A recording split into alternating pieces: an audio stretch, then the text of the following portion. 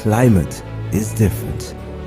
And most of all, the people are different from anything elsewhere to be seen in the whole range of Africa.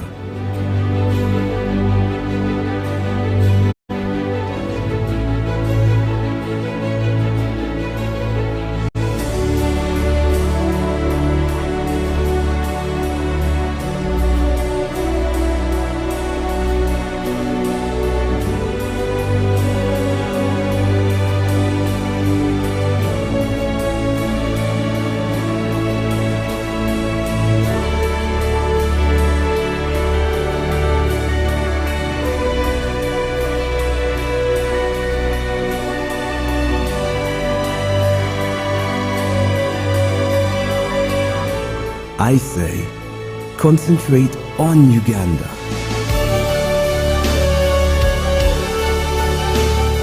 For magnificence, for variety of form and color, for profusion of brilliant life, bird, insect, reptile, beast, and for vast scale.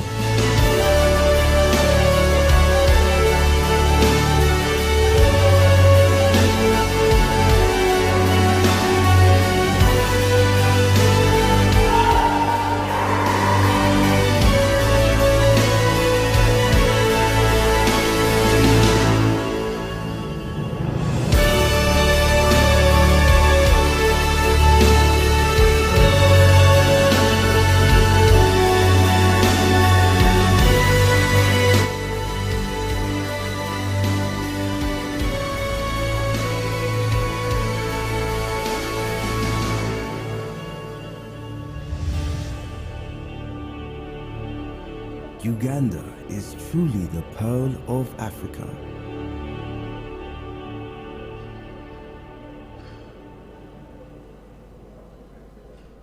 Uganda, the pearl of Africa, an endowed tourism destination with extraordinary natural beauty and happy people, making it the friendliest country to visit.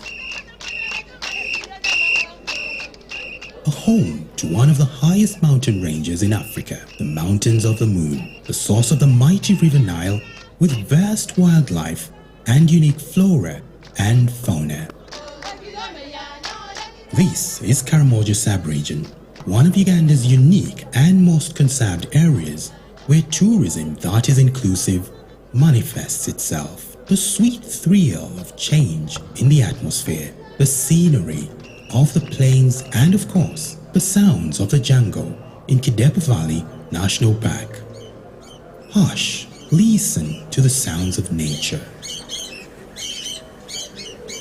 Tourism is not only important to me, but also to the community where I come from.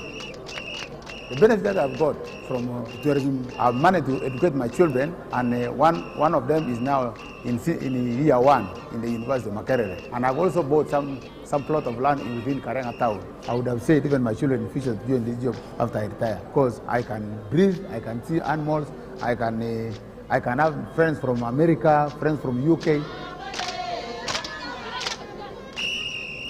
Representing Karatunga as a tour operator for Karamoja. We benefit from tourism, of course, by creating income of revenue, but that's not where it ends.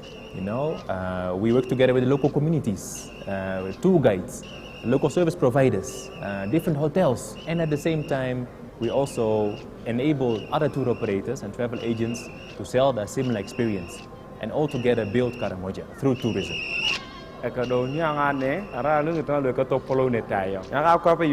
area mene akabusa fina jokna e kwa yo dang to bibite aturiam itamete ada mara ngole kai kisidada lakini roko e kwa ngina ra ko ngina kolongit akabusa kakia. Believe it or not, from the time a tourist starts planning a journey to any destination of their choice, the host destination begins to feel the impact. When visitors come here to visit our village, they bring some money, and we get that money to take our children to school, and we enjoy with them everything. We have left even washing because of the donation they bring for us. I've got money through guiding, not within Lorkul but outside other communities, especially the E community. Whenever I take the tourists there, They pay me what's called full day activity. And this money has helped me to buy the motorbike that I've been using. Like whenever I'm called in the park, come and take tourists or do game drives within the park. Here, they don't wait for ceremonies to sing and dance. It's a hobby. It's part of them, and tourists from all over the world are attracted to this unique culture. Yangarake ngode mono kwangulu ela na rilo bukui. Yangarake guru pulo pelo. Abala ngini kwako ngalu biango. An bota para ke bu abolia. Yangarake ndire ni page. Reta gindi kedi. Nyiri kuna ala karano way. Everyone has a role to play, from tour operators, the hospitality players, to the simple owner of a manyatta in this part of the Pearl of Africa. I used to dig like some vegetables like beetroot, coriander, radish. Purposely, I have actually people to buy. Like some lodges I used to supply like Dere, Savannah, even spot hunting. They give me a support. I get also income from them. And I support also my family. And that's the way I used to survive. I joined tourism when I was 21 years. I've rose from a housekeeper to a manager. And I'm happy having now 3 kids. And my family is very happy, because I support them, the money I get from tourism, and they're happy. I'm always paid something. At least I get a guide fee of 50,000. It was my first time to see the currencies called dollars. So all that money actually entered in my pocket because of this tourism. Yaunyo, Pangna Yauni Rekidan, Yaunyo, Kipang Yauni Rekidan, Topo, Lepre Dong, Peboliana, Nick, Mercatalakadi, you could put the Roland Payok, and you put a Bulu Tokanaka, a potting Payok Alakare, Yauna. This is tourism that needs all of us. This is tourism that is inclusive. Keep traveling, keep changing lives.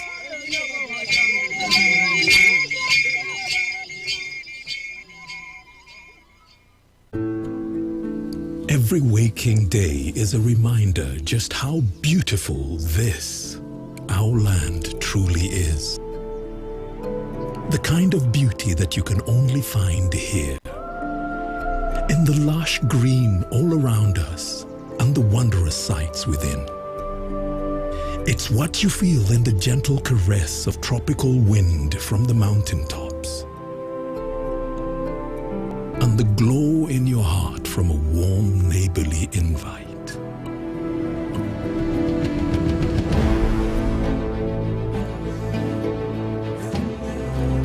It's in the distinct aroma of our cooking to the taste of food that takes you on a journey. In the sound of homecoming and the sound of Mother Earth. In the magnificence we find on our travels and the exciting moments we experience. Ours is the kind of beauty that comes in all things big and small. All we have to do is awaken our senses and truly enjoy what's uniquely ours.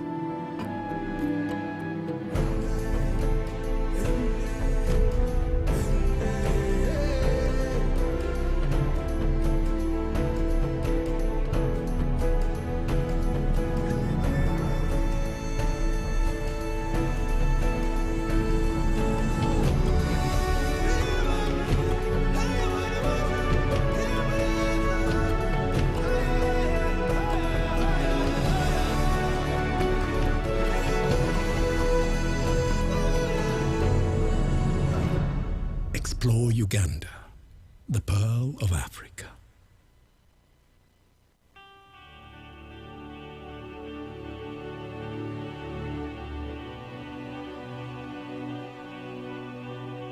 Uganda is a fairy tale. You climb up, and at the end, there is a wonderful new world.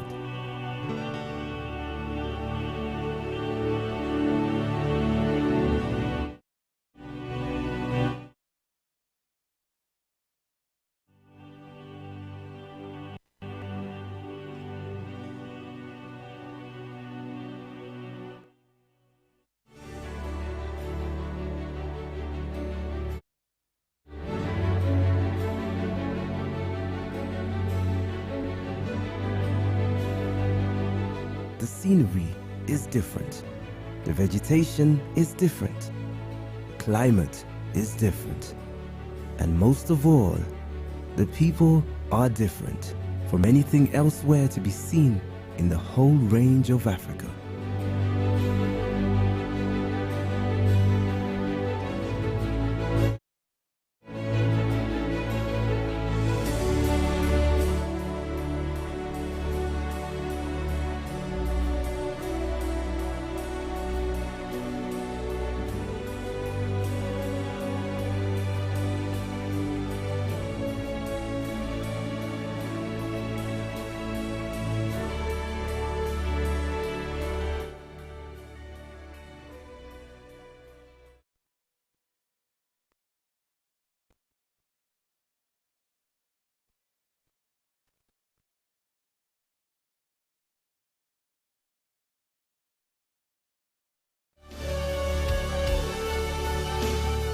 For magnificence, for variety of form and color, for profusion of brilliant life, bird, insect, reptile, beast, and for vast scale.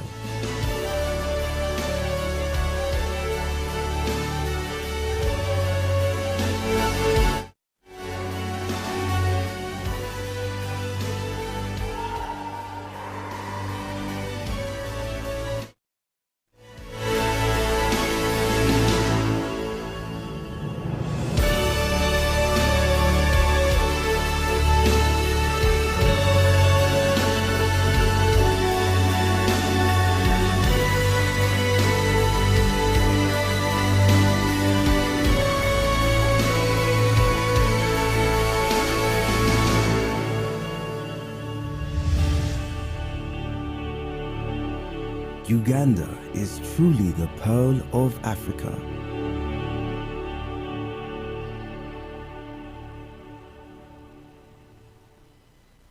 Uganda, the Pearl of Africa, an endowed tourism destination with extraordinary natural beauty and happy people, making it the friendliest country to visit. A home to one of the highest mountain ranges in Africa, the Mountains of the Moon, the source of the mighty River Nile, with vast wildlife and unique flora and fauna.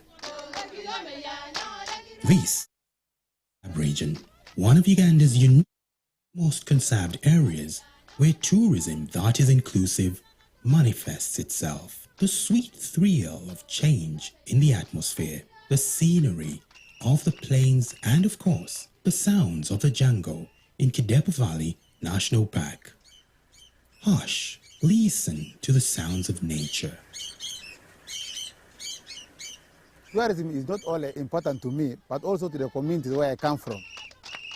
The benefit that I've got from tourism, I've managed to educate my children, and one of them is now in year 1 in the University of Makerere. And I've also bought some plot of land within Karenga town. I would have said even my children in future to join this job after I retire, because I can breathe, I can see animals, I can have friends from America, friends from UK. Representing Karatunga as a tour operator for Karamoja. We benefit from tourism, of course, by creating income of revenue, but that's not where it ends. You know, we work together with the local communities, with tour guides, local service providers, different hotels, and at the same time, we also enable other tour operators and travel agents to sell the similar experience and all together build Karamoja through tourism. Uganda area mene akabusa fina jokna e kwa yodang to bibite aturiam itamete ada marangole kai kisidada lakini roko e kwa ngina ra kor ngina kolongit akabusa kakia. Believe it or not, from the time a tourist starts planning a journey to any destination of their choice, the host destination begins to feel the impact. When visitors come here to visit our village, they bring some money, and we get that money to take our children to school, and we enjoy with them everything. We have left even portion because of the donation they bring for us. I've got money through guiding, not within Lorkul but outside other communities. especially the Ikk community. Whenever I take the tourists there, they pay me what's called full-day activity. And this money has helped me to buy the motorbike that I've been using. Like whenever I'm called in the park, come and take tourists or do game drives within the park. Here, they don't wait for ceremonies to sing and dance. It's a hobby. It's part of them, and tourists from all over the world are attracted to this unique culture. Yangarake ngode mono kwangulu ela na rilo bukui. Yangarake grupu lo pelo. Abala ngini kwako malu yango. An bota para ke bu abolia. Yangarake ndre ni page reta gendike Everyone has a role to play, from tour operators, the hospitality players, to the simple owner of a manyatta in this part of the Pearl of Africa. I used to dig like some vegetables like beetroot, coriander, radish. Purposely, I have actually people to buy. Like some lodges I used to supply like dere, savannah, even spot hunting. They give me a support. I get also income from them. And I support also my family, and that's the way I used to survive. I joined tourism when I was 21 years. I've rose from a housekeeper to a manager, and I'm happy having now 3 kids. And my family is very happy because I support them, the money I get from tourism, and they're happy. I'm always paid something. At least I get a guide fee of 50,000. It was my first time to see the currencies called dollars. So all that money actually entered in my pocket because of this tourism.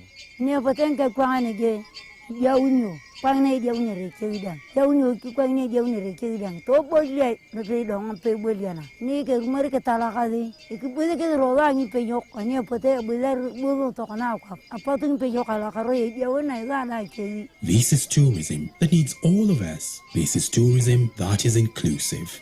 Keep traveling, keep changing lives.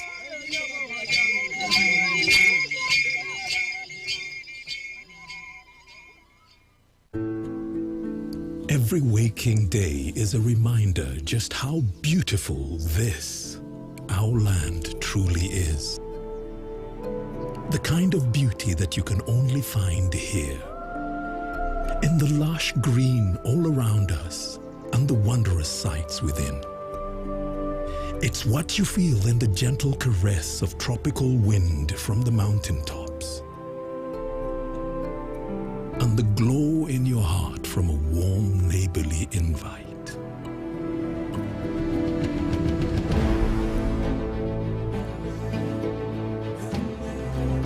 It's in the distinct taste of food that takes you on a journey. In the sound of homecoming and the sound of Mother Earth. In the magnificence we find on our travels and the exciting moments we experience. Ours is the kind of beauty that comes in all things big and small. All we have to do is awaken our senses and truly enjoy what's uniquely ours.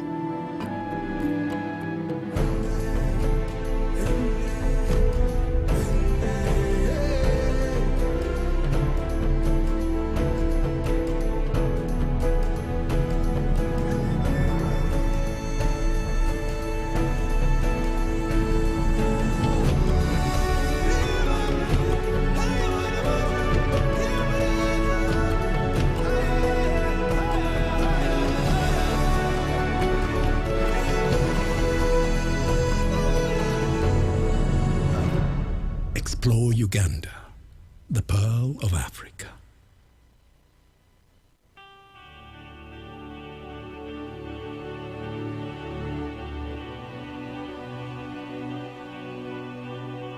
Uganda is a fairy tale. You climb up, and at the end, there is a wonderful new world.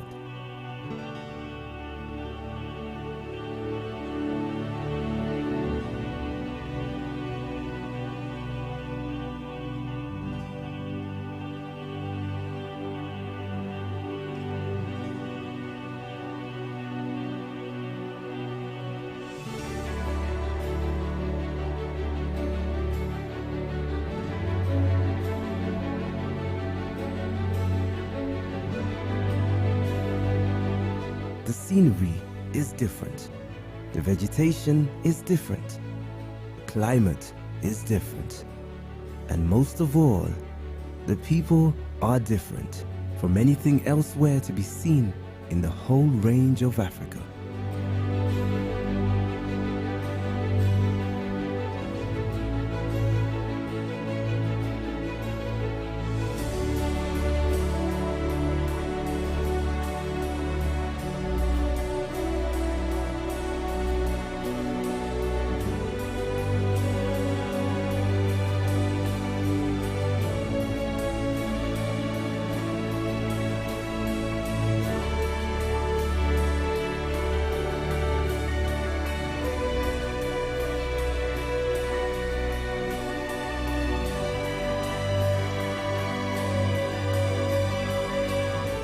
I say, concentrate on Uganda.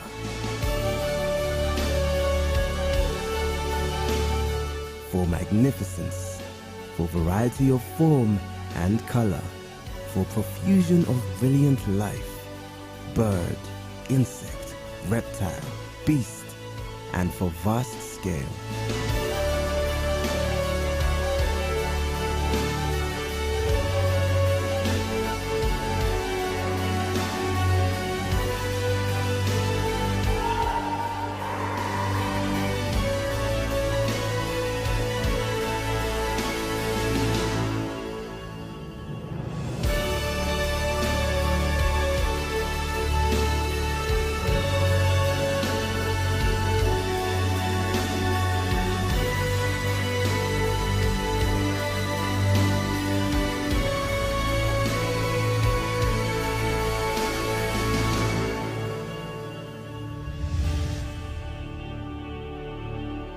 Uganda is truly the pearl of Africa.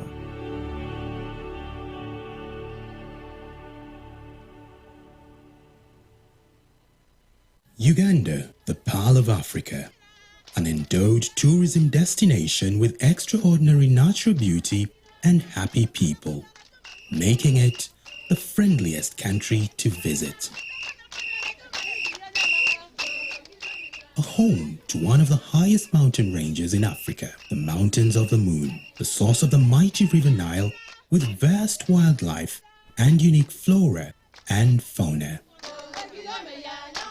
This is Karamoja Sub-region, one of Uganda's unique and most conserved areas where tourism that is inclusive manifests itself. The sweet thrill of change in the atmosphere, the scenery of the plains, and of course, the sounds of the jungle in Kidepo Valley National Park. Hush, listen to the sounds of nature. Tourism is not only important to me, but also to the communities where I come from.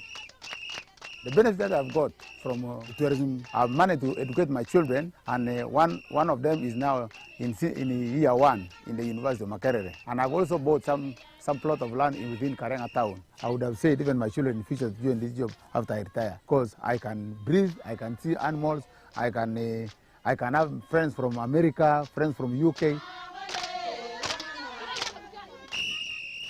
Representing Karatunga as a tour operator for Karamoja. We benefit from tourism, of course, by creating income of revenue, but that's not where it ends. You know, we work together with the local communities, with tour guides, local service providers, different hotels, and at the same time, we also enable other tour operators and travel agents to sell a similar experience, and all together build Karamoja through tourism. Uganda area mene akabusa hina jokha e kwa yo dang to bibite aturiam itamete ada marangole kai kishidada lakini roko e kwa ngina ra ko ngina kolongit akabusa kakia. Believe it or not, from the time a tourist starts planning a journey to any destination of their choice, the host destination begins to feel the impact. When visitors come here to visit our village, they bring some money, and we get that money to take our children to school, and we enjoy with them everything. We have left even portion because of the donation they bring for us. I've got money through guiding, not within Lorkul but outside other communities. especially the Ikk community. Whenever I take the tourists there, they pay me what's called full-day activity.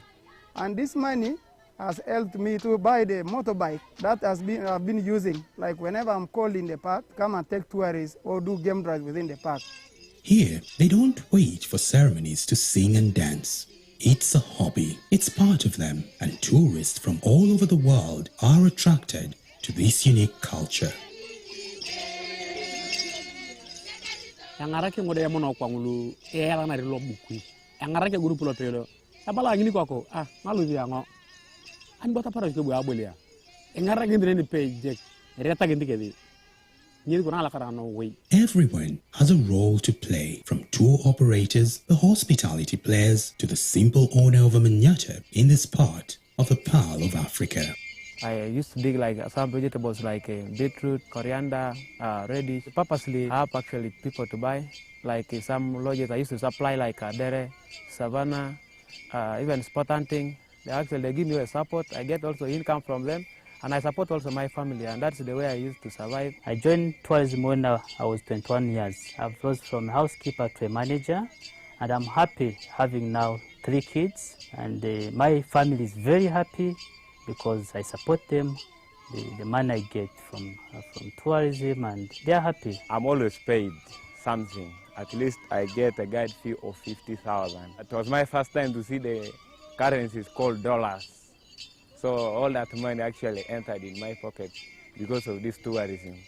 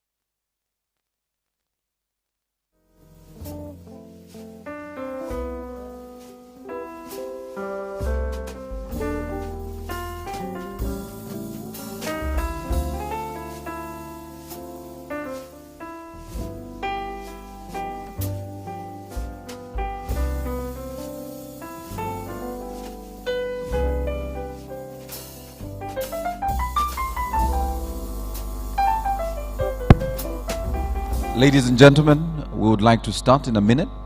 I could call the house to order. We'll start in a minute. Thank you very much.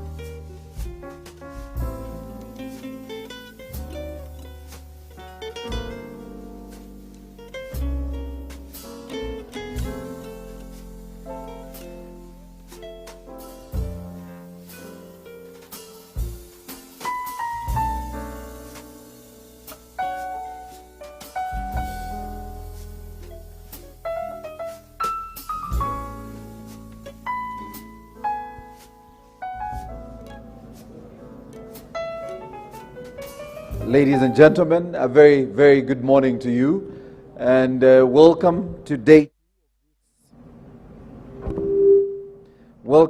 2 of this high-level economic growth forum. On behalf of the Ministry of Finance and on behalf of IGC, I really want to thank you for offering to give us your second day for what should be an exciting and insightful discussion around building a self-sustaining economy to weather the future shocks.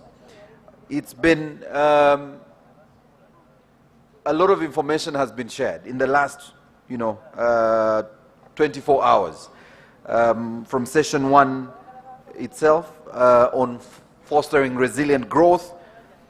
When we looked at climate change in Uganda, understanding its implications and policy response, we then dived into the domestic resource mobilization for growth, a very exciting conversation we had yesterday in the afternoon and into the early evening. Today is as exciting as we look at exports to promote growth and domestic value addition. Our session chair or chairs will change along the way, but we thought we didn't want to keep you waiting any longer. We are aware some of our partners will be joining us along the way, but I want in a very special way to recognize the Deputy Secretary to the Treasury. Thank you so much, sir, for being with us this morning. Round of applause, ladies and gentlemen.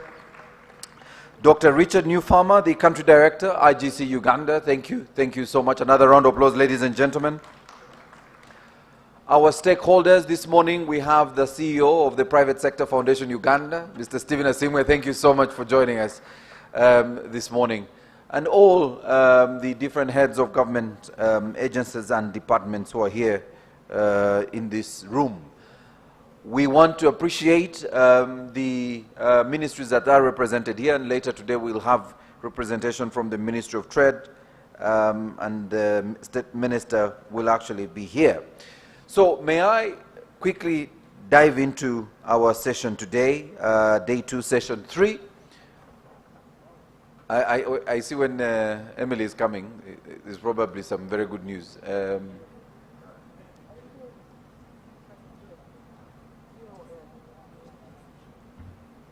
All right, so Emily says I need DST, you have survived. So that I buy a minute or two, you have survived DST.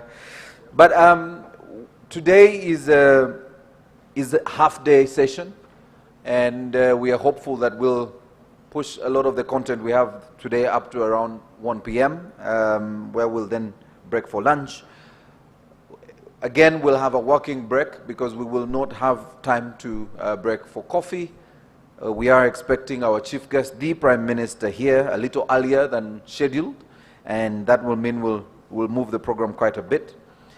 But we're expecting that this session will then run us into the chief guest's session that then will allow us to conclude with session 4 on domestic value addition. We are using the hashtag EGF6UG. Please do share your conversation from today on Twitter and Facebook and all the other platforms using that hashtag so we are able to share it. Or you could actually follow the Ministry of Finance handle and be able to at least furnish yourself with most of the conversation from yesterday. We are expecting that the discussion today will really look around leveraging exports for growth, and the Export Promotions Board is represented here. I see Mr. Kecho from the Export Promotions Board is here, and I'm sure he's looking forward to the presentations that will be made today.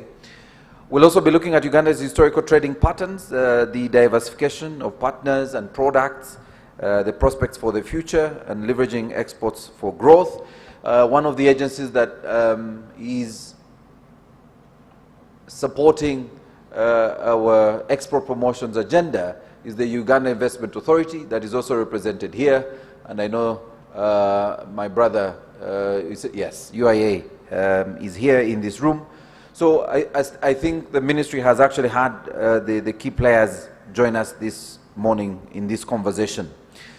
We've been talking a lot around the Continental Free Trade Area, the Africa Continental Free Trade Area, and so we'll look at trading up and harnessing the AFCFTA for growth, Uganda's preparedness, and simulating the impact of the AFCFTA on Uganda's trade flows, and also the goods movement, the implications of high transport costs, and we did discuss a bit around infrastructure yesterday. The conversation yesterday, and DST, I liked when they said, especially conversation on the tax incentives and whether that's the single most attraction for our investors. And someone did say there is something around being competitive. If you're very competitive in the region or even competitive on the continent, investors will still come. You don't necessarily have to have tax incentives in place to attract the investors, but if your cost of doing business is low, the price of our energy, the infrastructure costs, we are aware about the unit cost per ton on our roads, and we are thinking, and we know what the ministry is doing to support infrastructure along the meter gauge railway and the conversation on the standard gauge railway. So that really is part of the broader conversation on how we can make Uganda very competitive and bring down the cost of doing business.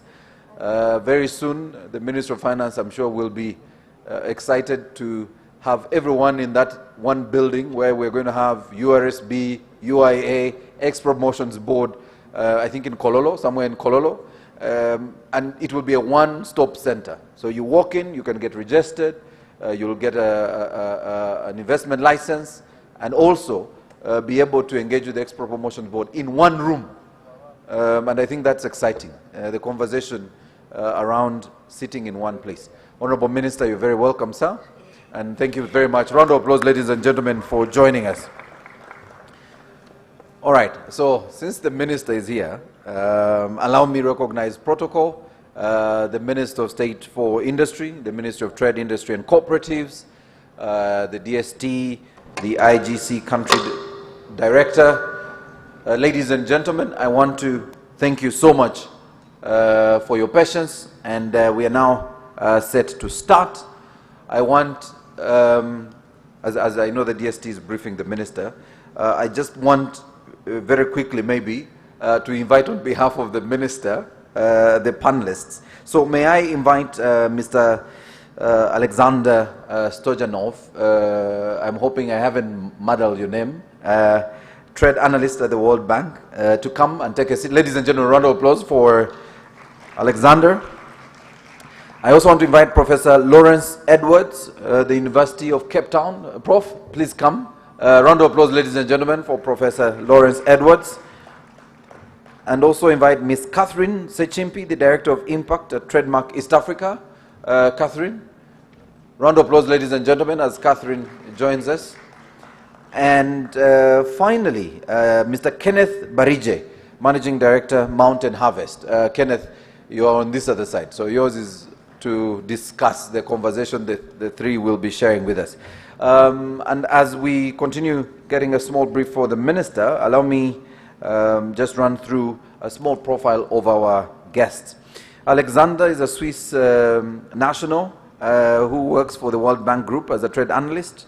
Professionally, he has gained extensive public sector experience in the Trade and Investment Promotion Agency of the Switzerland and the evaluation, and as an evaluation officer with the United Nations in Niger and Somalia.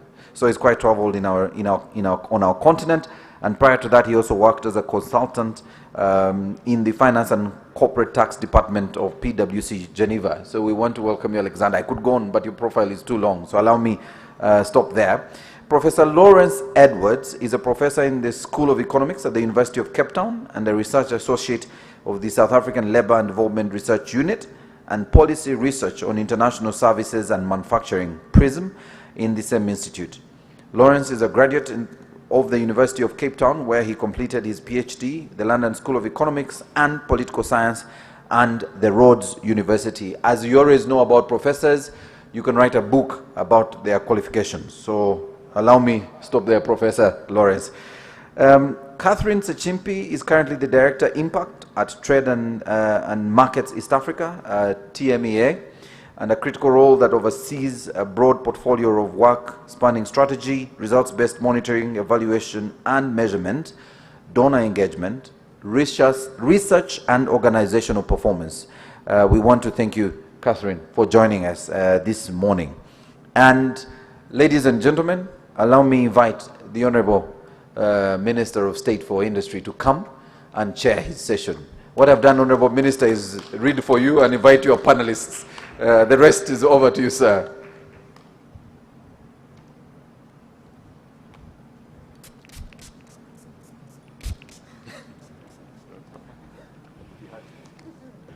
Thank you very much. And my panelists, we are going to, each one of us is going to be given 10 minutes. And then after that, we shall have a discussion. It's very exciting that we are having this conversation at a time when our country is pushing long and hard the strategy of import substitution and export promotion. At a time when we really need this growth like in no other time. So I want to invite Mr. Alexander, a trade analyst at the World Bank, to speak to us for 10 minutes. And I mean 10 minutes English time. Thank you.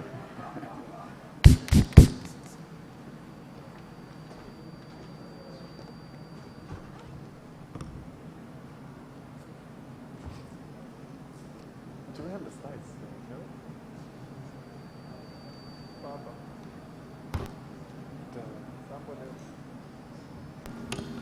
Somebody handling the PowerPoint? So will you switch for me? Oh, okay. So good morning. Thank you for inviting me to present our paper at this conference. So I work at the World Bank in the International Trade and Regional Integration team, where we do a lot of trade diagnostic, trade policy advice across the world. This paper was co-authored with Jakob Rauschendorfer, who is the former IGC economist in Uganda and currently economist for the FAO. And Jaime de Mello, who is a professor at the University of Geneva. So we can start, maybe if you can switch the slide. Oh, I see them here. Does it work?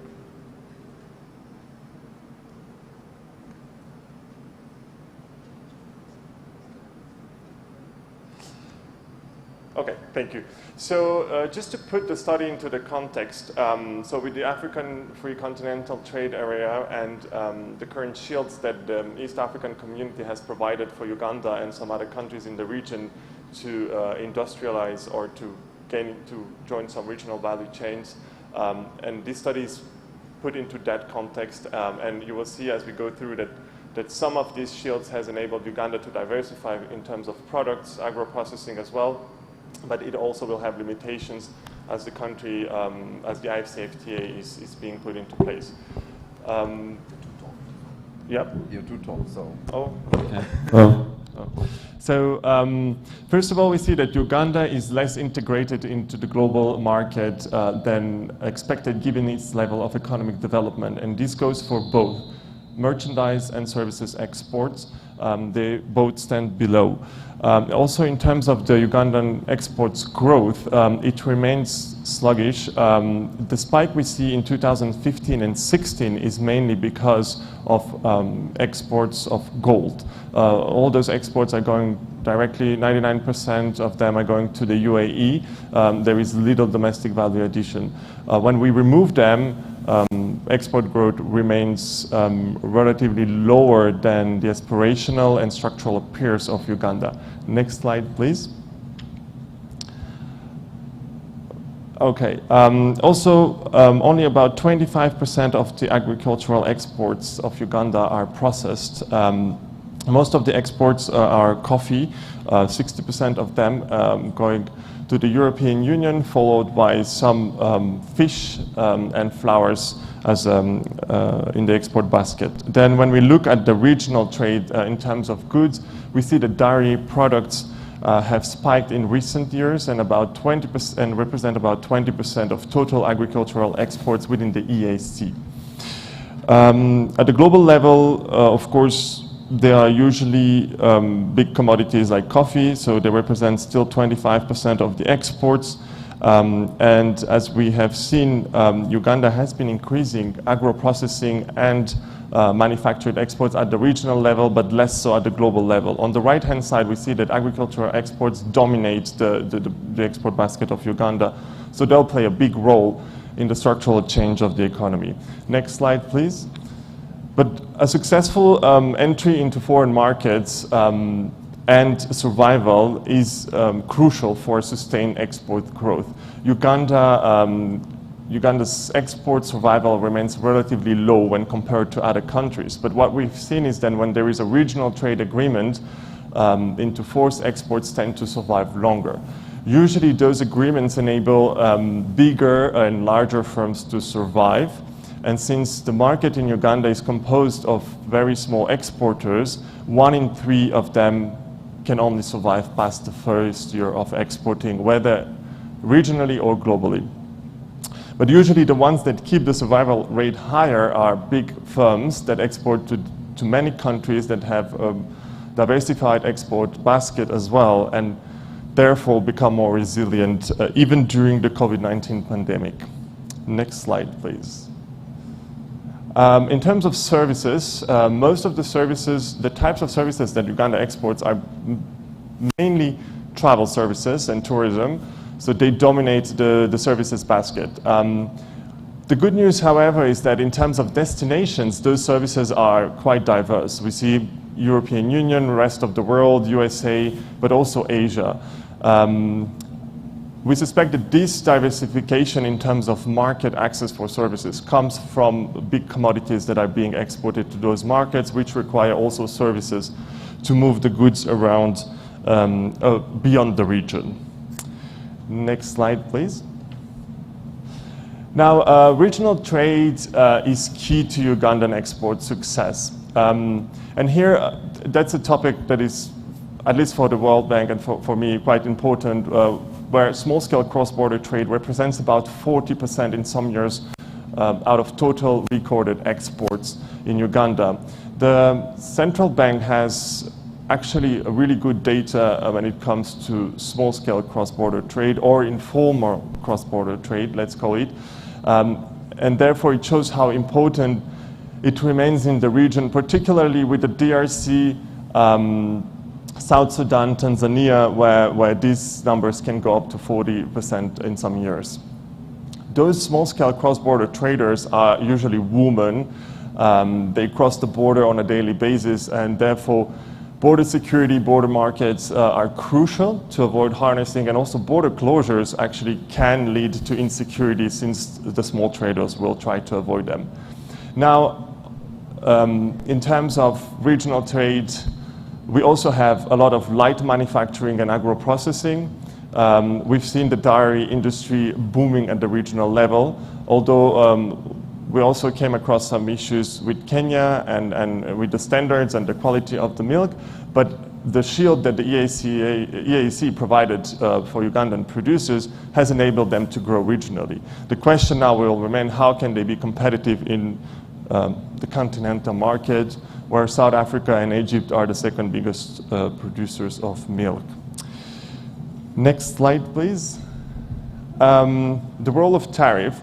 We see when there was a tariff increase through the state of application and the deviations from the common external tariff, that imports of those goods have not reduced. So that's the left-hand side graph. In blue, we see the imports, and in red, we see the tariff spike. And that means that those goods are still consumed by the households in Uganda or the companies. And either, it can impact poverty level, the poorest layers of the population, or the private sector competitiveness if they use goods of better quality or cheaper price coming from abroad. Usually we see that firms that export are actually importers as well. Those firms tend to be much bigger than the firms that only export. And they tend to be more diversified in terms of destinations, destination markets, and products. Next slide, please. Now, the big issue in Uganda, and I'm not an expert in that, but we came across, I think it's important to highlight here, is the Logistic Performance Index of Uganda. We do not have data yet for 2022. It's about to come out from the World Bank, but things do not change that quickly when it comes to infrastructure and logistics. So when Uganda is compared to some regional peers, it still remains among the lowest, like the lowest ranking, right? 102, whereas Rwanda, for example, is 57, and Kenya 68. So we know that there is an issue in logistics. This increases trade costs and reduces competitiveness of domestic producers. Now, the worst rankings in terms of the LPI still remain into the infrastructure, the time to transport the goods across the border, and the tracking and trucking system. Next slide, please. Global value chains participation. So Uganda is actually less integrated into GVCs than its comparator countries or regional peers such as Tanzania and Kenya or Rwanda, which are much higher than Uganda.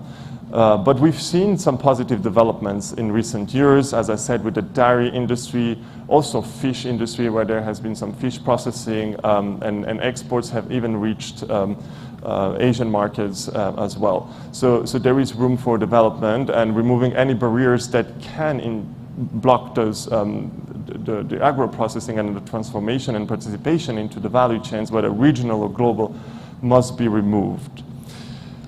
Next slide, please. I hope I'm still on time. So those are, rather than recommendation, please allow me to change to suggestions and some ideas. First, so to improve export performance, I mean, agriculture will be, the predominance of the agricultural sector in the economy is important to take into account.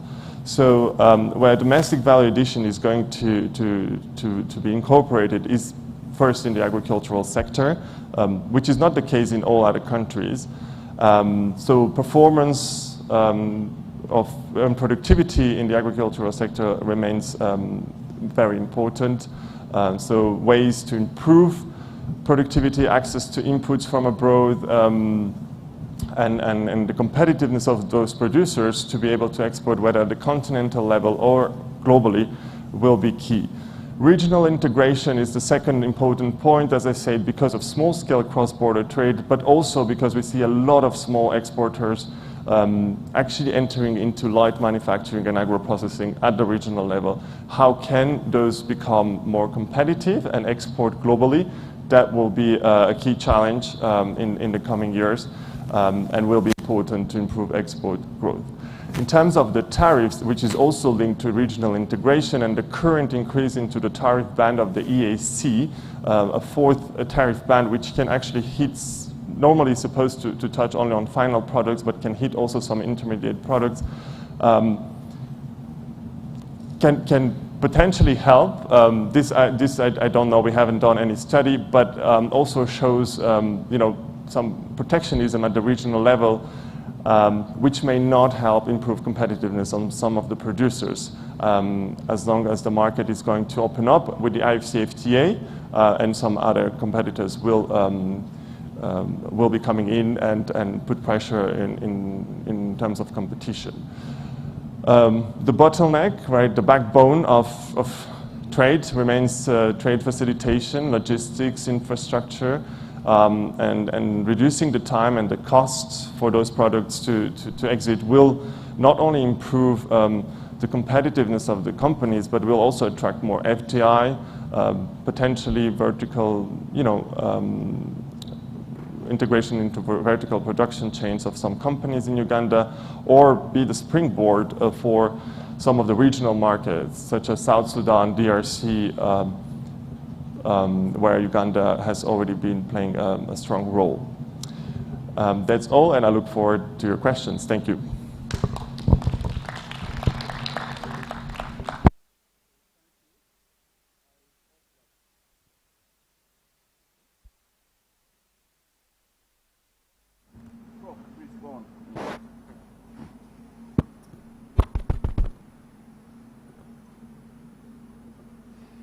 Let's put our hands together to welcome Professor for... Minister and guests, thank you very much. It's an honor and privilege to be here. First time I've been in Kampala, and it's been an amazing experience, and I was very impressed and thoroughly appreciated and enjoyed yesterday. I have the honor or privilege to discuss the African Continental Free Trade Area, and much of what I'm going to say will build on what Alex has said. Now, I think we're all aware the AFCFTA poses an incredible opportunity for African countries. It's the most ambitious free trade area since the establishment of the WTO in terms of number of countries. 54 countries signed up, and the expectations are enormous. There are predictions that intra-Africa trade would rise by over 133%. GDP would increase by 3.5%, and that's an increase that would be realized every year. These are sizable gains. What we're really interested here is to get a better understanding of the implications of this agreement for Uganda, rather than focusing on the aggregate implications and impact. Perhaps I could get my slides, and I'll carry on talking while I'm going. There we go. Can I have the next slide, please? And then we may as well jump to the next one again. So to build on what Alex said, I think it's also important to recognize the long-term progress that Uganda has made in growing its exports. If we look over the 95 to 2018 period, we see substantial growth in agriculture, or in exports from Uganda. This has slowed recently, as Alex pointed out, but alongside that growth has been incredible diversification of the export bundle. In particular, if you look at services, initially 13% of exports, this rose to over 30 or 40% of exports by we get to 2018, and with growth in ICT. So it's not just travel and tourism, it's broader than that. Within goods trade, we've seen diversification as well, whereas coffee accounted for over 64% of aggregate exports in 1995. This is moving up and down.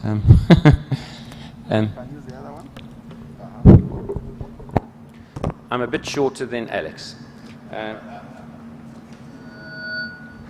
Thanks. Whereas coffee-dominated export bundle of food, what we've seen emergence is sugar, dairy, sorghum, and corn. Now, what is interesting to highlight behind these diversification of food products is much of this has been driven by regional trade. And an issue I'll come to later is what underpins a lot of this are very high levels of protection. Sugar, we know, has a specific duty of 100%. The dairy has a duty of 60%.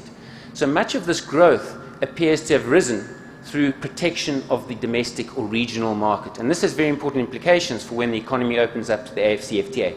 Because what we know is African dairy exporters are looking at the Ugandan market and the EAC market and considering the 60% preference as a very attractive option. So this is a key consideration that I'm going to come to in my discussion a bit later. But even within manufacturing, we've seen some diversification with the emergence of cement, some metal products, soap, etc. So over the long period, Uganda has made success in diversifying and growing its exports. But as pointed out by Alex, I think the challenges remain. At the aggregate level, exports to GDP remain relatively low compared to its peers. But even when we drill down to the firm level, what we notice is that Uganda is characterized by fewer exporters per population than the rest of the continent.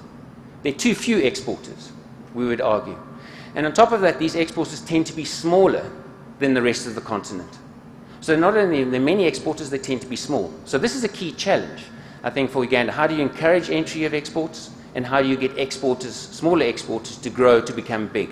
Because it's the big exporters that over the long term drive aggregate export growth. Now, can we have the next slide, and then the next slide, please? Behind this is a regional trade pattern. And again, on this front, what I've presented here are diagrams of intra-Africa trade shares for Uganda and the rest of Africa. And in this front, Uganda has made significant progress in regionalizing its trade. Over 52% or so of its exports are destined for the region. So already, Uganda has made important steps in regionalizing its trade flow. The two key concerns in relation to this, though, is most of that regional trade is dominated by exports to the EAC, 40 percentage points of that 52%. Comesa is another important destination, but that's Congo. The rest of Africa, it's made very little progress in accessing. And this is where the AFCFTA poses an important opportunity for Ugandan exporters, because they're under-exporting, one could argue, into the rest of Africa. And this is a space where potentially the AFCFTA will open up opportunities for Ugandan exporters in the rest of the continent. On the import side, again, less integrated, but again, Uganda seems to lead the rest of the African continent on average in terms of integrating within the regional market on imports. Again, not many imports from the rest of Africa. Can we have the next slide, please? Now, one reason may be that Uganda is not accessing the rest of Africa is due to tariff protection. Perhaps the barriers in the rest of Africa are precluding Ugandan exporters moving beyond its EAC borders. Now, if we look at actually the data, it appears that on aggregate, this may not be the case. Ugandan exports to the African continent, and particularly if we look, for example, at some of the countries that I'm presenting here, is the average tariffs tend to be quite low. And that's because it's the average weighted tariffs tend to be low. Uganda seems to be concentrating its exports in products that have low tariffs in the rest of the African regions. But that may not be a good indicator of the potential for exports. If we just look at the simple average tariff rate, it seems that the average tariff Ugandan exporters face is around about 10 to 13%. That's pretty high. And it suggests that amongst the bundle of goods that Uganda is exporting, there are products that they're managing to export despite high tariffs. And those products we'd expect to see significant gains through the reduction in tariffs under the AFCFTA. But even that's not such a good indicator of the potential for Ugandan exports, because the bundle of exports to the rest of Africa may be shaped by very high tariff barriers. So one indicator we can do is, looking on the right-hand side of this table, is we ask, take the current bundle of exports Uganda exports to the EAC, and look at what are the barriers, the tariff barriers on that bundle, because Uganda has revealed its capability in producing those exports. What if it exported those goods to the rest of Africa? And there we actually find tariffs also are high. So a general implication, tariffs on that bundle tends to be high, 12 to 14% or so. So the implication is, it seems that tariffs abroad are a constraint to Uganda's access to the African market, and it's a constraint to the diversification of Uganda's exports. That's the good news. If we can move to the next slide. The flip side of free trade areas is Uganda and the EAC will have to open up their borders to trade from other African countries. And this poses a challenge for Ugandan firms in several dimensions. On the one hand, Ugandan firms, domestic firms, will face increased competition from exporters from South Africa, Egypt, and the rest of Africa. The tariffs on many of these goods Uganda imposes on the rest of Africa are also high, up to 28% weighted average to the rest of Africa, implying that quite high barriers are being imposed on imports from the rest of Africa. Reducing those barriers under the AFCFTA will expose domestic firms to increased competition. It will benefit, however, domestic consumers who are paying a high premium for goods that they're purchasing under this protected regime, or protected. So there's a benefit to consumers, but there also is a challenge to domestic producers. But what's also interesting is if we look on the right-hand side here, and we look at what we refer to as the preference margin for Ugandan exporters into the EAC. So when Ugandan exporters export to Kenya, they have a preference over and above South African exporters and the exporters from the rest of Africa. We work that out to be roughly around 23% on average. That's the benefit Ugandan exporters receive over and above their competitors in Africa in terms of accessing the EAC market. That's a high preference. It's much higher on the weighted average than the simple average, which tells us that Ugandan exports to the EAC, the product composition has been strongly shaped by the tariff preferences. Dairy, maize, sugar. It exports these to the EAC under considerable tariff preferences. And when we open up, Uganda opened up to the AFCFTA, Ugandan exporters are going to face increased competition in accessing Kenyan market, for example, because they'll be competing head-to-head with South African exporters with no preference margin. So this is a challenge for Ugandan exporters in terms of its aggregate export performance. It'll access the international African market, but it'll face increased competition from the domestic market. So when we look at this, we think there are really four considerations when we think about Uganda's trade under the AFCFTA. One is market access. Lower tariffs will increase market access into Africa, but there's also preference erosion, competition into the EAC market. The low value of existing exports to the rest of Africa really imply that the immediate gains will be slow. We'll have to be looking at a long-term, the gains will be much more of the longer term. And then I haven't dealt with this, but Alex spoke about this and Catherine will talk about this, but the high trade costs also impede exports. Can we have the next slide there, please? So the way we quickly look at this is we run a simple simulation.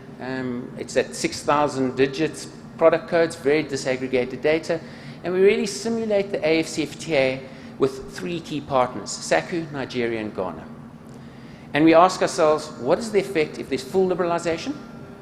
What's the effect if only the Schedule A tariffs are implemented? Under the AFCFTA, countries offer three schedules. Schedule A, which covers 90% of goods, tariffs phased down over 10 to 13 years. Schedule B is 7% of sensitive goods, where the phase down is longer, and 3% are excluded. If we just look at that 90% Schedule A, we ask what are the implications for the regional agreement. And finally, we look at full agreement with inclusive of a trade facilitation process, reduction in trade barriers, and we ask what the implications are. Can we have the next slide, please? So broadly, the implications, because I imagine I'm running out of time now, the key point is that the AFCFTA will substantially increase exports into the rest of the area. We're predicting in this estimates 9 to 10% improvement on exports of the existing bundle. The long-term effects will be bigger as new products enter the market. But the data is suggesting that Uganda's exporters will face considerable threats in the EAC market and they will lose market share, and that will offset some of the gains. Will Schedule A, a more restrictive trade agreement, be better? It turns out no. It reduces a lot of the gains into the rest of Africa, and it leads to very little trade gains. What really is the bang for the buck in this case, what works, is if the trade facilitation, the Annex 3 of the goods protocol is implemented. If the rest of Africa and Uganda implement the trade facilitation agreement reducing trade costs, we see substantial increases in Ugandan exports in the region. And that suggests that it's a real interest in Uganda in improving trade facilitation across the region in order to gain access into the international markets. If we look at imports, next slide, a similar story. Imports rise, of course, from the trade agreement, but imports rise much more when we've got a TFA. So the trade facilitation agreement really enhances the trade flow under the AFCFTA. It's a strong complementary to the tariff reductions of the AFCFTA. Let me move to the next point. Next slide, please. The revenue implications, I know this is a great concern. What we find is that the AFCFTA will reduce revenue, but the aggregate effect is pretty small under scenario 1. Does scenario 2 help much? Well, the restricted trade agreement doesn't really protect the customs revenue. But where the revenue turns positive is under the trade facilitation agreement scenario. In that case, trade increases a lot. You lose customs revenue on imports from Africa, but through the increase in trade, VAT and other border duties are collected, leading to a net increase in revenue for the economy. So the trade facilitation, you can see my preference, is scenario 3. This seems to give the best results of them. Can I have the next slide, finally? The last point I want to make is, if we look at the agreement, it appears from the consumption side have strong pro-poor benefits. It reduces the costs of key goods that consumers consume, poor households consume. Those gains, however, are only realized in the full liberalization scenario. In the restricted Schedule A scenario, all the gains are eliminated because protection remains on those key consumption goods. So it's a pro-poor policy as well. It has strong benefits to poorer consumers. Let me move on to the conclusions then and the policy implications. I think there are many. I'll have to focus a little bit, and I'll just build on those that Alex spent. The first is be cautious of a too defensive a strategy in the AFCFTA. I think accelerate the reductions in tariffs under the Schedule A if possible, and encourage other partners to do so, because that improves access for you into their market, you gain into the market. Be careful. Alex pointed out this interaction of the external tariff and the agreement. The proposal to move a new band of 35% has the potential to increase divergent trade, divergent trade from Africa into Uganda without necessarily benefiting the Ugandan firms that it's aiming to protect. It increases the benefit for the rest of Africa in the domestic market. I'll focus on the NTBs. It appears this is a critical issue, so the recommendation is establish this mechanism for firms to identify NTBs and systems to resolve this. This appears to be a critical feature that prohibits trade. And then work on issues to minimize the cost of compliance of the AFCFTA. And critical in this is the meeting of the rules of origin. And research by the ITC shows that in many cases, it's domestic constraints, certification, licensing, the testing facilities that are poor. And these are domestic challenges that can be improved that would enable domestic firms to make access or use the opportunities of the AFCFTA. And last slide, please. There we go. Trade facilitation is critical. But on this, I think the interesting insight is Uganda can do a lot, and the EAC can do a lot about improving trade within the region. But critical is to improve Uganda's access into the rest of the market. And that depends on these other countries implementing the trade facilitation agreement. So mobilizing this as a key regional or continental-wide objective is really critical because it will improve Uganda's access into those markets. So it's a bigger issue than just within Uganda. And then I think I'll finish on that particular point. The last one I just want to say is this entry of small firms.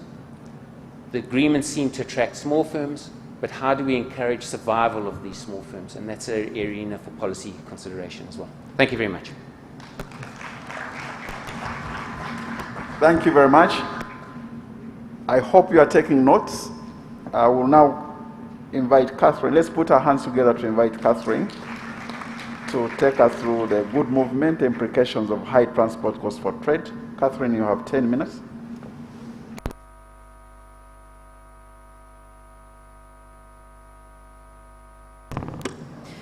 Thank you very much. I'm Catherine Sechimpi, the Director for Impact for an Aid for Trade organization called Trade and Markets East Africa.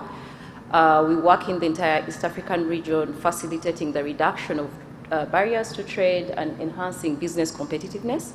We work in Rwanda, Kenya, Rwanda, DRC, Burundi, and lately we're expanding into West Africa, where we would like to support the free trade area that's just commencing.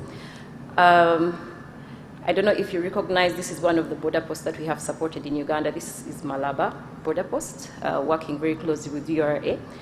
And in Uganda, we've had a number of interventions to support infrastructure to really reduce the barriers to trade. We've supported the OSPP in Busia, in Mutukula. We are currently working to build infrastructure at Goli and Toroko. Then we are building the Gulu Logistics Hub, working with the European Commission and the FCDO, the British government. So I'm basically going to present findings of a study that we undertook between October and November, just really showing what it is, what are the trade costs that freighters are encountering on the corridor.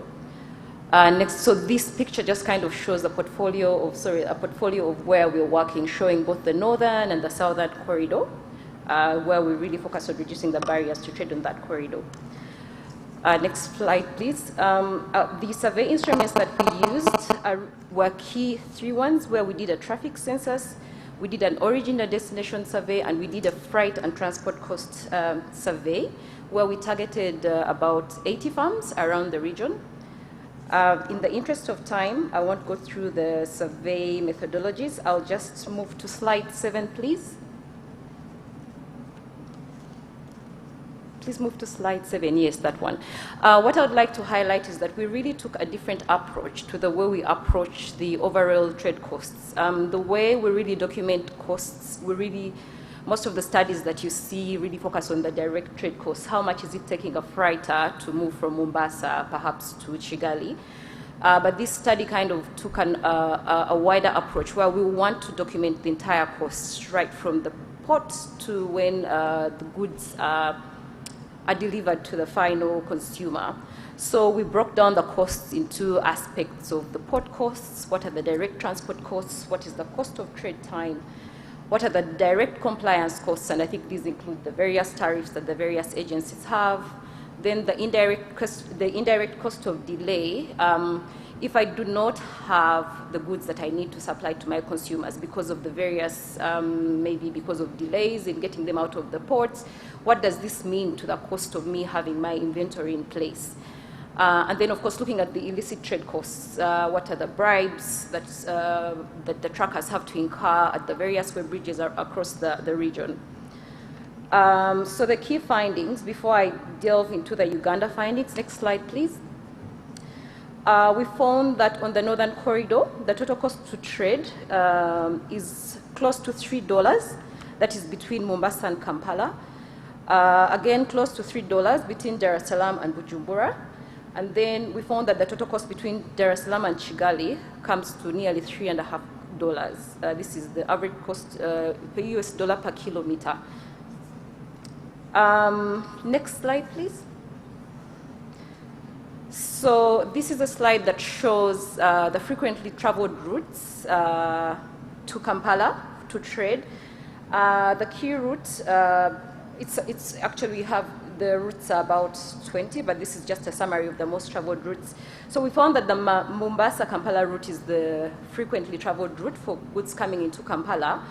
And the cost is really lower on this route, and it can come down further if we had an increase in the two-way traffic. So you find that we find more goods coming into the country as imports, with very few going out, which means truckers leave the country empty. So this would really come down if we can really increase the level of our exports.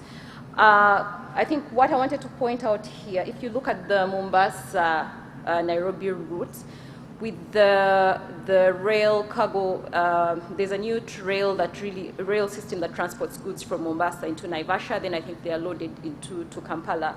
We find that the railway is now carrying most of the containerized cargo, so the trucks on this route are really carrying only specialized cargo. So you find that the costs on this route are very short route, but the costs are really going up here because the availability of trucking companies is lower, so the costs are really become higher, so because most of the traffic is now coming through rail. Next slide, please. This is mainly an analysis of what are the most frequently transported goods to Kampala. We note vegetable products, textiles, mineral products, and chemical products.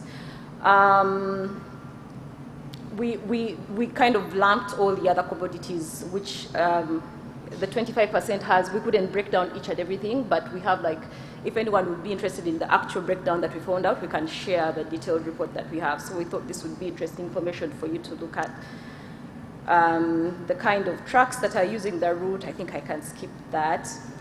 I'd like to now really talk about Uganda-specific results. If you move to slide 14. So of course, like I highlighted, slide 14, please. So Mombasa, Kampala, over 20%. Most of the traffic really originates from Mombasa, terminating in Kampala. A lot of traffic terminating to Juba, Kampala, between Kampala and Juba. Of course, I think we're trading very closely with South Sudan. And then traffic terminating, passing through Kampala, but then going to Juba. Those are the one of the top 5 routes. And then the national ones in nature, there's a lot of traffic that's directed towards Arua, about 8.7%, Arua and Gulu. We found that this is quite a very upcoming trading hub, as a center that can actually, we can aggregate our produce there before it goes on to South Sudan. And I will just talk about one of the interventions that we think for future programming for Uganda to reduce trade costs, what we can do there. Next slide, please. So just to highlight what the total transport cost, because this is what is interesting to most people, as this is what has been calculated. So for the liquid tank trailers, the total cost per trip averaging to about $2,300 for the tanker trailers. For the containers, close again, $2,237. So on average, it's taking a trucker close to $2,200 just for a single trip between Mombasa and Kampala. And this is something that we would like to come down. Next slide, please. Oh, yes. So I talked about the frequently used routes, maybe just to highlight that the most common commodities traded between Mombasa and Kampala are metals. And then between Kampala and Juba, foodstuffs. And then between Kampala, Arua, Kampala, Gulu, foodstuffs. And then the mineral products again between Kampala and Gulu. So just talking about the key barriers to trade, road conditions, almost 26% of the drivers that were interviewed they thought the road conditions could be improved. The second frequently identified issue was the various stops at the railway bridges, though this concerned just about about close to 7% of the drivers. At the regional level, because we did this for a number of countries, the issue most identified as moderate or severe was again the road conditions. So talking about us expanding trade in the region, I think this is something that we need to work on as a region. But by contrast, vehicle conditions, the port and border posts were really not identified as those, not a challenge or as a slight challenge, which points to the aspect that the countries and the regions have really tried to facilitate trade by really improving these barriers, which used to be quite an issue some time back. So, Mr. Chair, just winding up, future priorities. So, we think corridor volumes are increasing, and we see trade, we see the Mombasa port volumes have grown significantly over the years, projected to grow to over 52 million tons in a low scenario. But we need investment to continue to meet the growing demand. As the volumes increase, any progress will further reduce any gains on cost and time that we've made over the years on the corridor. Otherwise, we'll have congestions at the various crossing points for trade.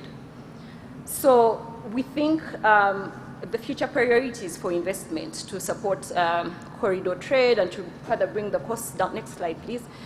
How can we increase the capacity of the corridor to handle this additional traffic so that it moves forward in a seamless way? Can we tap or rail investment? Can we move towards using our waterways more? Of course, supporting the roads infrastructure more.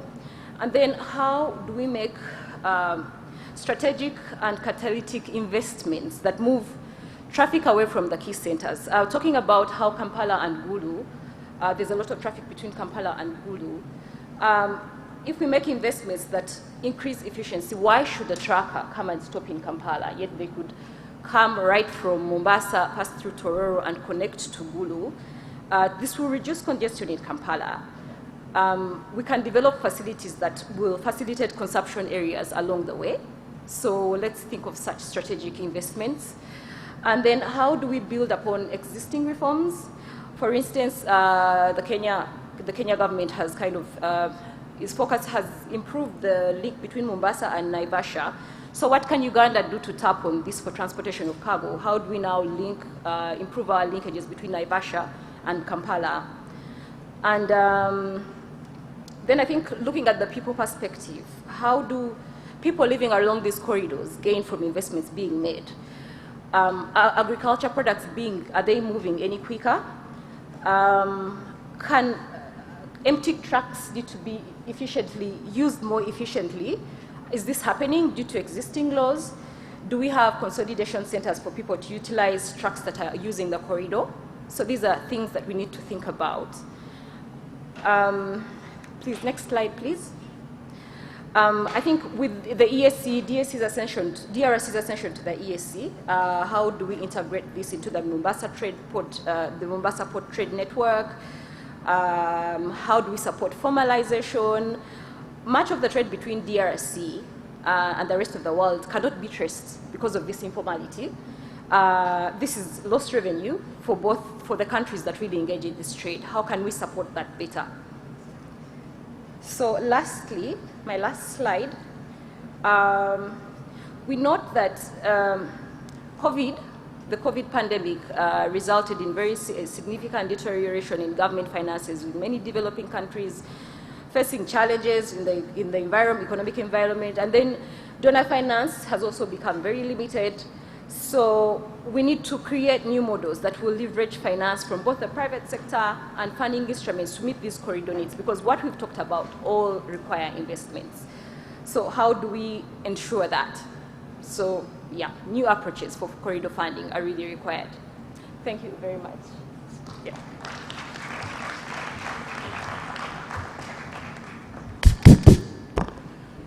Thank you very much. Can we put our hands together to appreciate the panelists? I'm trying to redeem time, and at 10:30 I will be signing off. So MC, don't get worried about this. You have heard from the three. The first one was export, leveraging exports for growth, Uganda's participation in international and regional trade. And also, Professor touched on the African market. And when we talk about the African Continental Free Trade area, we are talking about a market of 1.2 billion now, and in 2050 will be 2.5 billion, with an opportunity, which I call an opportunity, of an import bill of 547 billion annually. Africa imports 547 billion of goods annually. And this strategy, Professor, that we are saying, import substitution and export promotion, that we should repress all these. So this is a huge market with the GDP using the PPPP method of 6.7 trillion. This is the market that we are talking about. We are not talking about Kanyanya or other markets. We are talking about these huge markets that we should be taking advantage of. But Prof, before the lead discussant comes in, I thought we can talk about promotion of exports, especially Africa and Uganda, without talking about this mineral resource that we have, the minerals. Because you remember a few years ago, gold alone was our lead export, around 1.5 billion. How can we have a discussion of export promotion without talking about the minerals themselves? Because they can be a source of a great opportunity for Africa and Uganda to do to export. So I know that we have been sitting for almost 45 minutes. So I want you to stand up and look at your neighbor. How can we miss talking about minerals at this export economic growth debate? Just ask that question.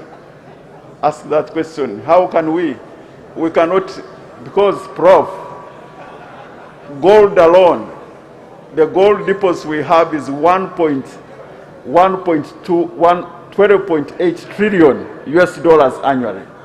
12.8 trillion. Can you get seated again? Uganda alone, Prof, we are now having a deposit of 12.8 trillion US dollars, gold alone.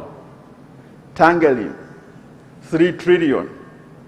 Talk about iron ore deposits, 300, and look at the imports of steel that we are having, over 300 million US dollars annually. So how can we be at this great economic forum and don't talk about this resource? So this is what we are going to be discussing in the next 15 minutes. And I want to request our lead discussant in 5 minutes to reflect on this, and then we'll open discussion. As I promised you, at 10:30, I'll be signing off because we are redeeming time. Thank you very much.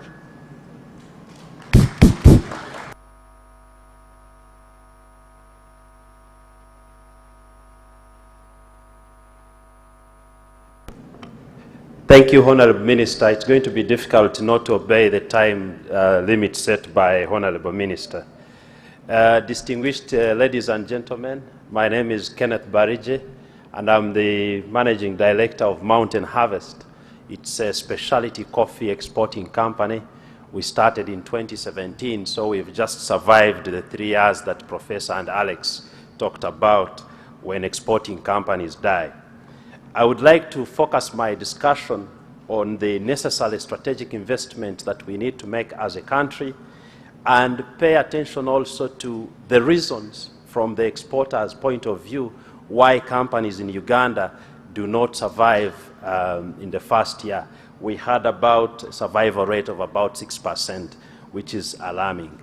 But before I do that, allow me to highlight the importance of coffee to our economy so that as we discuss, you move a little bit from minerals back to coffee. And I want to highlight just 4 things. Number one, coffee employs about 1.7 million Ugandans. These are smallholder farmers. Now, 25% of the estimated farming households this marks 25% of the estimated farming households, according to UBOS. When you take an average of 4.5 people per household, you're talking about 7.6 million people in coffee.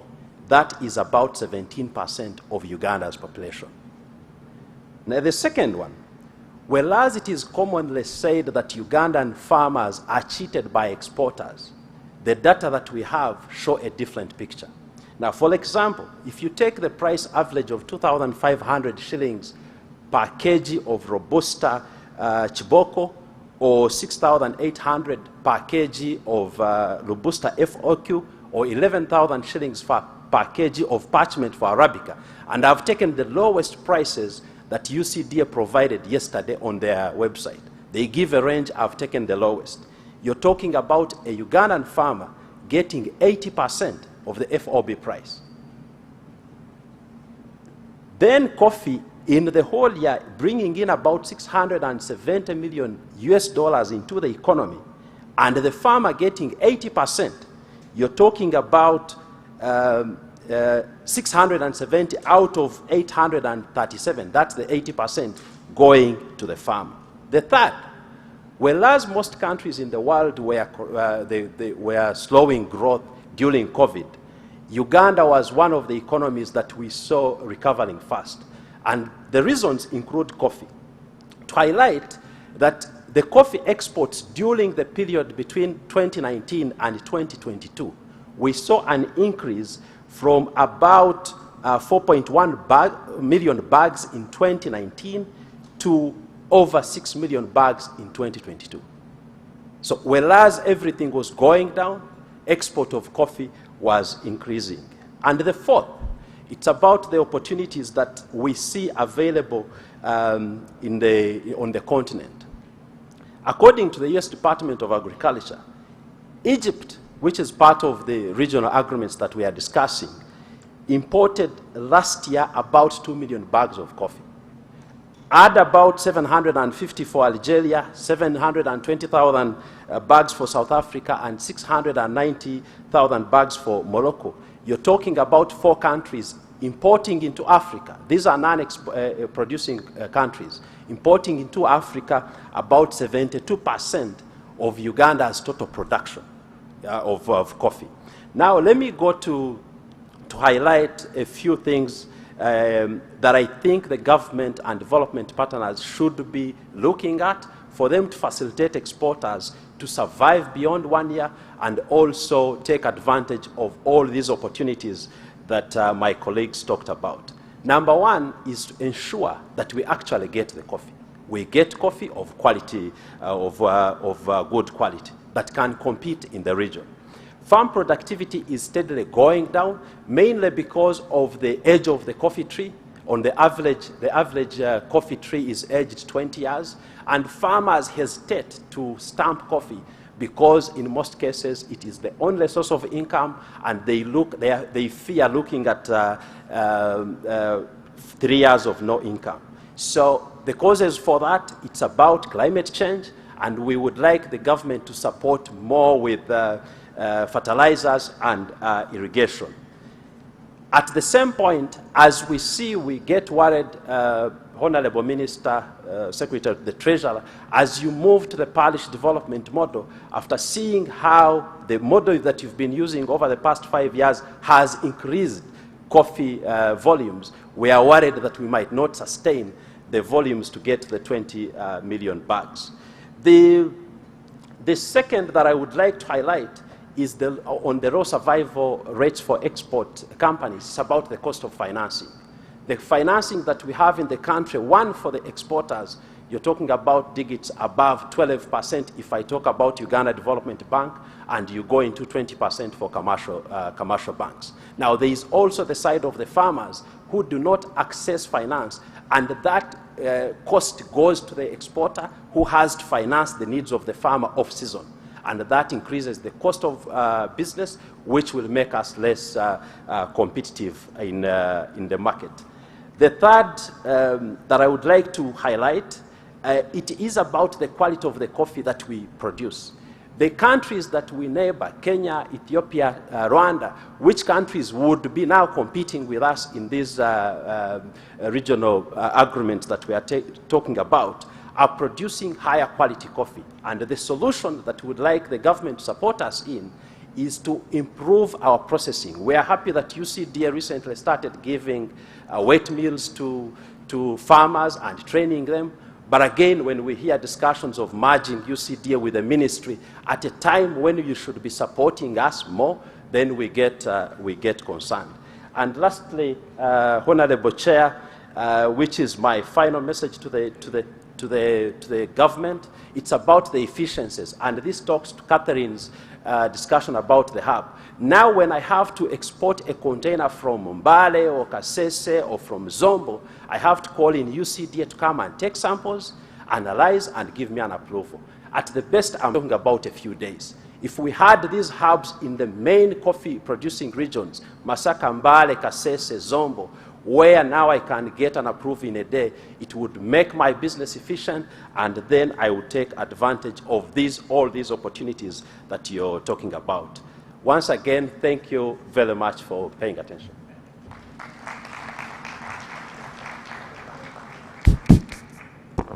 Okay, thank you very much. Now we want to open this discussion to the audience. But ladies and gentlemen, I'm finding it a bit difficult. We are working under very strict protocol issues. And while we are here, the Secretary to Treasury came in. So I'm finding it hard how I can recognize him. Maybe can I say he walked in. Ladies and gentlemen, the PSST walked in while we were here. So the MC will recognize him properly later on and appreciate him. Thank you. So friends, as we open this discussion, please do remember the context of this forum, building a self-sustaining economy to weather the future shocks. So as you make a contribution on the policy recommendation that they have given us, how do you contribute towards this? How do we build a self-sustaining economy to withstand the shocks of the future? In the interest of time, we shall have, each row I think we are going to have one person. We start with this side, anybody this side? Okay, we'll pick two here, and just make it brief, 1 minute, 1 minute. 30 seconds. They told me they can make it shorter. Okay. MC, you are giving the one I have not given. Oh, which one? I gave the other one. Okay. I'm very disciplined. Sorry. Start the other side. This the coffee, ED of coffee? Yes. Then two here, and then we come to you. Honorable Chair, I will go straight to the point, and this is about quality assurance of coffee. I'm happy to know that the discussant has talked about the great gains we've made, and I want to assure the audience that UCDA is working on expansion, decentralization of quality assurance hubs. We have just acquired land from Kasese, we have acquired land from Mbale, and we are expanding our laboratory in Kampala. We recently constructed an office in Jinja, and therefore all these is an inspection of the increased volumes and to look at how we can increase our coffee quality. But I hasten to add, coffee, Uganda is #3 in the world in coffee quality, second to Kenya, to Ethiopia, but we also look at where we have come from. And we have an ambition of overtaking them, because in terms of production, we are actually ahead of them. Thank you. What's the time frame? When do you want to overtake them? By 2025. Okay. The next one behind. Direct a question or make a comment and make it brief. Thank you, Honorable Chair. My name is Donald Olama. I come from the coffee area of Zombo. Now, I'm directing my questions to all the 4 panels who are there. Because as you mentioned, we are tackling economic growth, how we can increase economic growth in Uganda. But I have seen that the presentation which has been made has mainly tackled the symptoms of the problems we are having in the economy, because they're giving us statistics. I thought what they would be doing is to give us solutions to the problems that we are having.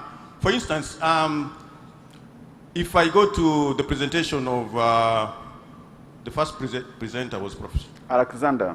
Professor Alexander. Yeah? Uganda has not taken full advantage of the regional East African community markets.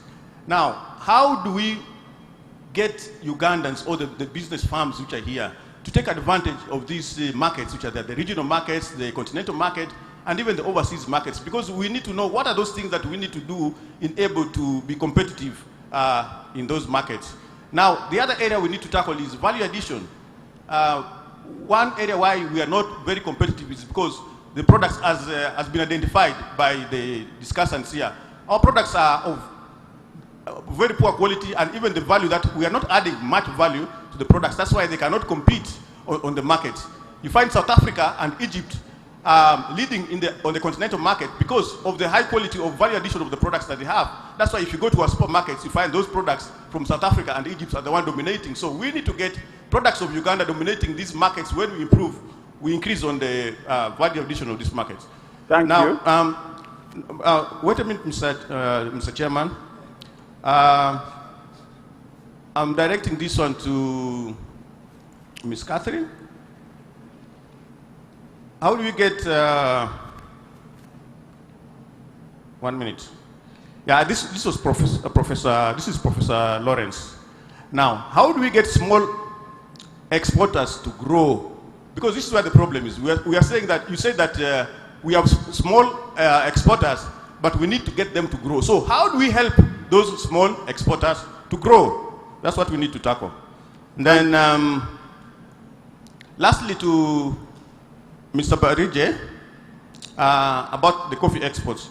Also, you have been mentioning that we are having poor quality coffee here. So how do we get the quality of our coffee improving? Because what I know is that Zombo is producing one of the best quality, I think, in the whole world. So why is it that our products are not able to get markets outside? So those are issues that we need to address. Thank you very much. From Zombo, we will, this side we pick her, Honorable, then him, and then we'll go this side as we conclude. Yeah, Honorable Secretary, please. Okay. 1 second. Yeah, just one question.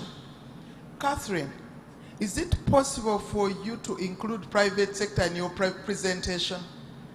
Specifically, what I want to know is, was private sector part of the plan? And if so, what is in it for us? Secondly, the reason I want this clear is that right now we are rehabilitating Entebbe Airport.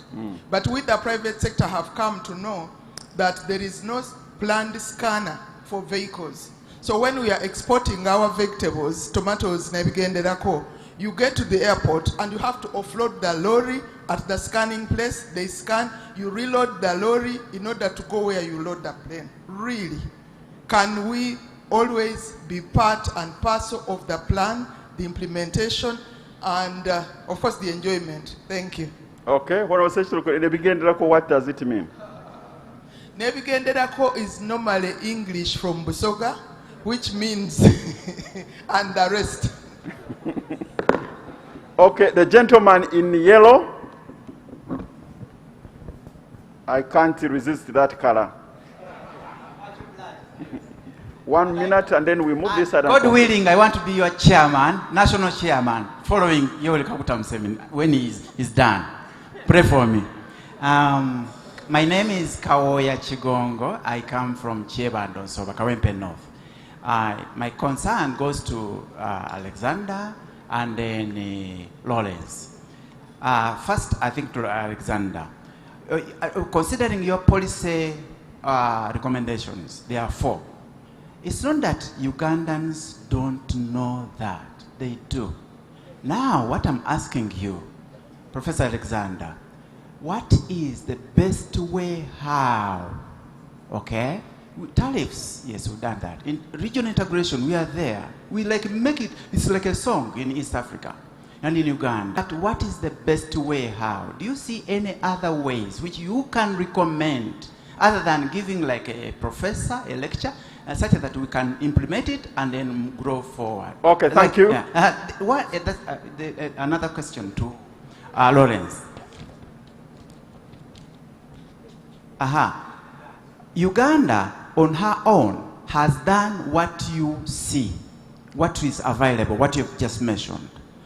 Do you have ways from Europe outside approach perspective, what we can do, or other ways we can do in order to diversify the crops or commodities for export? I beg to move for God and my country.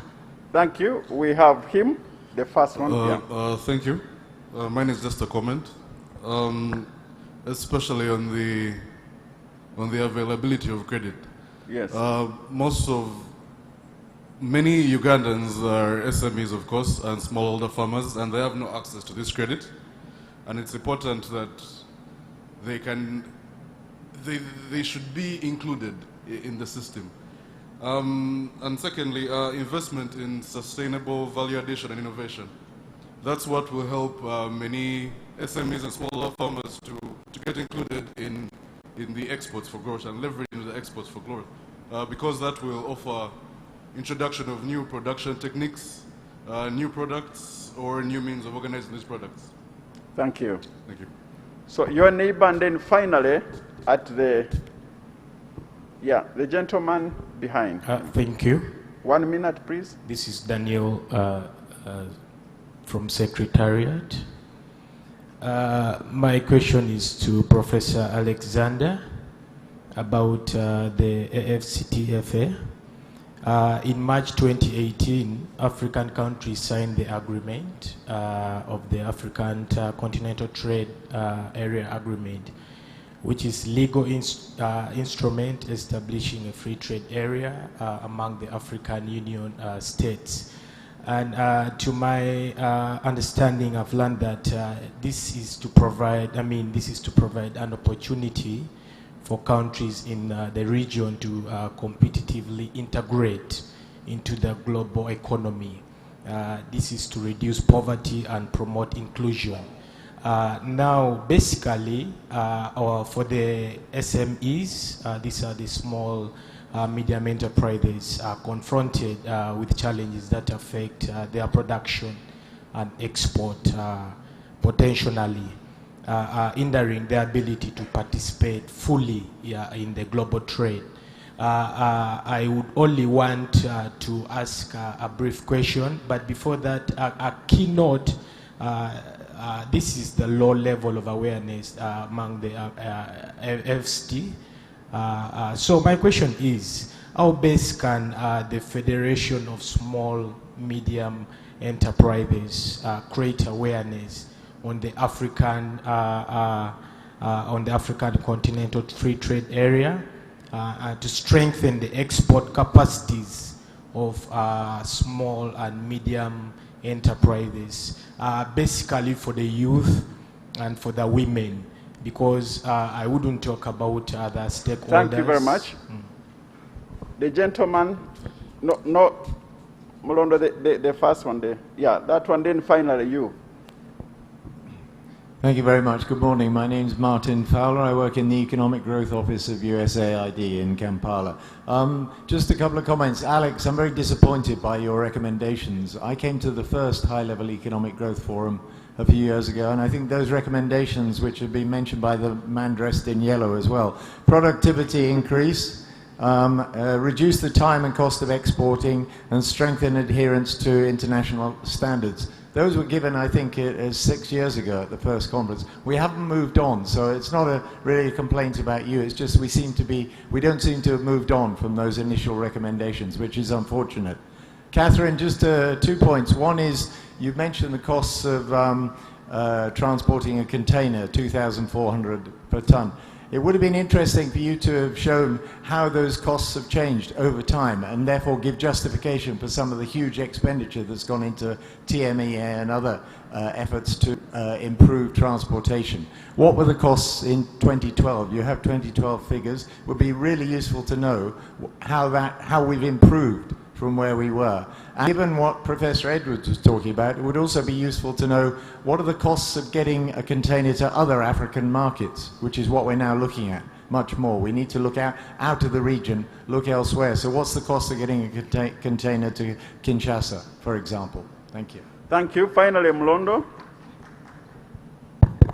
Thank you very much. My name is Moses Mlondo. I'm a journalist working with New Vision.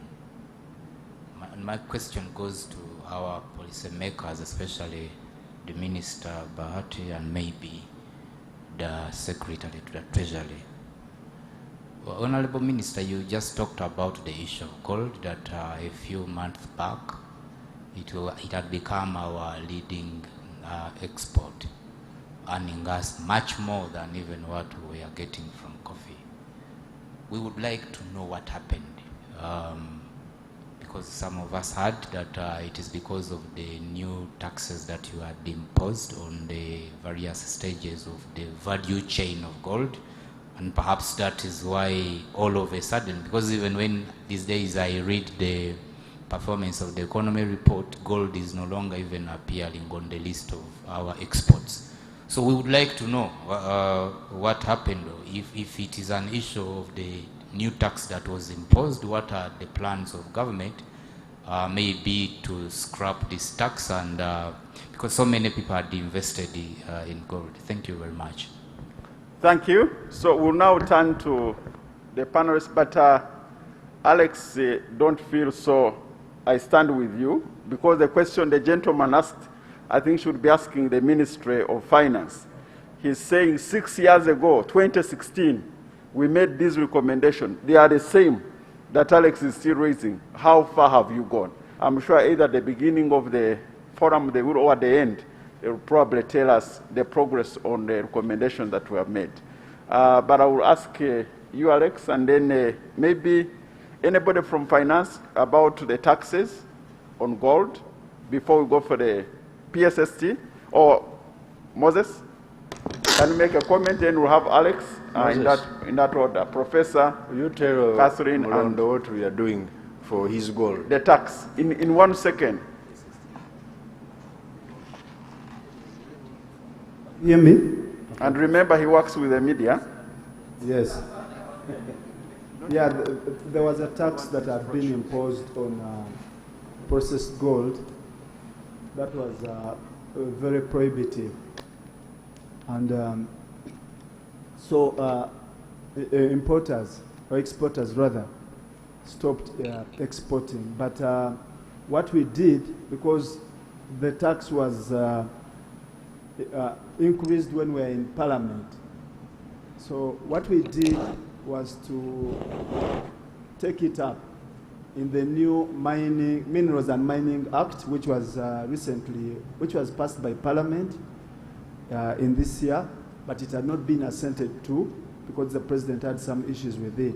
Now it's gone back to him for assent after addressing the concerns he had. Once this is done, then... but what did you do? You said what we did, we take it to the... What did you do exactly? Oh, you want all the details? Did you reduce or you increase it? No, there was no tax initially. There was a levy that had been proposed, a small levy of $200 per ton on the export of on refined gold. But then Parliament increased that to 5%.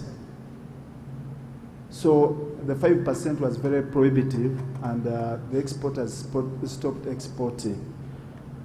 We agreed that we amend the law. So the amendment was done in the mining and minerals law, which is, I think, now being assented to by the president, and we should see that levy removed and the exports will start. Okay. Thank you. So Mlondo, we have answered that question, and now we go to Alex to answer a few questions before we, 1 minute each one of you. You can actually use that. Okay, can you hear me? Okay, thank you very much for the interesting comments and for also making me become a professor in Kampala. I'm not a professor, just to clarify, but thank you, I'm honored. I'm just an economist, and we did some analytical work, and the paper I presented is actually looking at the analytics in the past 10 years. The recommendations, as Martin said, are not something new. They were also part of the economic update World Bank published 10 years ago in 2013, and they still remain the same and will be also, again, assessed in the coming months as part of the new economic update to look at where we stand. In terms of the competitiveness and regional integration, I think, and small enterprises, I'll try to link it all. What we realize from the data is that a lot of the companies exporting at the regional level are small companies. The integration in some of the regional value chains or processed products such as dairy came because of the protection from the regional community. Now, what is the solution? I'm not sure I quite know it, but I think a few of the NTBs have been mentioned by the private sector colleagues in the room, from the participants, and Kenneth as well, when it comes to quality facilitation or movement of goods across airports, ports, borders, that still remain an issue and increases cost and time to move those goods around. And one on the suggestions, I think what's maybe the point I would like to share is that this shield of the EAC, and I think Professor Lawrence also pointed out at that, is that might not be working as well with the IFCFTA, and the competitiveness of those firms is a big concern once the market is going to open, and that's something to take into consideration for policymakers. The solutions, what are they? I think I leave this to the people of Uganda, and same for the gold and mineral exports, which I also leave it to the people here to decide on that. But our focus was on agro-processing agriculture and goods and products that can be exported with high domestic value addition, create jobs that are resilient and sustainable in the long term, and that require high skilled labor force. Thank you very much. Over to Professor Lawrence. Professor, the audience says you identified the problem, but they had come to listen to Professor for solutions. What solutions do you have? That's what the audience want to know. Thank you. I think those questions were targeting Professor Alex here, but so I won't sidestep them entirely. But let me come to, I think the critical point on one that you mentioned is minerals, and you're 100% right. In the presentation analysis that we've conducted, we have not focused on minerals so much, and that's not to, I think, deny the importance of minerals. But I think within the free trade area, when we look at the barriers to accessing the regional market, there are no tariff barriers on those minerals. So it's not necessarily, it's not clear that the tariff restrictions are prohibiting Uganda from exporting minerals to the region. But I think what's very exciting about the AFCFTA is, as you point out, and as was pointed out, this is a very large market. It has potential for high growth, which means that the market size is getting bigger for Ugandan exporters to access. But where Ugandan firms are restricted are on the higher value-added products. That's where the tariffs lie. It's on the end products that appear to be restrictive in terms of tariffs. So what's exciting about the AFCFTA is, by opening up the regional market, by reducing those barriers, this space has been created and these opportunities created to beneficiate some of these minerals, to add value to the minerals, and to start producing some of the final goods with higher value. And that I think comes to one of the key exciting aspects of the regional integration. And we see this. In fact, regional trade is much more diverse than trade with the rest of Africa. And that links, I think, very closely to the sustainability and the flexibility of the economy to adjust to shocks. A key theme of this is what the AFCFTA has is the potential for Uganda to further diversify its export bundle, further increase the number of exporters. And by doing so, it will insulate itself further from global shocks. And I think that's another, key exciting component of the AFCFTA. Now, behind that, I think, relates to this concern about small firms. And I admit I don't know the answer. But what we can see from the data, it suggests that many small firms are accessing the regional market. There's success in developing exporters that can export. But what's also the data suggesting is those exporters tend to export, sometimes the small ones, infrequently, and sometimes they don't survive. Now, I haven't looked at the data, and I think this is a key area that we need to understand better. But there's a platform from which to build, because these are the potential future exporters that will access the broader market. So asking the hard questions of what should we do, how do we assist it, how do we ensure survival and then growth, because the enlarged market will facilitate potentially growth of these firms and escape the small firm trap that they may be in. Now, I don't know the answer on that, and I don't want to pretend to know the full answer to that. And in part, I think the experts within the region need to also engage on that. But I think it's a key area for much further consideration.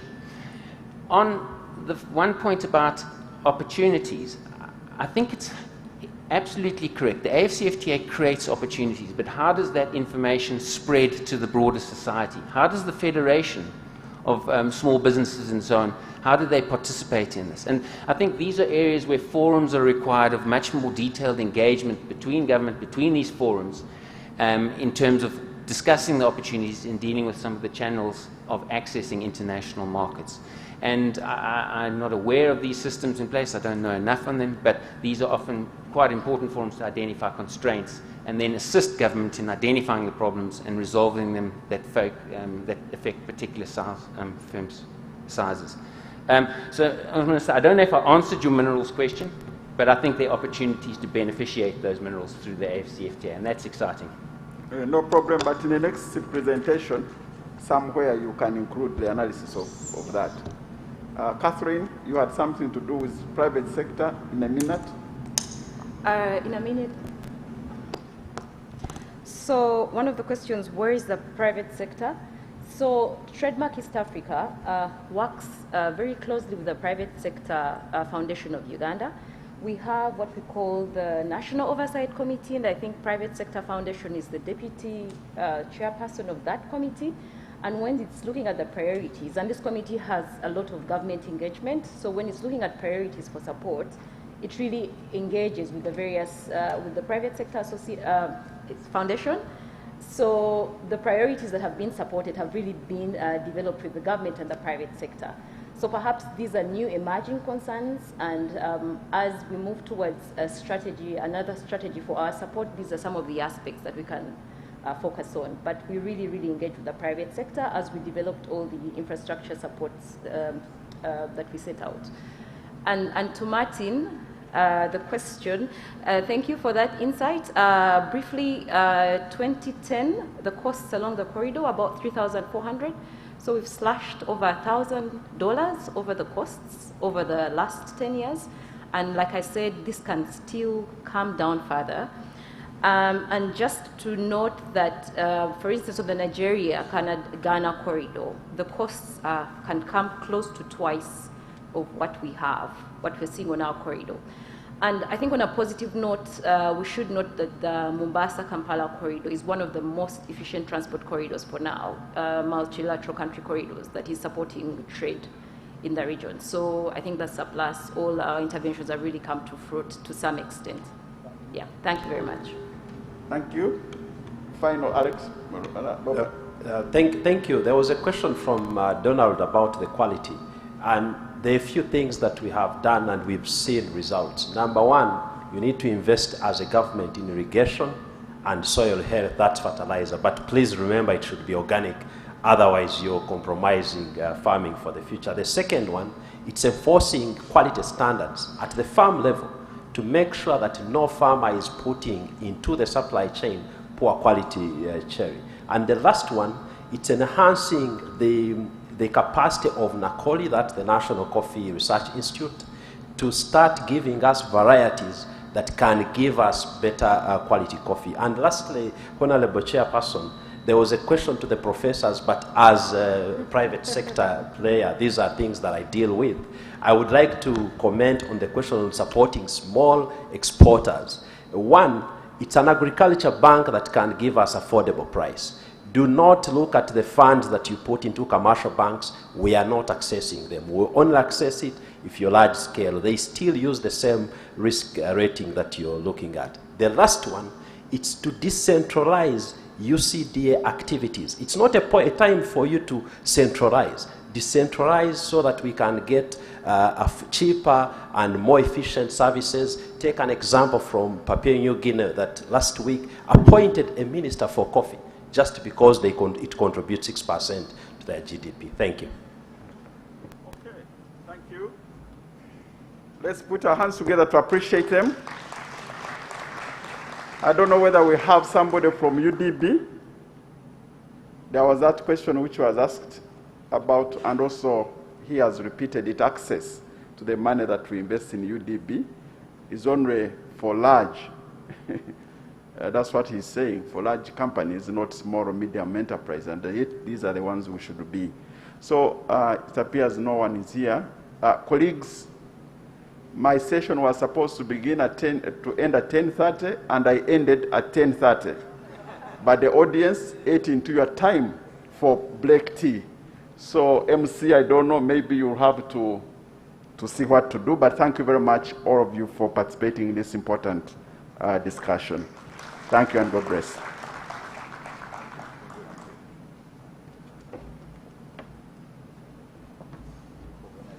Yes. Surely we can do better. Another round of applause for the Honorable Minister. And now for, of course, purposes of television, we will migrate into our next session. So I would request that TVs please hold, because the small break we have, and I see Director Kagwa was already standing. Please take a seat. Please take a seat. Honorable Minister, there is a seat for you waiting. This is what's going to happen as we buy time for the TVs to stand by. We are having, like we did yesterday, a working coffee break.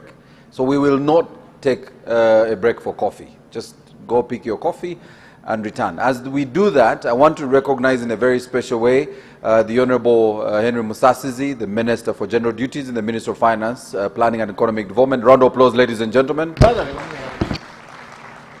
The PSST is walking away because he has to walk his guest out, so I will recognize him when he's back. Your Excellency, Susan Namondo, thank you so much for joining us. The UN Resident Coordinator, Nelson, thank you.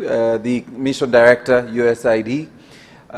Invited guests, ladies and gentlemen, I am serving coffee, and so the TVs will be holding. But as we do that, I wanted to do part of what Director Kagwa will do, is to probably invite his panelists. Your coffee will be after your panel, and I'm hopeful maybe after midday. So, if you want, I can get the team from Serena to serve you coffee while you're seated. So probably what I'll do for you, Director, is invite them, and I'll buy you time as the TVs prepare, because we won't start the live broadcast on TV until you're seated and you start. All right. So the panel that Dr. Kagwa, or Moses Kagwa, is going to handle is on the value addition, domestic value addition, and I want to request his panelists to come forward, and then I'll read your profile while you're here. Ms. Priya, Trinity College, Oxford University, please come, take your seat. Ladies and gentlemen, round of applause for Ms. Priya. Our friend, Ms. Harriet Conron, from the IGC, the country economist at IGC. Ladies and gentlemen, round of applause. Mr. Stephen Asimwe, he's not yet a doctor, so Mr. Stephen Asimwe, the Chief Executive Officer at the Private Sector Foundation Uganda. Stephen, round of applause, ladies and gentlemen, for Stephen.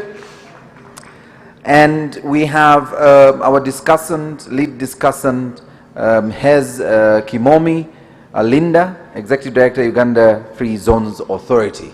Thank you very much, sir. Round of applause, ladies and gentlemen, for our lead. Any side, you're welcome, because the chair of the session will decide where he wants to sit. All right.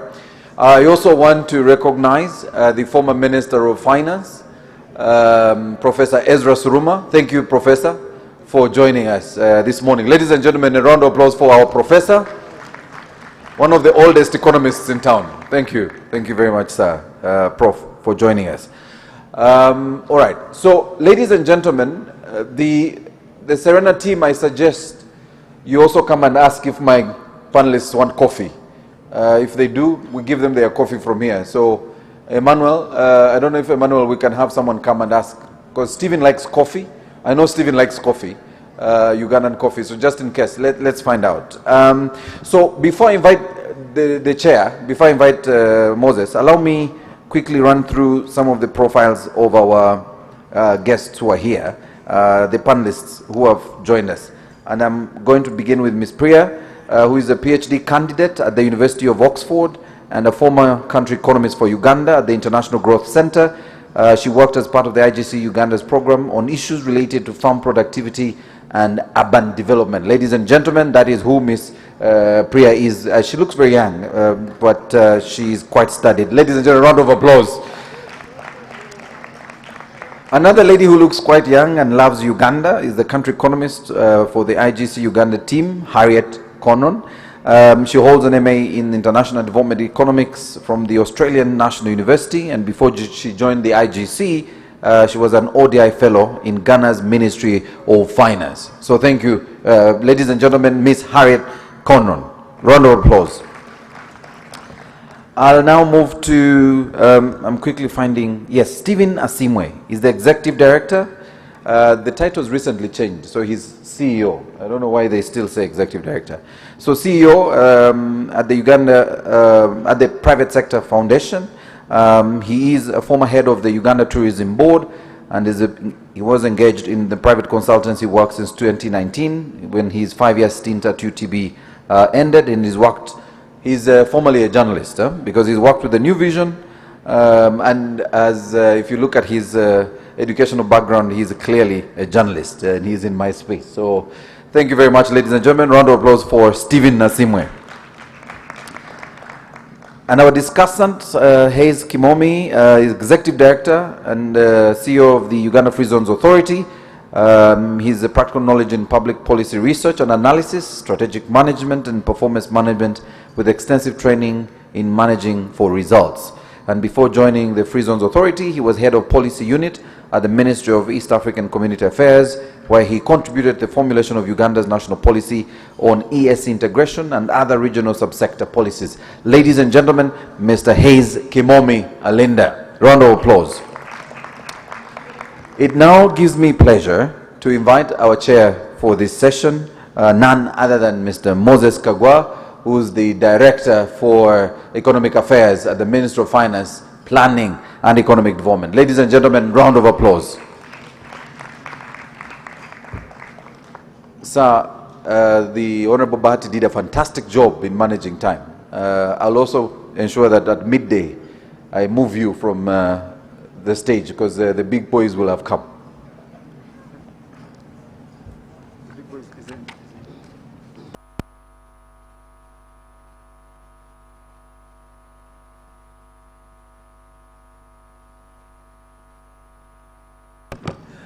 Yes, good morning, everybody.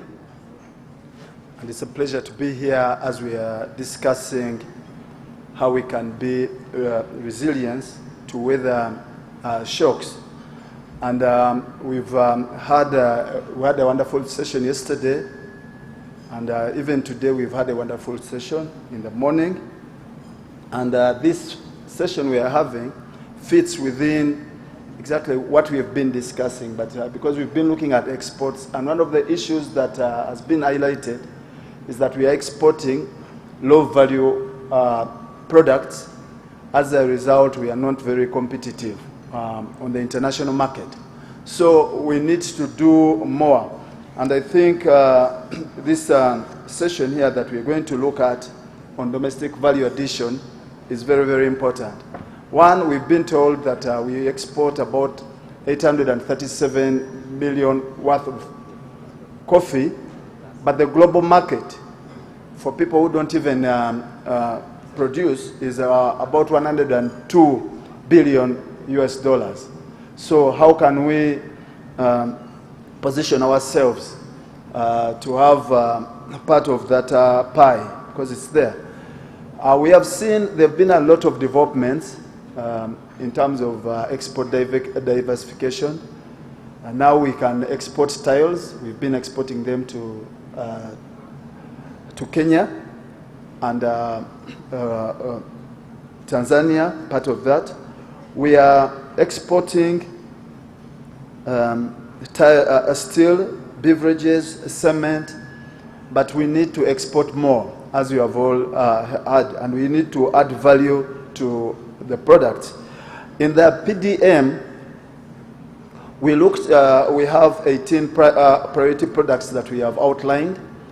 We need to see how value can be added on them. These include coffee, cotton, cocoa, cassava, tea, vegetable oil and palm oil, maize, rice, and so on. But there is good news. For example, on, cassava, we are producing ethanol out of it, and some of it is actually being exported to our neighboring countries. So this is really very important. And I think as we discuss this, we are thinking about the export markets that are available, the regional and the African continental free trade area markets that are there. But not only that, but even beyond. Because, for example, we are exporting some milk products where there's value addition to the US. So the markets are there. It's only the value addition that we should really be concentrating on. And some of the policies, I think we are going to be talking about them to assess what the impact of our special economic zones has been in boosting the economy and also ensuring that we have value added.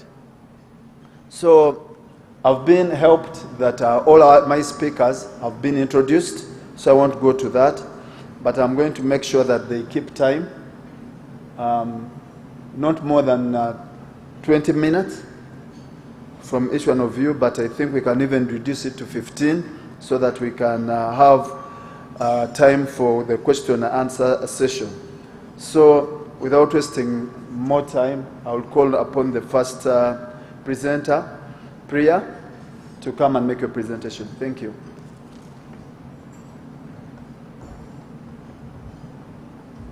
Thank you very much. Good morning, everyone. It's an honor to be invited to participate in this year's Economic Growth Forum. Today I'm going to be presenting some initial findings from research on the extent of integration of foreign investment in the local economy in Uganda and exploring policy options to make the most of FDI. The descriptive findings that I'm going to be presenting today are based on ongoing work on the extent of FDI integration across a number of countries with my co-authors listed here. So the onset of the recent pandemic, of course, came with a significant blow to investment and to foreign investment in particular. But as the economy starts to recover, there's an extremely important role for policy in both encouraging the growth of foreign direct investment and in facilitating linkages to local suppliers that can boost the competitiveness of local production. FDI, of course, plays an incredibly important role in injecting capital into the economy and generating jobs, growth, and output. But at the same time, a number of different studies across developed and developing countries have shown that FDI has significant positive effects on the local suppliers that they work with. There's two main reasons for this. One is that FDI firms are often export intensive, and therefore they face global pressures to remain globally competitive, and this in turn means they put pressure on their suppliers to provide very high quality inputs. And the second reason is that FDI firms come with new ideas, new technology, new skills that they can share with the suppliers that they work with. So while foreign investment in Uganda has been increasing in recent years, what this investment looks like and the extent to which it's yielding significant returns for the local economy has been largely an open question. And so the analysis that we do tries to fill this gap by leveraging detailed tax administration data and linking this with data on foreign direct investment in Uganda. So, to set the scene, FDI firms in Uganda are engaged in a number of different activities, with a large majority engaged in a large percentage engaged in manufacturing and wholesale and retail trade. These firms tend to engage in activities that offer higher average wages than the average domestic firm, and although it's not pictured here, they also tend to sell a larger proportion of their sales as exports. I think it's important to note that FDI firms are contributing significantly to the local economy. So FDI firms, here and for the rest of the presentation, I'm presenting information on the universe of firms that are both registered for corporate income tax and also appear in VAT transaction data between the period 2013-14 and 2016-17. We're updating this data, and qualitatively we see sort of similar results for future years as well. And what we see is that FDI firms contribute significantly to local sales, to purchases, to trade. Just to give an example, in 2016-17, these firms made up less than 3% of firms in the economy, but almost 50% of exports for that year. And unsurprisingly, as we can see in this table, FDI firms operate at a significantly larger scale than non-FDI firms with higher sales and trade and employment. But the importance of FDI goes beyond its direct footprint. They also affect other firms in the economy. Using transaction-level VAT data, this figure illustrates that the average FDI firm supplies from 40 suppliers in the economy, and whilst they're directly responsible for about 160 employees through their own employment, they're also responsible for an additional 13 employees on average through the purchases that they make from local suppliers. Now, the way that we calculate this indirect employment is that we assume that it's directly proportional to the sales that suppliers sell to an FDI firm. So to give you an example, if I sell 50% of my outputs to an FDI firm, then we calculate that 50% of my employment is indirectly attributable to the presence of an FDI firm. And this is compared to the average domestic firm that operates at a far smaller scale, of course. So we see that domestic firms ordinarily on average supply from 11 firms. They directly employ 29 employees, and indirectly are responsible for an additional roughly 2 employees based on the local purchases that they make. Of course, I'm not at all suggesting that these differences capture some inherent feature of being foreign. It's largely to do with the fact that FDI firms are just operating at a much larger scale. But I think this gives a bit of an idea of what we're talking about when I discuss indirect employment and the impact of FDI on local sourcing. So, accounting for firm size, we then try and compare how FDI firms compare to domestic firms in terms of the indirect employment that they're generating through local purchases. And this graph presents data on the number of indirect employees created for every direct employee that an FDI firm and a domestic firm employs. So the first 4 columns in this graph refer to data for Uganda, and the last 2 refer to data for Costa Rica, which is a country where we have similar VAT transaction data. We have 2 different measures for Uganda here. One is based on using data from the corporate income tax returns on sales, and one is based on using data from VAT transactions. I won't really go into the details here, but these effectively sort of provide a lower and upper bound to what we can say is the indirect employment being generated per direct employee.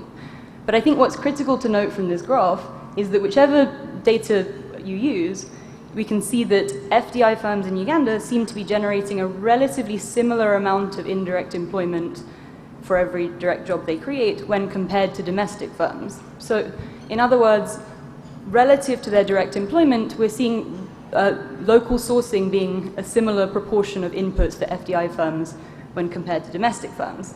And this is a fairly surprising result. It's certainly not the case for many countries, including, for example, Costa Rica, where we see that FDI firms, for example, source a far lower percentage of their inputs locally in part because they import a larger proportion of their inputs.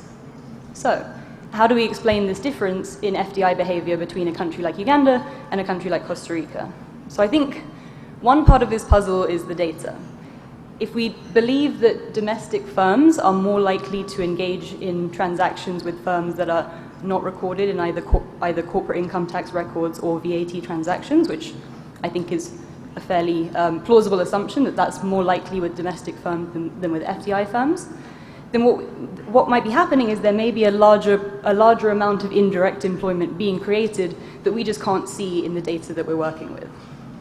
But I think what's interesting is that in trying to answer this question, looking at data on firm imports and exports also provides another insight into why we might be seeing relatively higher local integration of FDI firms in Uganda. And that's that FDI firms in Uganda, at least compared to Costa Rica, appear to be far more oriented towards the domestic market. So in this way, they're more similar to domestic firms in terms of where they're selling their outputs. And part of this is to do with the types of sectors that FDI firms are operating in, for example, wholesale and retail that are generally less export-oriented. But at the same time, even if we just look at the manufacturing figures, we can see that they're far less export-oriented when compared to Costa Rica. And this is, just to be clear, this is data that shows the percentage of outputs that are being sold locally by firms in Costa Rica in the first table, and in Uganda in the first table, and Costa Rica in the second table. And we have the proportion of sales being sold locally in the left-hand columns, and by FDI firms, and then by domestic firms in the right-hand columns. But the key takeaway here is that even for similar sectors, FDI firms seem to be selling far more to the local market than exporting. And they're much more similar to domestic firms, and this is a different story from what we see in Costa Rica. So in this way, it may be that you could argue that FDI firms do not face the same pressure to import high-quality inputs. And here we're showing the percentage of inputs. Instead of being sold locally, we're now looking at the proportion of inputs that are purchased locally by firms in Uganda and Costa Rica. And again, here what we're seeing is a similar story, that FDI firms in Uganda seem to be behaving more like the average domestic firm when compared to FDI firms in Costa Rica. The exception here is in wholesale and retail, where FDI firms still do import a high proportion of their inputs, a much higher proportion of their inputs than domestic firms, which potentially suggests a role for policy in increasing linkages and potential supply chains from the local market. So, to summarize from what we can see from the data so far, it seems that the data seems to suggest there's a role for policy both in enhancing linkages where possible with FDI firms, but also in attracting FDI that can generate high-quality exports and learning opportunities for suppliers. It's important to note that the analysis that I've presented so far has been based on linkages that we can see through the VAT transaction data. The red bars in this figure illustrate what we can learn from this data about the percentage of sales from local firms that go either directly or indirectly to FDI firms. And the key takeaway from this graph is that the vast majority of domestic firms are not selling any of their outputs either directly or indirectly to FDI firms. We only see a very small percentage of firms that are selling even over half of their outputs either directly or through a supply chain to an FDI firm. This is compared to the blue-colored bars, which show the same information, but if we didn't have this individual transaction data and instead relied on average sales between sectors. So the blue bars effectively assume that foreign firms and the suppliers that they work with behave like the average firm in their respective industries in terms of how much they source from local suppliers and how much they sell to FDI sectors.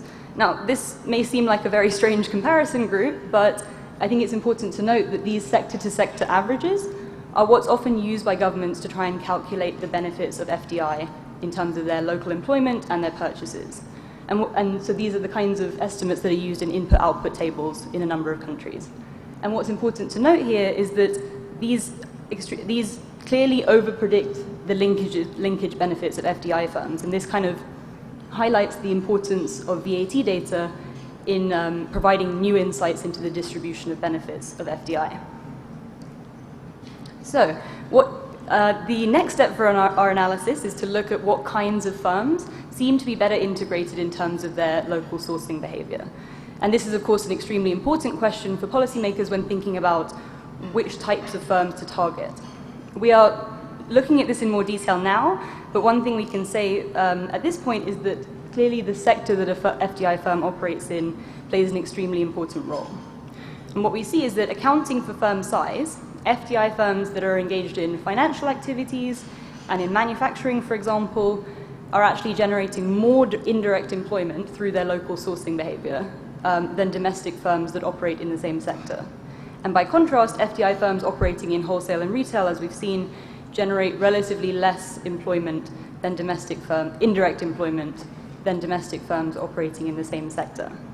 And this is in contrast with Costa Rica, where again we see that FDI firms operating in manufacturing are far less integrated than domestic firms in the same sector, in part because of their need to import a large proportion of their inputs. So, given the role of FDI in providing capital, jobs, and the potential for raising local productivity, there continues to be an important role for policy in further facilitating foreign direct investment, but with particular attention to the types of firms that can generate significant linkages to the local economy, and also that have the potential to raise productivity of these local firms that they work with. And priorities for attracting this kind of investment include, for example, providing an enabling environment for high-quality investment. I won't go into too many details on this. I think we've talked about it a lot over the last couple of days, but just to say that cross-country evidence does suggest that non-fiscal incentives are particularly important here, including things like access to electricity, to roads, and efforts to facilitate trade that we've heard about this morning. At the same time, streamlining criteria and processes for entry into the market are an important area for policy focus. So in practice, firms often face bureaucratic delays and have to engage with multiple different agencies in order to set up, which in part explains why Uganda performs fairly poorly on the World Bank rankings for ease of starting a business. At the same time, enhancing legal protections around things like land, contracts, and intellectual property, all of which currently garner uncertainty amongst investors, is extremely important.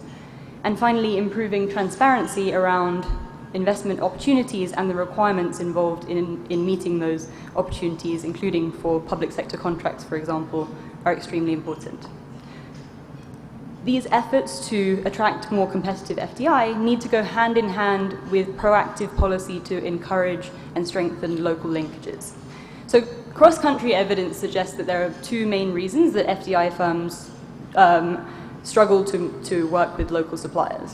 One is information asymmetries, where FDI firms simply don't know which local suppliers exist and what they can produce. But perhaps more pertinently, there's also an issue where domestic firms often can't produce at the relevant quality or quantity or reliability that's required by FDI firms. Many countries have attempted to encourage the use of local supplies by imposing local content requirements, but I think it's important to note that the effects of these obligatory requirements have been sort of controversial. In a number of cases, they've had a negligible, if not negative, impact on local production. And just to give a fairly historical example, in Mexico, for example, there were very strict local content rules that were initially put in place to try and encourage the use of local parts for vehicle assembly. This did increase local production, but it came at the cost of globally competitive vehicle production, and as a result, many investors left the country. And I think only when there was a shift in policy towards less restrictive local content and a focus more on local capacity building that we saw the emergence of globally competitive production. So this brings me to my kind of next point, which is that I think in the context of Uganda, efforts to facilitate linkages through capacity building are much more likely to result in long-term improvements in local productivity. So part of the role of government authorities will be to work with foreign investors to identify the key constraints that they're facing in local sourcing. But with that in mind, experience from different supplier development programs from across the world suggests that priorities are likely to include, for example, targeted skills training to meet the needs of incoming FDI.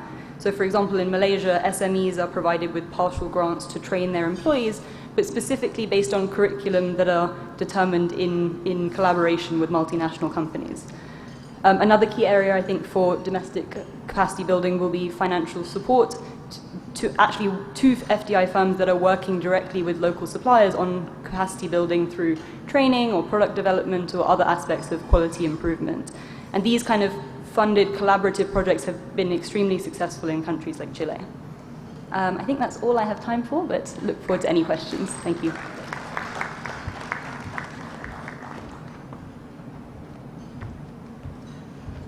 Thank you very much, Prima, for that wonderful expose. I think you've heard it all about how FDI in this country is helping to boost local competition. When we are comparing with Costa Rica, we seem to be doing much better in that. However, we don't have FDI firms that are engaged a lot in exports, as in Costa Rica. So those are things that we must look at and see what ideas we'd have. The other thing that we have she's talked about are the non-fiscal incentives, which are very, very important. And one of them we are trying to do to improve our competitiveness is having a one-stop center. So it's already established in the law. So under Uganda Investment Authority, so we'll see how we can further improve it to ease the cost of doing business. Thank you so much, Prima. So from Prima, we are going to dive straight onto Harriet. Please.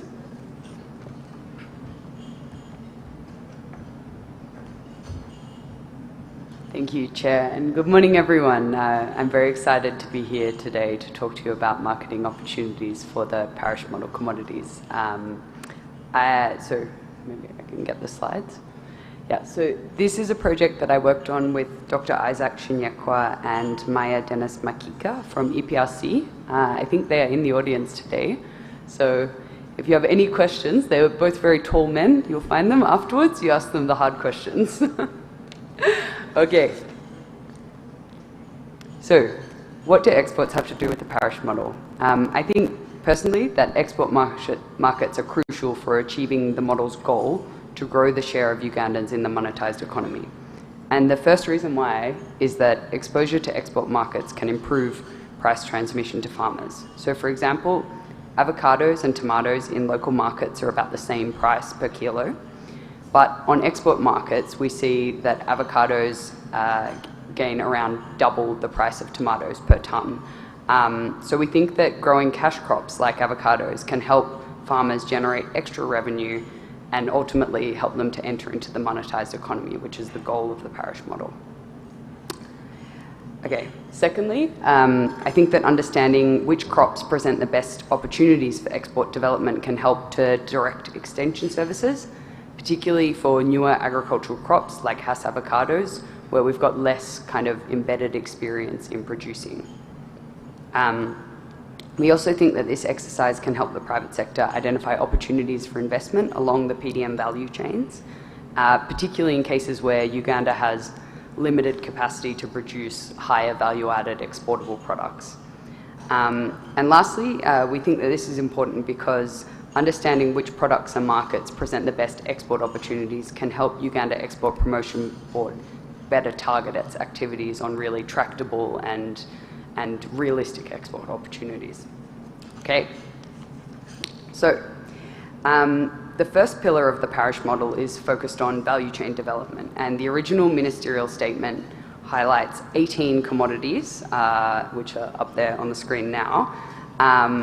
So that includes kind of crops, livestock. It says dairy, but it's actually dairy, and some nuts. So since the parish model was launched last year, the Ministry of Agriculture has developed some draft operational guidelines in consultation with the districts. And each district has identified a subset of commodities that it wants to focus on. And here we have an example from Soronko. So they've prioritized coffee, banana, cattle, dairy, fisheries, and beekeeping. So some of those commodities are not on the list of the original 18, but that's okay if it reflects what they're very good at growing in Soronko.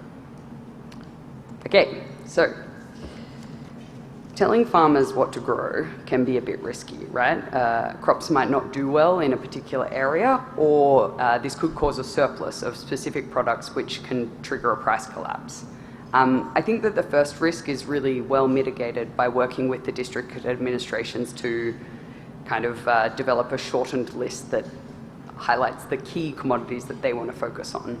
But the risk of a price collapse can be really devastating for farmers, and it would undermine the objectives of the parish model, which is to grow kind of farmers out of subsistence.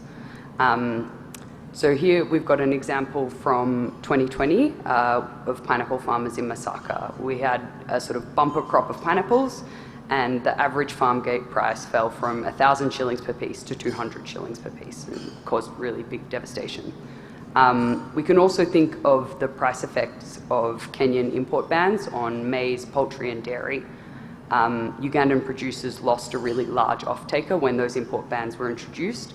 That caused a short-term supply glut and forced prices down, ultimately having quite bad consequences for the farmers.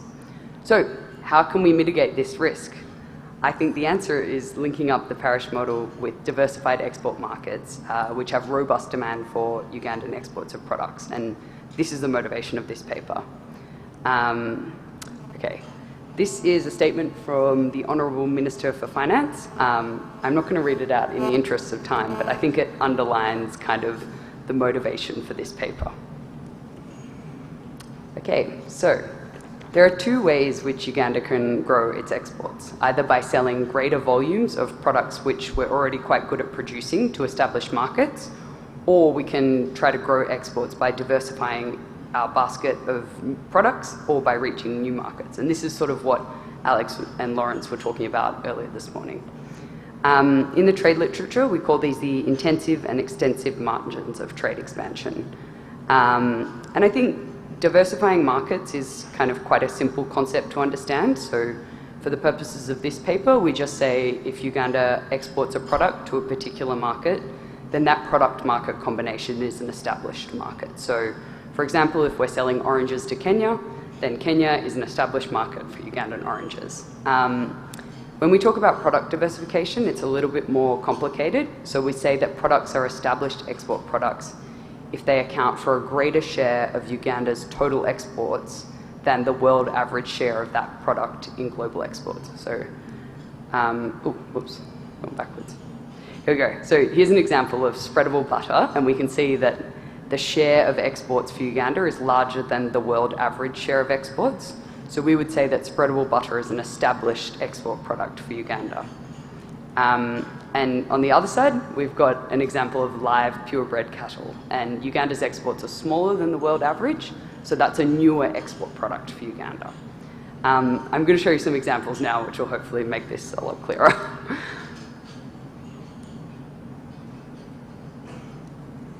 Okay. Oh, okay.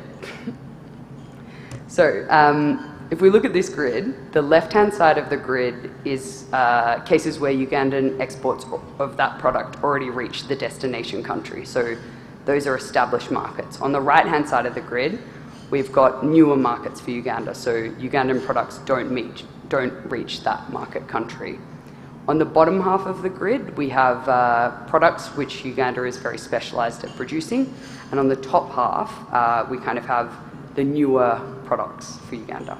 So, for an example to start with, we have green coffee to Germany.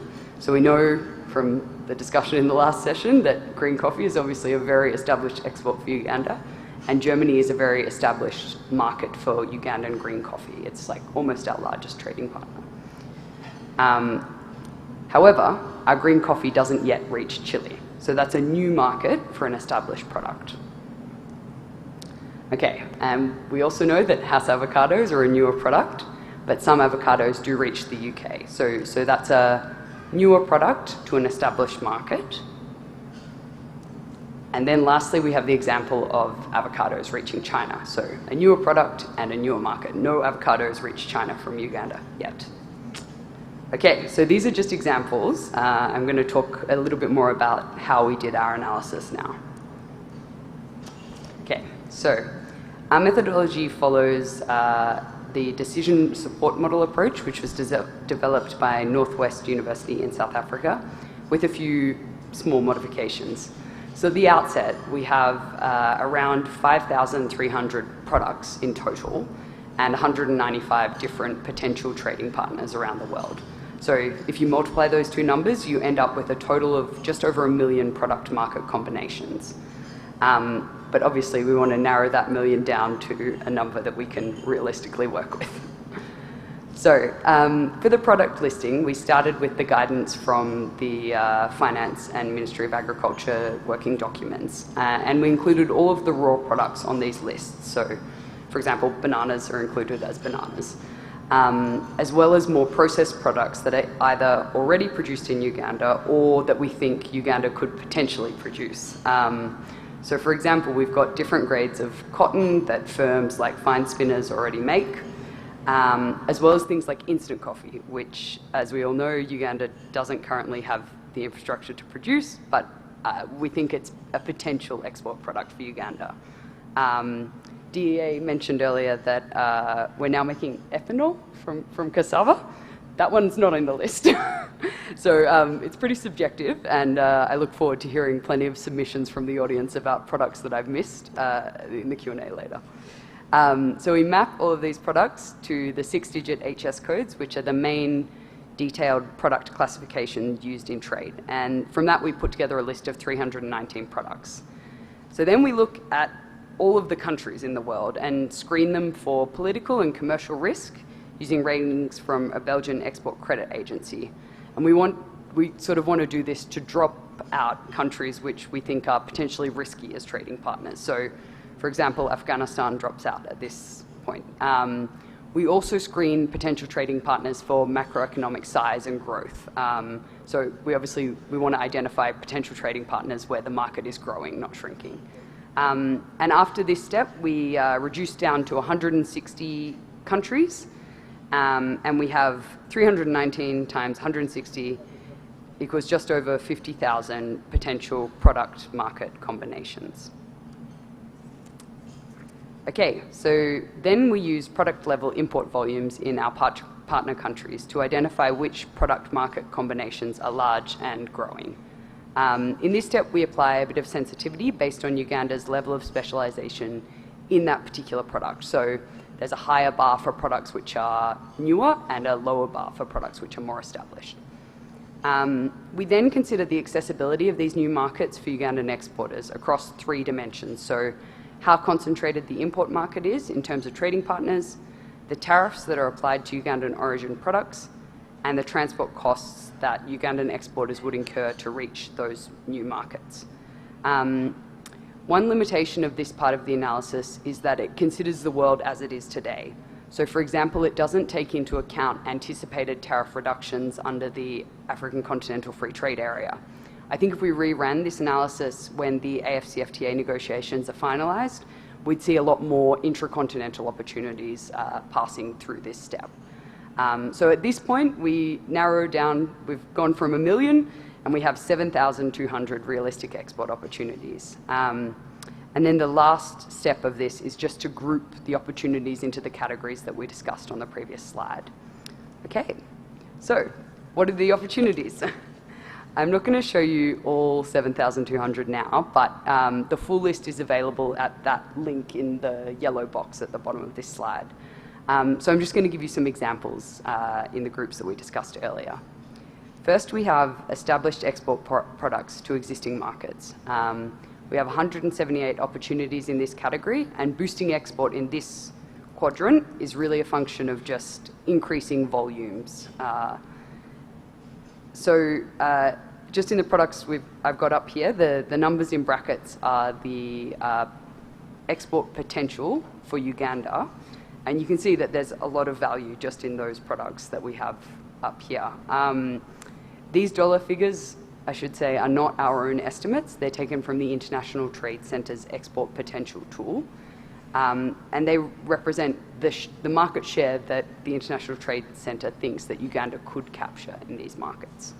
The International Trade Centre only calculates these numbers for products which are more established, so you're going to have some numbers on the bottom half of the slide that you can't compare to the numbers on the top half of the slide. Okay. So the next group is established products to new markets, and there are substantially more opportunities on this side of the grid, as you can see, over 2,000. Exploiting these opportunities is really a matter of improving logistics infrastructure to connect to these markets and promoting the quality of Ugandan products in these markets. The dollar figures here, again, are the ITC's estimates of Uganda's export potential. And we can see that some of the opportunities on this slide are much higher value than on the left-hand side, but it's important to remember that, and I guess some are smaller too, but it's important to remember that the overall number of opportunities here is much larger, right? So there is much more value on this side than in the established products and established markets. Okay, so next we have newer products to established markets.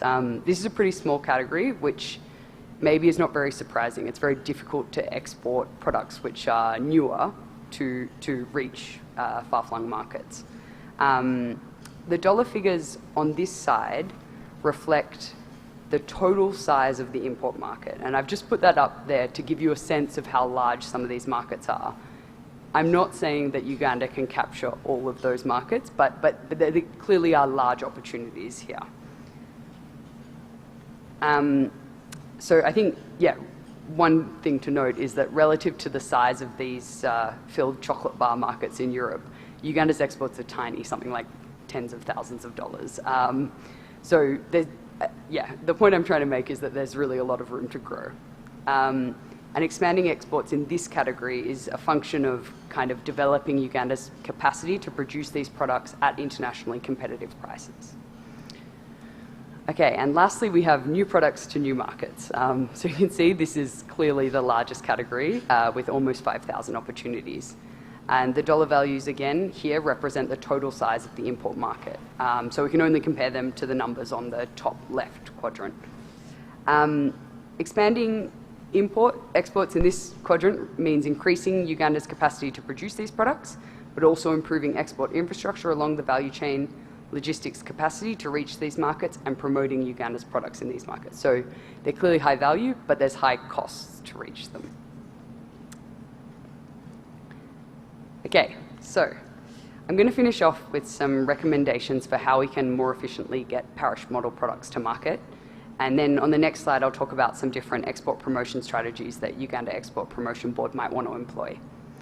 So for commodities that are newer for Ugandan farmers, like the Hass avocado, I think that developing targeted commodity-specific agricultural extension services is critical to encouraging farmers to try out these newer cash crops. I think this is more than just providing trainings, it's also access to inputs like hybrid seedlings, fertilizer, potentially tools. The next recommendation is that most farmers in Uganda are smallholders and they can't access export markets by themselves. So having infrastructure for aggregation of harvest is really, really critical.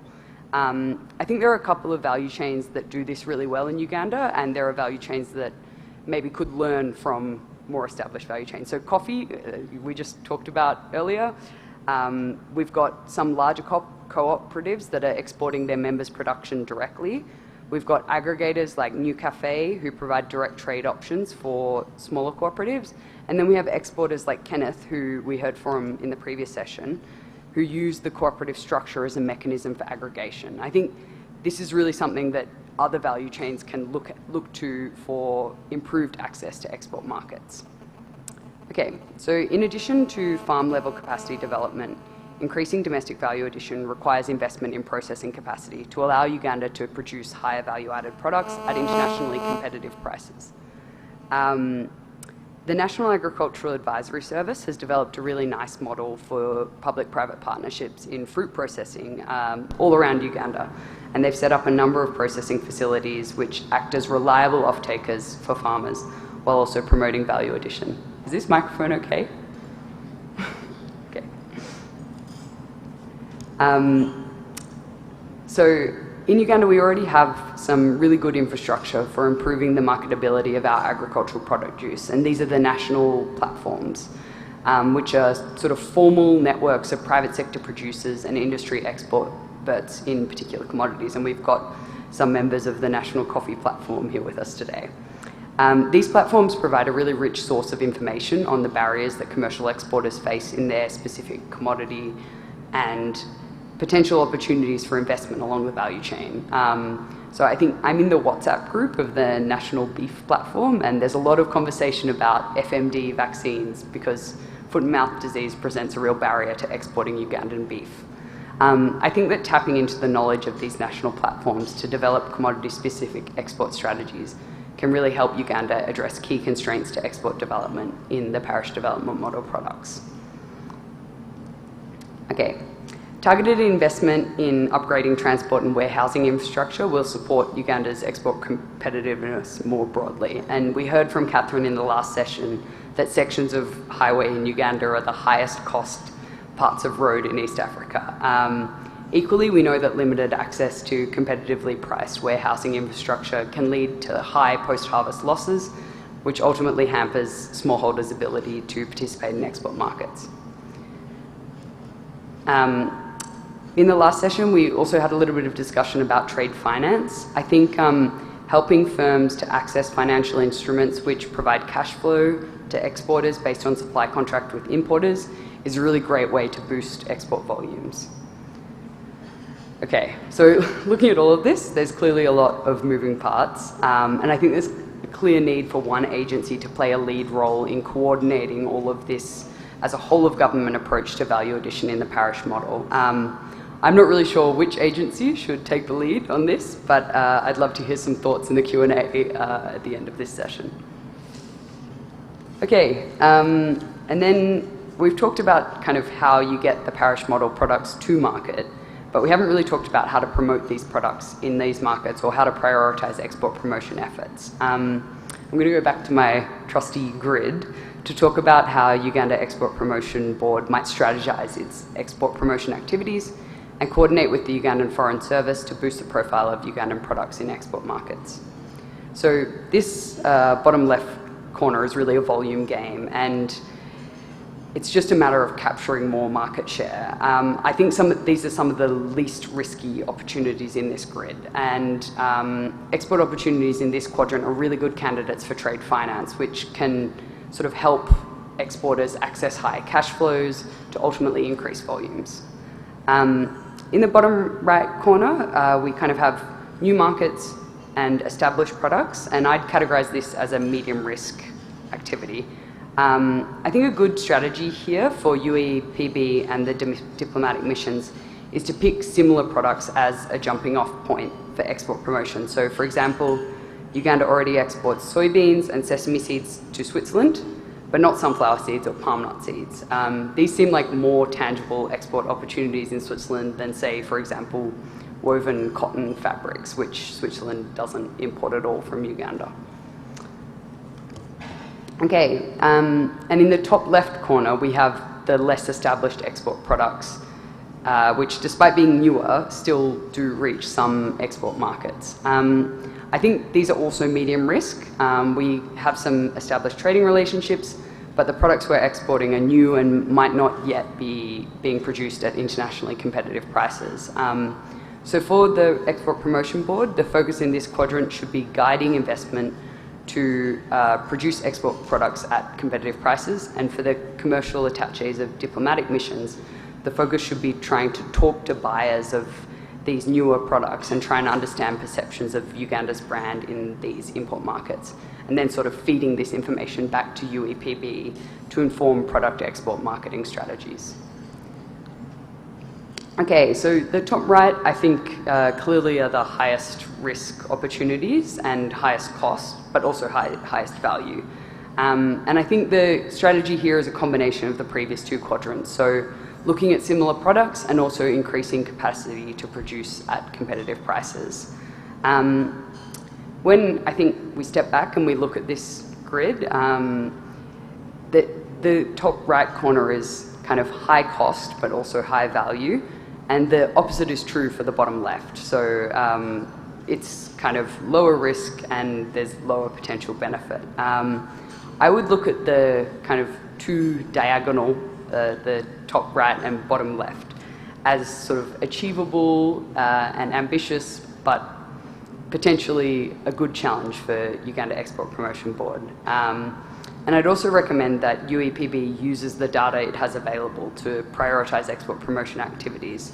So here I'm talking about the list that I put together, as well as some of the tools from the International Trade Centre and Comtrade, and more qualitative information that feeds in from the commercial attaches in Uganda's diplomatic missions. Okay, I think that's all I've got for today. You can have a look at the list, at the link on the screen. Thanks very much for your time. Thank you so much, Harriet. That was wonderful. I wonder whether in this exercise you've looked at United Arab Emirates, because that's a very important, yes. And then the Arab world. That is something that we've been looking at. Since the Dubai Expo, we've got some opportunities that have been highlighted. So I thought I would talk about that. The other issue is on standards, because I think it's very, very important. When we're talking about exports of corn to, for example, to Kenya, one of the issues are standards. There's an ESC standard that we must implement that also looks at the kind of warehousing we have. We have a number of silos in this country, but they don't meet the standard. So I think that is very important. So now, after these two papers, we are going to delve into the private sector, what they think about all this that has been discussed. How can we improve? Or how is the private sector in Uganda positioned to ensure that there is value addition and we improve on our exports? Mr. Asimwe, over to you.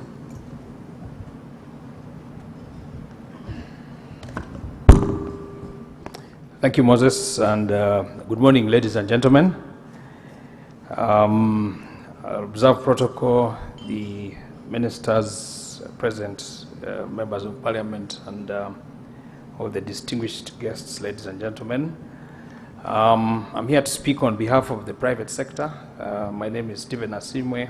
I'm CEO of the PSFU, and here with my vice chair, I think I saw her here, Honorable Victoria Sekitoleko.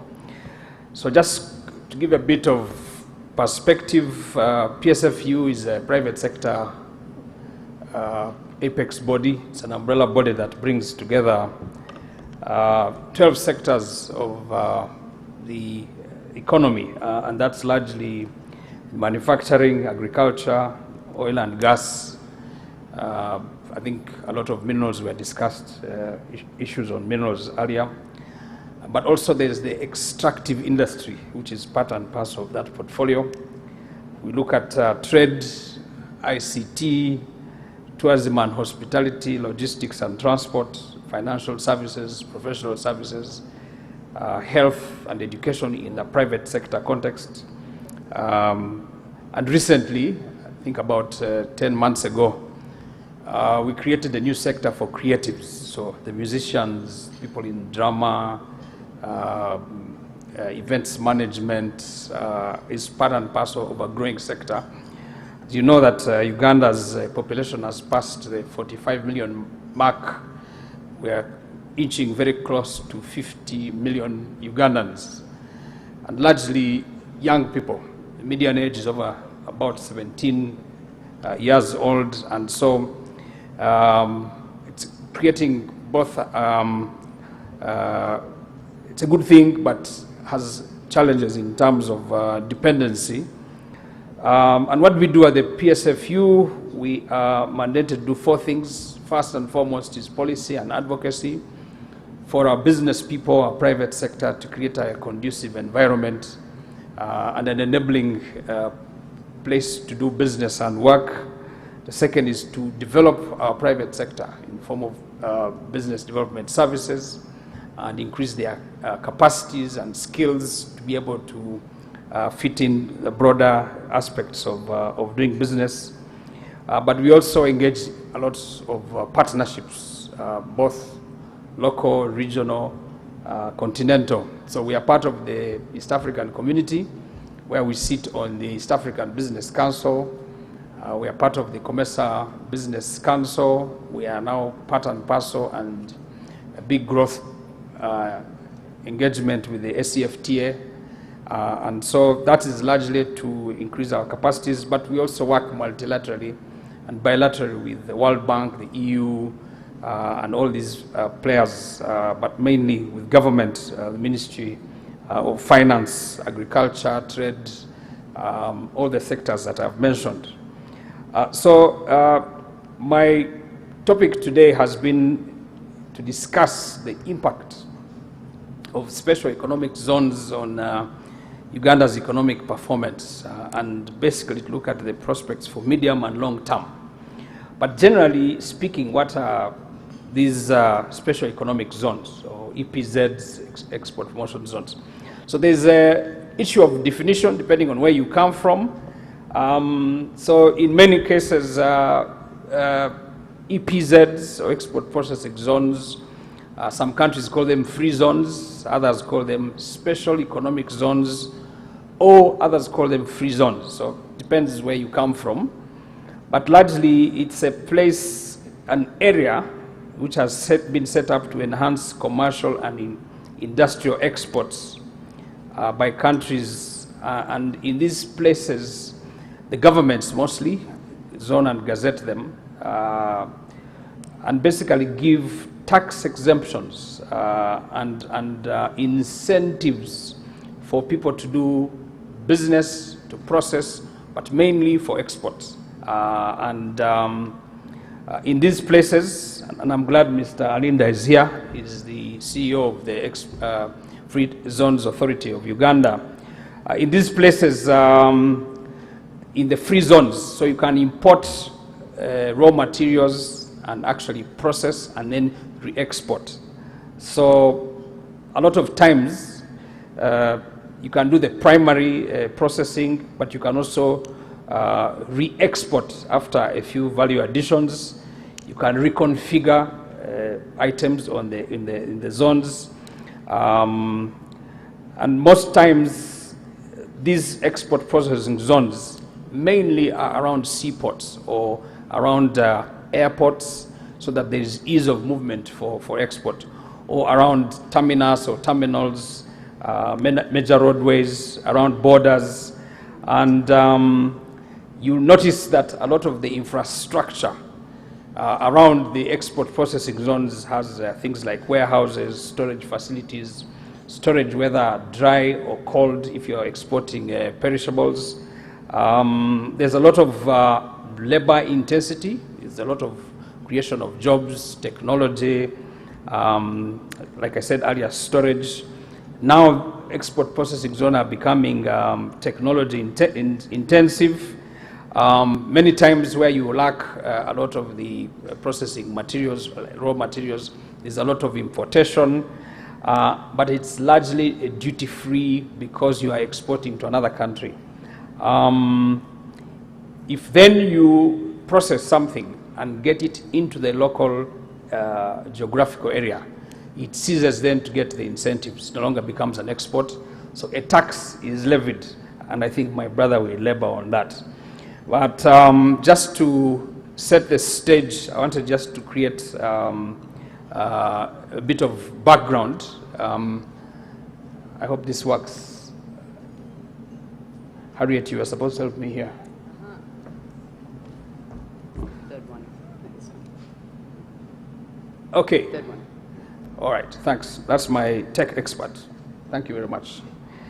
I've already given the introduction of what an export processing zone is all about.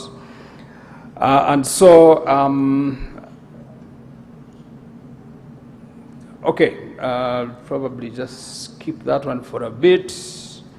Yes, just in general terms, the free zones contribute at least that amount of money in export earnings, and it's a big deal.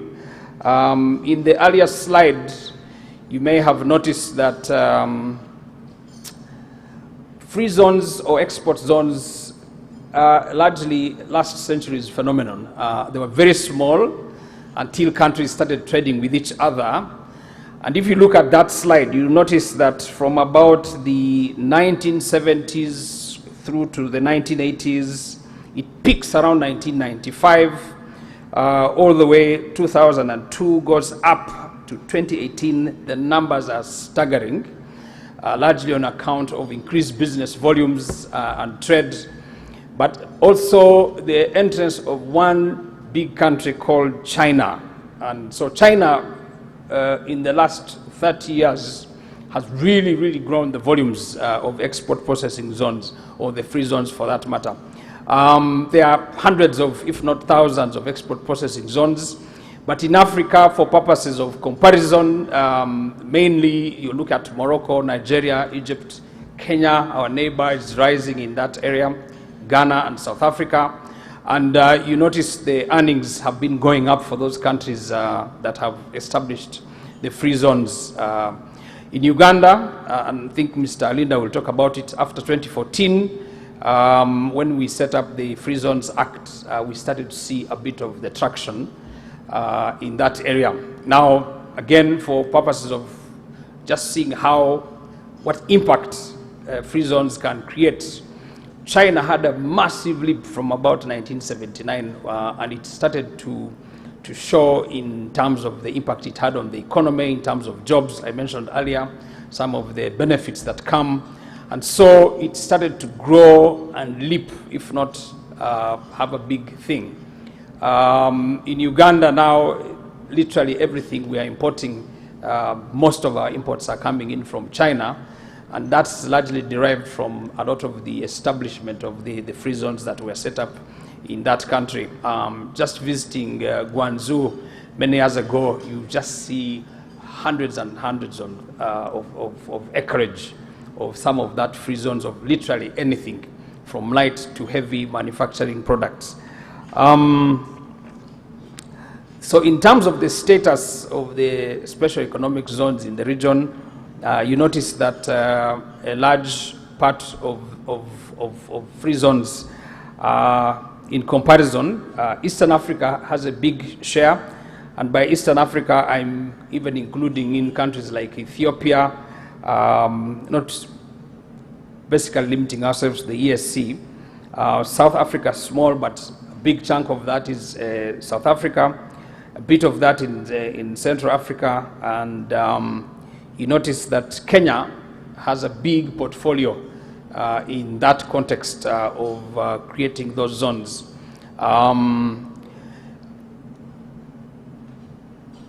So in Uganda, I needed to put a distinction. I think the question that was posed to us was the difference between industrial parks and then the free zones. So industrial parks, by definition, is basically an area that has been gazetted principally and primarily for industrial production. On the other hand, you can have industrial production or processing, but largely for exports. So for the industrial park, a lot of it, if not most of it, goes into the local consumption, and a tax is levied on those products. So Uganda has increased its capacity since the act was put in place. Now we have 32 free zones, and I think Mr. Alinda will talk about it. But what is very interesting is the fact that this has increased capital investment to close to $587 million, which is, if you look at the trajectory, it means there's been a steady growth, albeit the fact that it started not very long ago. That distribution, as you can see there, in the north, in the east, but mainly in the center. But we hope that, and I think Mr. Alinda will talk about that, the need to increase this capacity, and I'll be explaining why we need to increase that capacity following recent developments in the region. You notice that a lot of jobs have been created in the process. Uganda has very good networks now, especially for roads. All our borders are connected by roads, and thanks to the road fund and the efforts that have been put in place, we see that a lot more capital has been invested, electricity, water, And now we're going to have a second international airport in Kabale. I know that government is in plans to establish more industrial parks, but also processing zones around Kabale, which is in Hoima, to ensure that we use that place, that infrastructure for more export.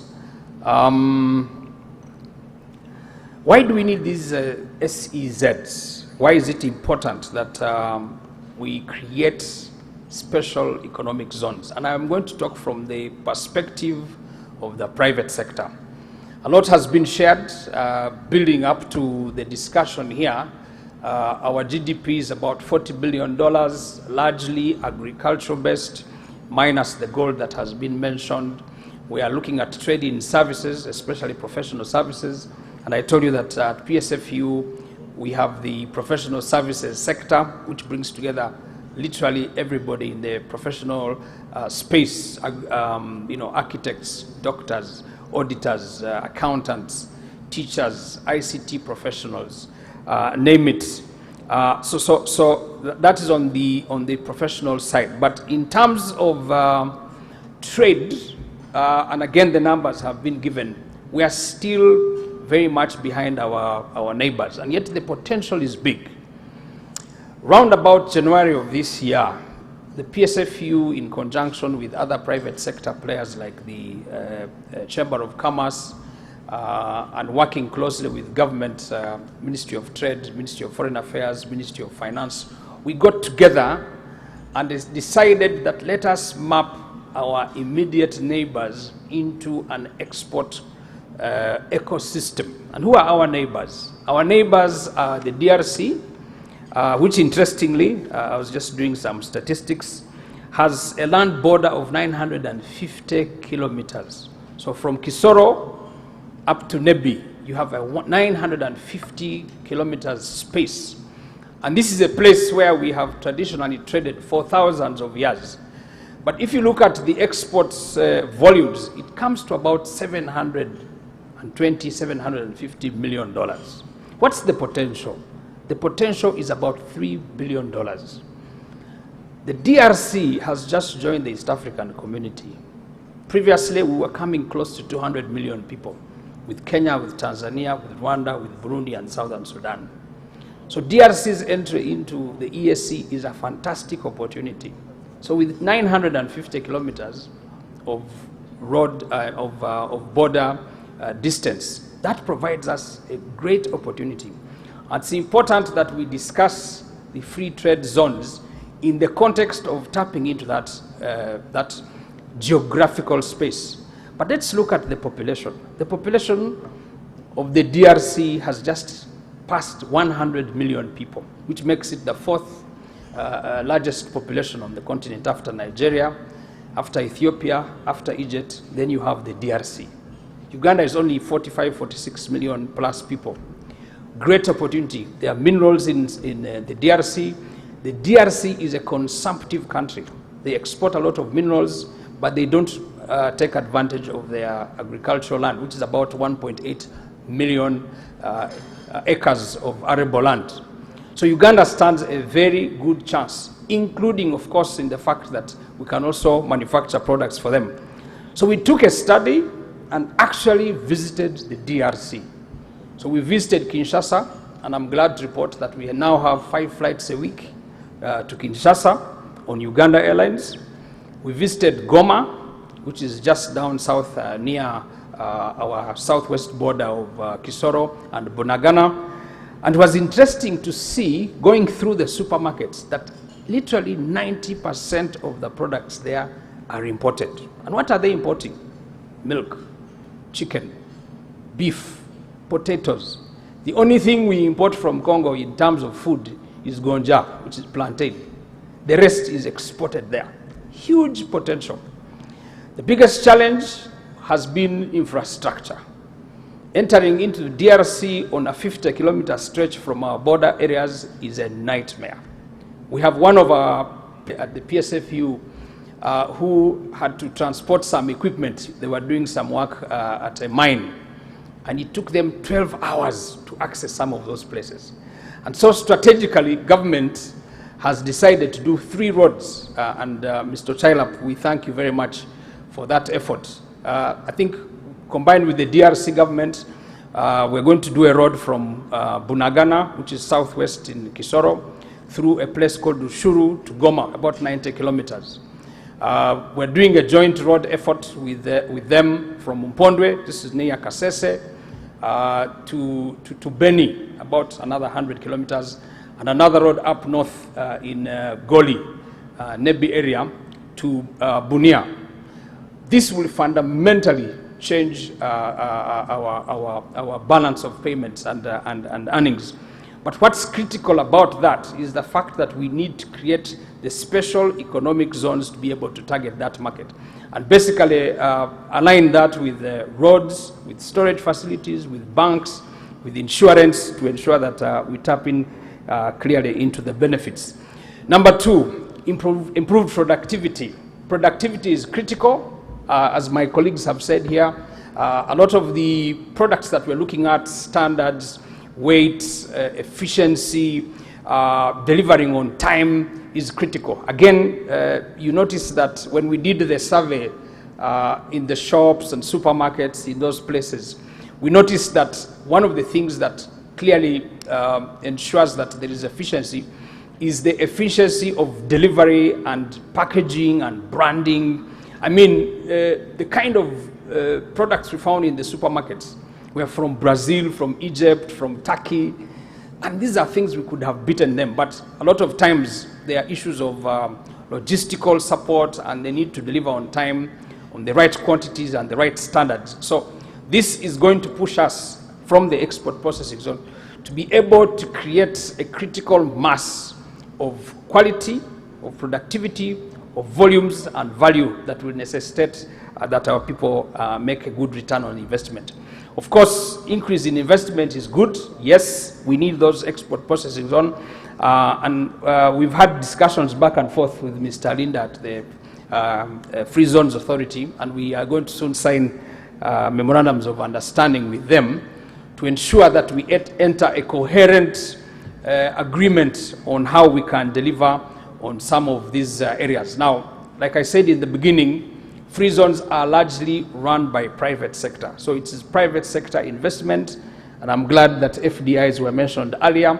How do we incorporate some of these, both local but also strategic partnerships that will ensure that we take advantage? Of course, it will increase our exports. I won't have to mention that again.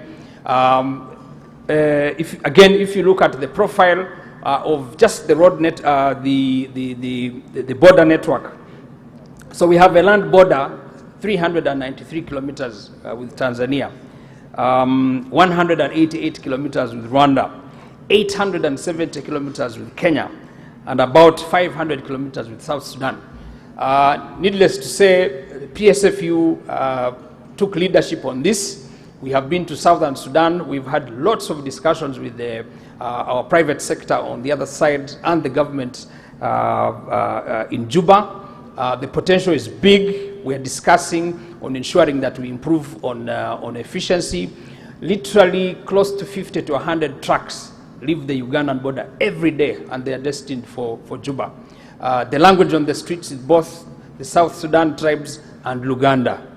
That's a business language, and that tells you what's happening there. The challenge, though, of course, is the value proposition that we are taking. We are taking mainly raw materials that need to be given value addition. I think that will be discussed later. But more importantly, most importantly, is the element of job creation. I said to you earlier, our population is closing in on 50 million. The median age is about 17 years. We have young people, very educated, over 50 universities, brilliant, healthy, but restless. We believe that creating special economic zones will be able to absorb that number of people. Now, as I go into my concluding remarks, of course, the need for single and multi-farm zones. They can't be single, but those are small. But if they are multi-farms, they actually create a bigger portfolio. So I don't need to labor very much on the differences. The industry parks are basically mainly for manufacturing, but Uganda Investment Authority is in the lead, and I think they'll have a chance to speak. The single farm free zones, usually smaller, but we believe that the multi-farm free zones will be explained to you by my colleague. So in conclusion, ladies and gentlemen, I think it's important that we invest to spur private sector growth in the special economic zones because it will increase on FDIs, and they mentioned that earlier, exports and creation of jobs, harnessing, of course, private sector competitiveness. But more importantly, we need to start to invest in trade-related infrastructure. Again, a couple of months ago, we hosted, the PSFU hosted the President of Tanzania for a business summit, and we emphasized the need and the point to use and harness Lake Victoria. It now takes 12 hours for a ship to leave Mwanza and be at the port at Port Bell. But what's interesting is the fact that now Tanzania has invested in the standard gauge railway, and in a couple of months, if not a year, we shall have products leaving Dar es Salaam port, and they'll be at Port Bell in less than 72 hours, and we think that's a very good opportunity. But more importantly, we need better roads, and I thank government for that. We need more airports beyond Kabale and Entebbe. We need to do a faster and more robust clearance of goods and services. And at PSFU, we have the National Logistics Platform, which has been working closely with the Trademark East Africa to establish the one-stop border posts. And towards that end, as I conclude, we've been very strong on SCFTA. We have now created 250 export-ready companies, especially SMEs, to prepare them to take advantage of this space of the SCFTA and, of course, the East African community. Thank you very much.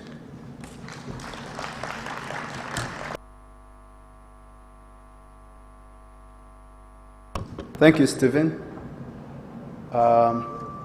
Yes, we are working on this journey. We started with Priya. She was telling us about how private FDI can help to boost local competition.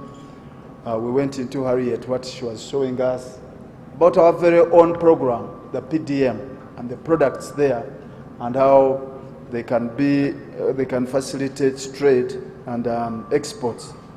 We have also had Stephen taking us through the export special economic zones, and these are essentially really for exports, not so much for local consumption, because when they're established, at least 80% for you to be a special economic zone, 80% of that should be for exports.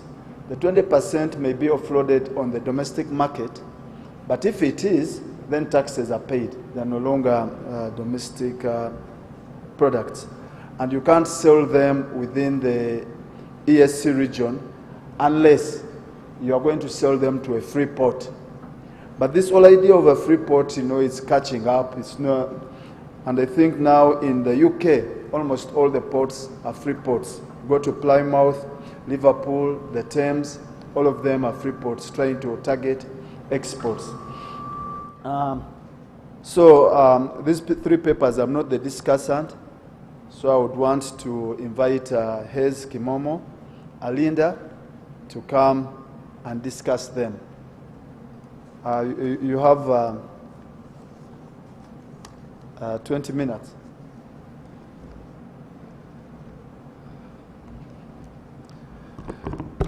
Thank you, Moses. Good afternoon, ladies and gentlemen, all protocol observed.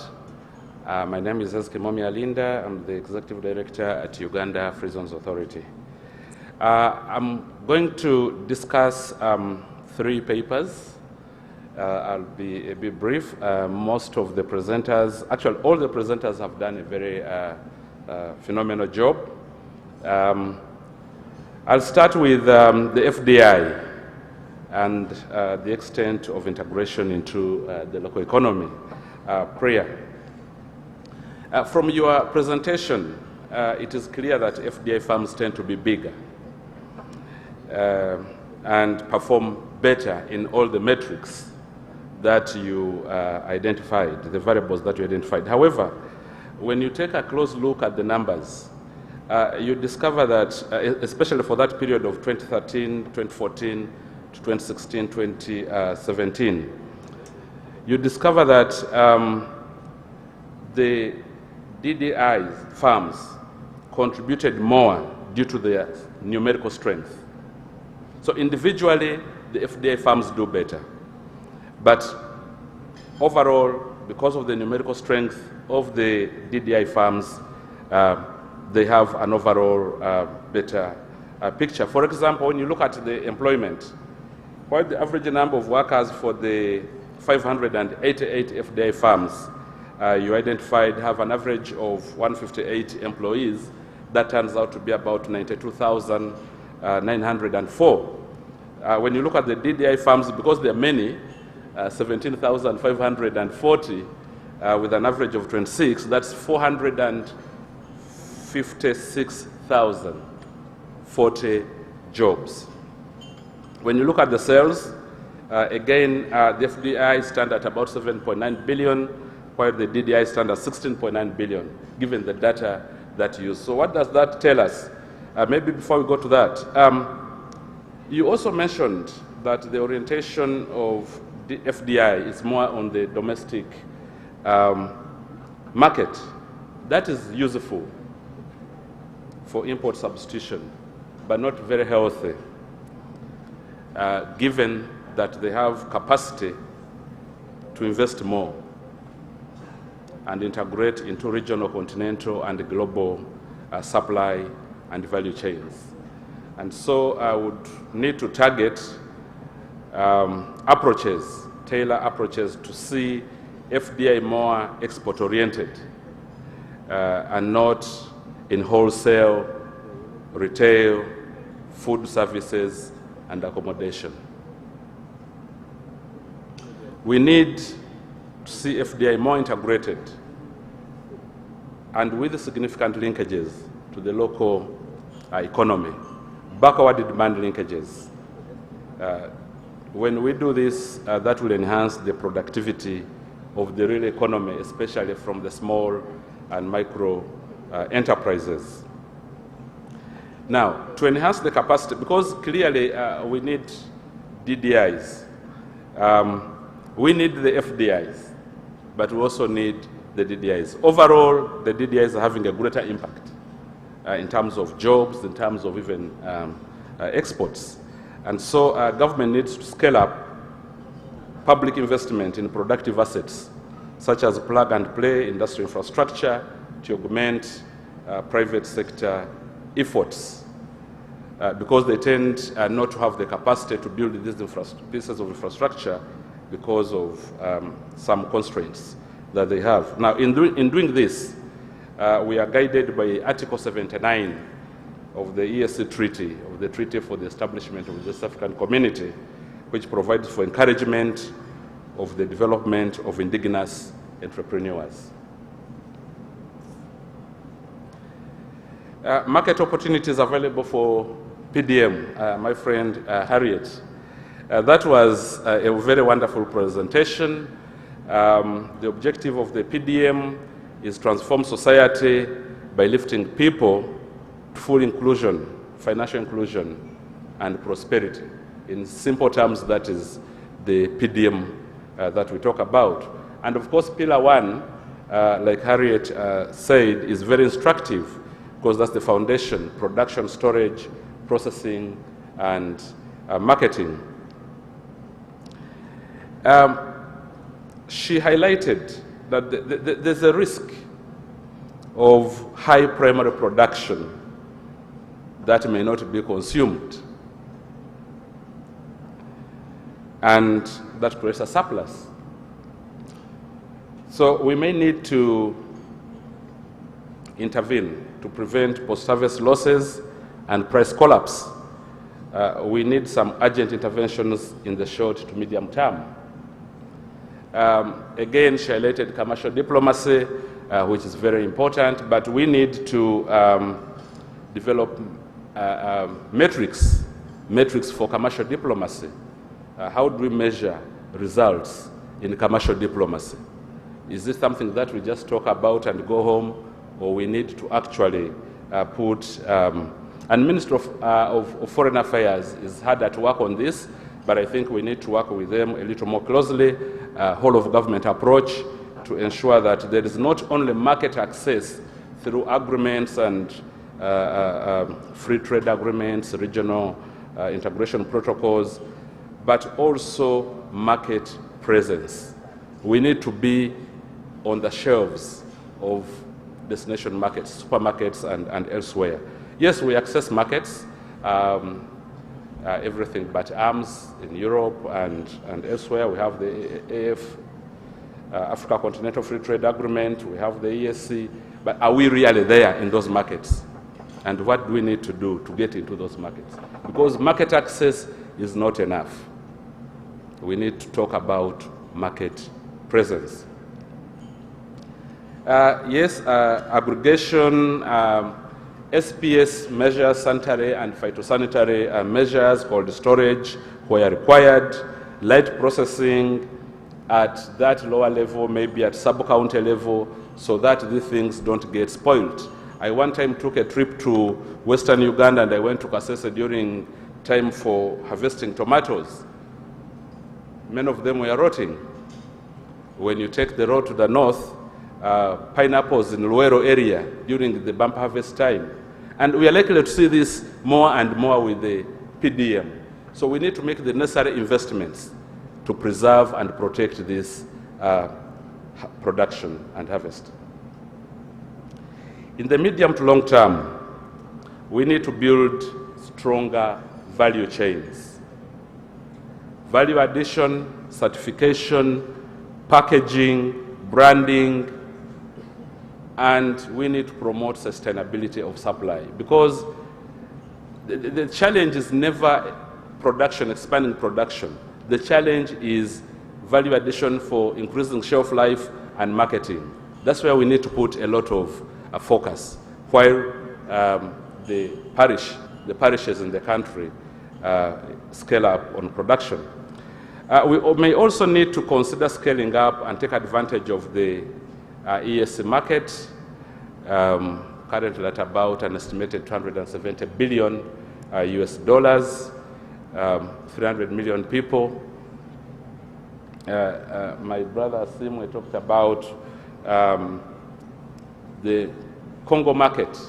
I don't need to belabor that. The Africa Continental Free Trade Area, 1.2 billion people with a market of $3.4 trillion. That's big. And to me, PDM is just the beginning, because currently we are utilizing just 35% of Uganda's arable land, 35%. But if we scale that up and went to about 100%, this country has the potential to feed 200 million people, sustainably, 200 million people.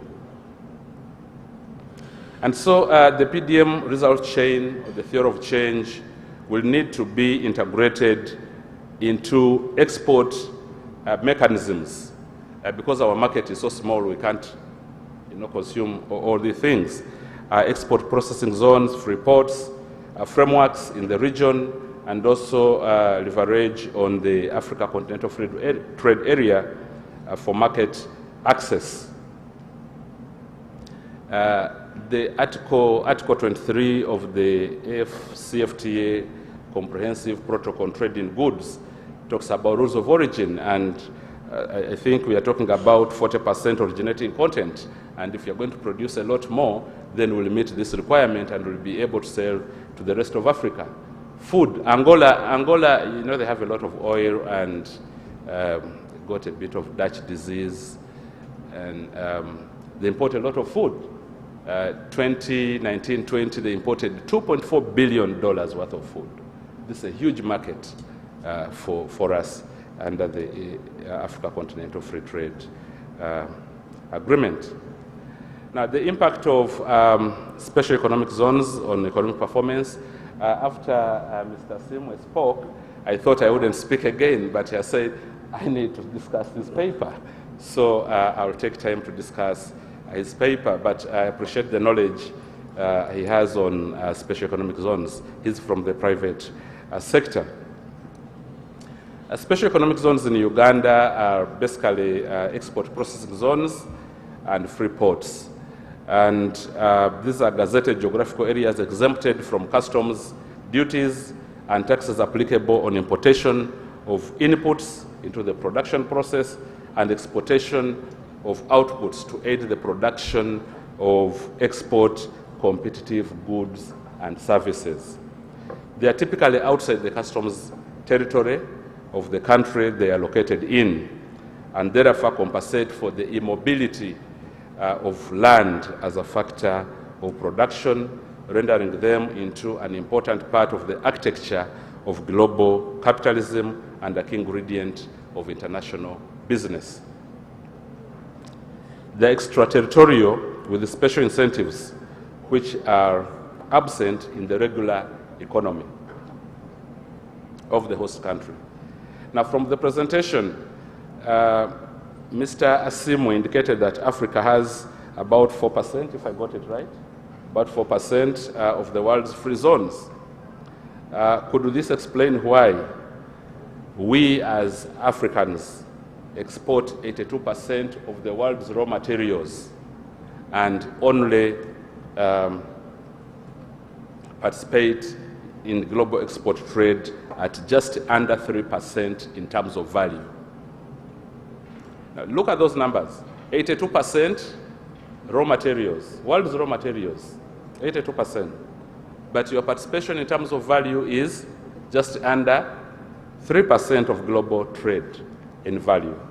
And Uganda's share is just 0.02%. Mark that number, 0.02%. I'll just give you an example of India. India, in 2003, went big on special economic zones, free zones, and free ports. At that time, their share of global trade was 0.72%. For 5 years, to 2008, they were able to increase their share by 0.92% to 1.64%.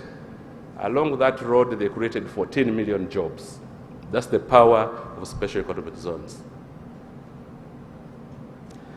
So free zones are special purpose vehicles for export-led industrial policy. Yesterday, the PSST mentioned that the most critical economic policy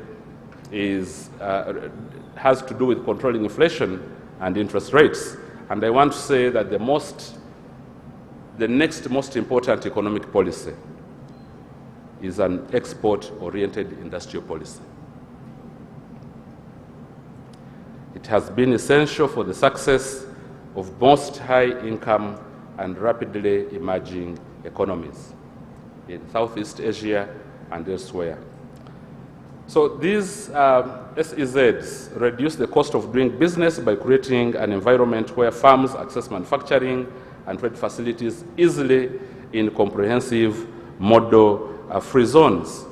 And I just want to take off a minute to talk about this.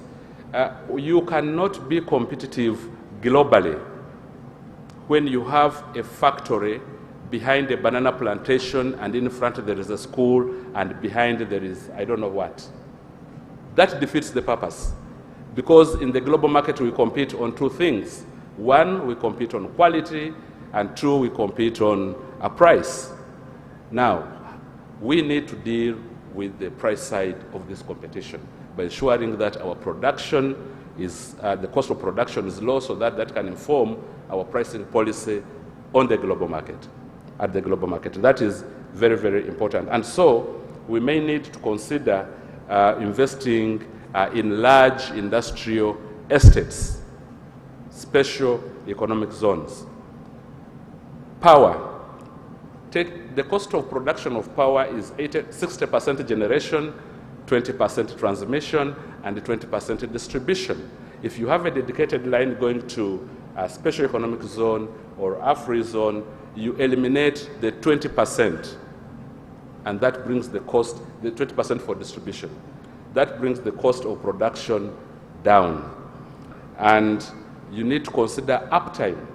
In some of the industrial zones, free ports, free zones that were visited in Ghana, in Jamaica, in Kenya, in China, and elsewhere, uptime of electricity is 99.7% on average.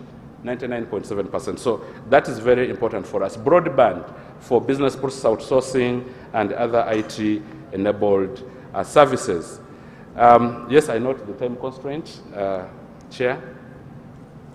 Given the changing global economic architecture, Uganda needs to remain competitive to attract local and foreign investment. Now, we can either compete on tax incentives or compete on real infrastructure that enables production.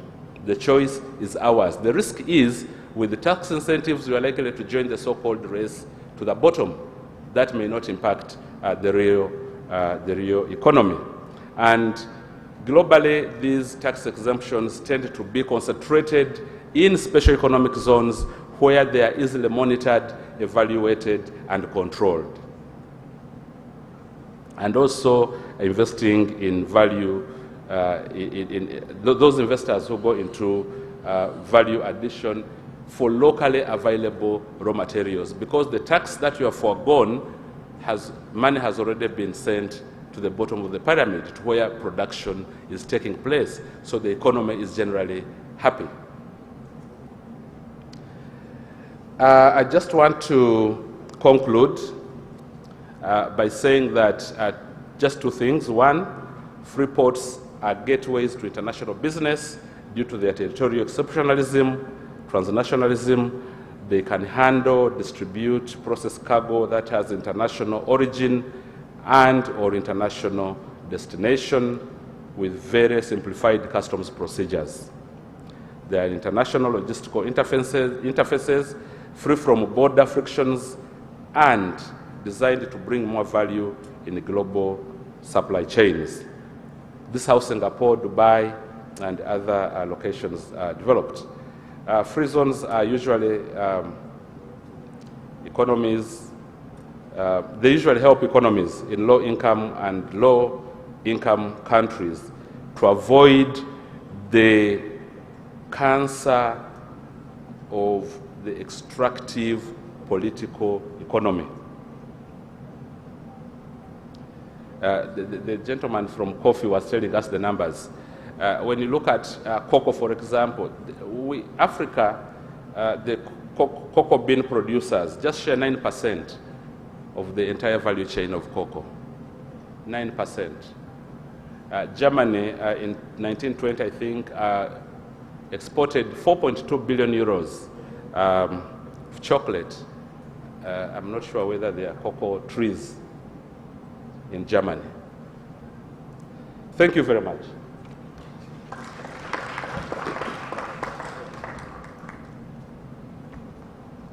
Thank you, Hez. Yes. Thank you all presenters. I think we should give them a big round of applause. Very, very informative, and I think there are so many actionable points we are going to take from here today.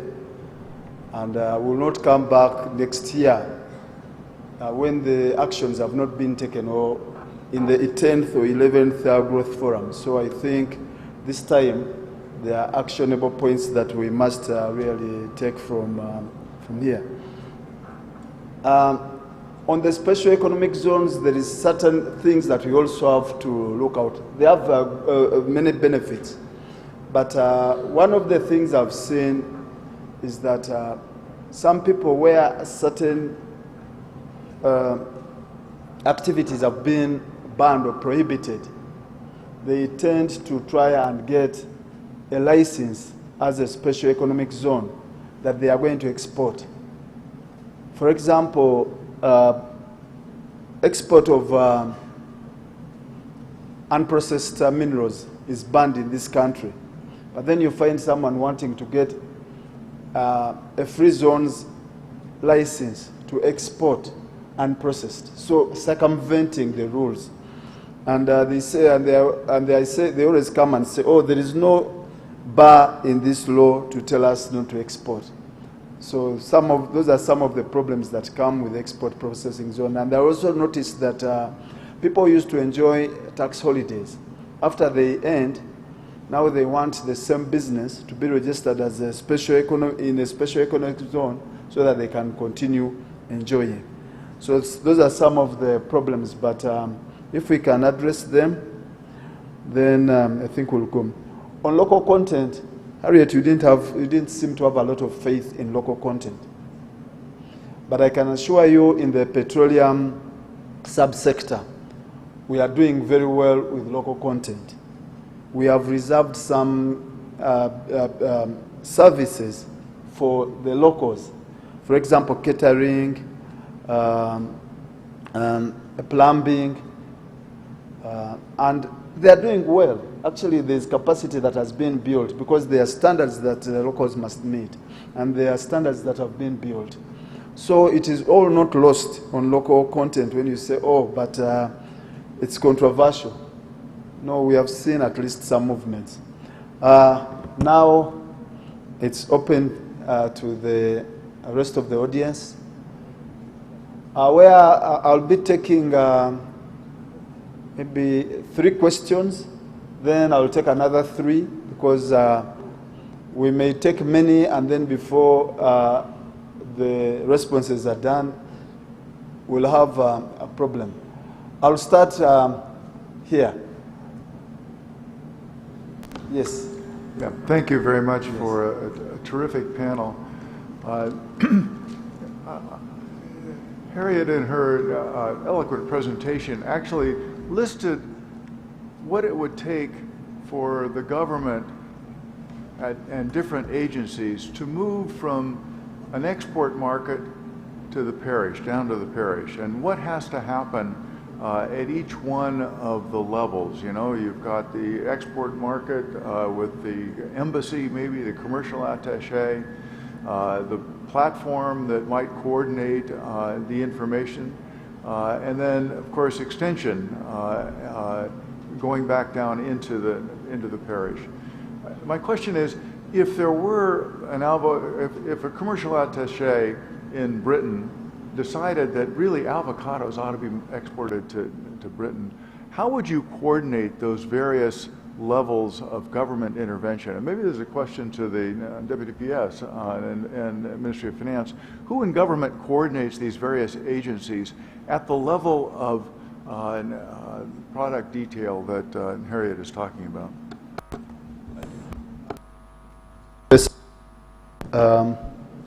Over to the educationist. Hajat, promised. Today it's 30 seconds, not 5 minutes, 30 seconds. Thank you, and good afternoon, members. Recently, a couple of months ago, your name, please? Hajat Zawjan Difna. I was listening and watching the president of this country, His Excellency, but there was this coffee expert who was explaining how value addition to coffee processing and what have you would earn us a lot of money. Then I wondered, in this century, that we are still speaking about things that became obvious long time. It didn't make a lot of sense for me. Then my question is, what goes wrong? Where have we not done well? And whose responsibility is it? So I concluded partly that in Uganda, we look at more complicated things and miss out on the simple and start out things. We are here well aware of our potential. The areas that are supposed to push us forward as an agricultural country. So we want to go for the bigger things and leave out the smaller things that we could start with. Cottage industries, for example, have led countries like India and China to different levels. Then two, how much does government, and who is responsible, related to what my colleague has just said, how much does government influence and direct FDIs to align them with our country's potentials and added advantages, guiding us or guiding them to ensure that they are on the right track. They see our country and where we want to go the way we see it. Finally, Haji Kagwa, you have maybe partly promised, but I also wanted to add my third concern, that we are asking, if we had these issues and resolutions in the previous 6 years, when do we sit down to assess our progress over them, our focus and our address and our inclusion of these resolutions to inform the budgeting process, the financing process, and the expenditure program of this country? Thank you. Thank you very much. I think those are questions for my boss, so he'll be able to answer. There is a hand behind. He said 20 seconds. Thank you, 15. ladies and gentlemen. I have a few questions, and I have to acknowledge that I've been deceived in this matter. Excuse me, the name? I'm William Oko. Yes. Yes. We are talking about export promotion, value addition. We have got investors coming from outside and inside the country claiming to be adding value or to come and add value on, I want to talk about agricultural products, in particular fruits and coffee. An investor is given an industrial park or a place in an industrial park to add value or to process a product, for say for example pineapple in Masaka. First year, second year, third year, you see on the bottle it is written pineapple flavored, and I'll put there a photo of a pineapple fruit, but inside it's a flavor, and farmers are slashing down pineapples because they have lost the market. They don't have anybody to buy their pineapples, and yet the other investor was brought in order to add value and process the pineapple. What goes wrong, or what went wrong? Number two, we have never seen these industries. People keep on importing flavors.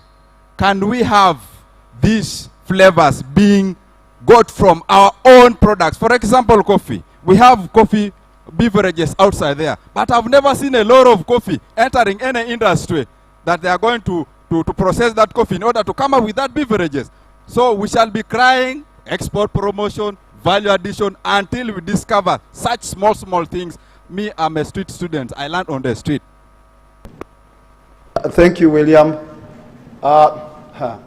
There's a hand here, this gentleman who has not asked, no, the first one, who has not asked. We also have a microphone that side, don't worry, director, was, just in case. Yes.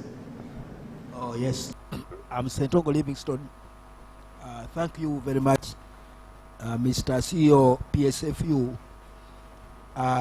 What you have presented is so enriching, and I urge you to have a meeting with the members of parliament so that they can get that kind of information.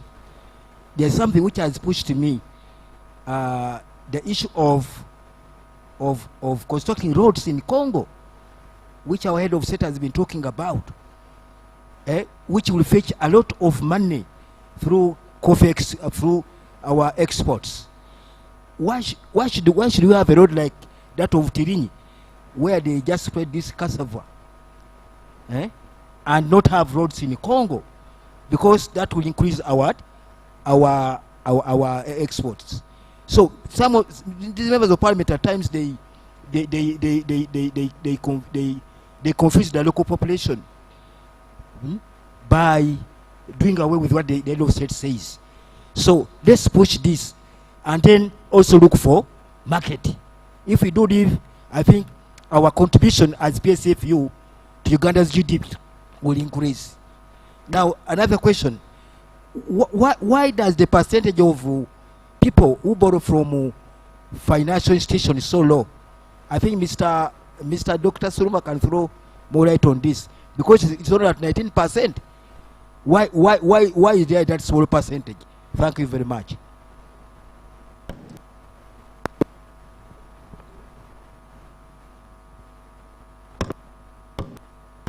There.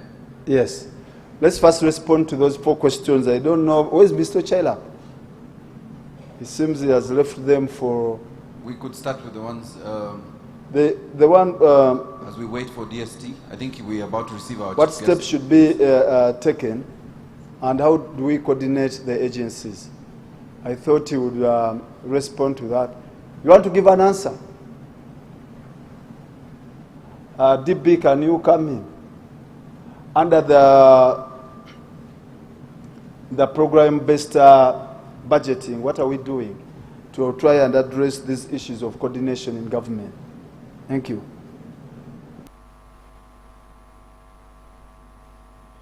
Chair and the participants, the program approach helps us to build on synergies, and as the third development plan was being put into place, we tried to identify those lead agencies. And that's why when you look at these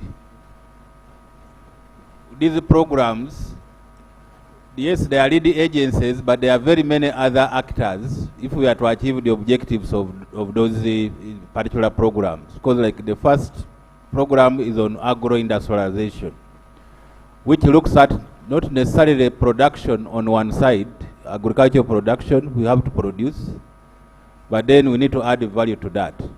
So the lead agents on that is Ministry of Agriculture, Animal Industry and Fisheries, working together with the ministry responsible for trade and industry, and the agencies associated with those bodies.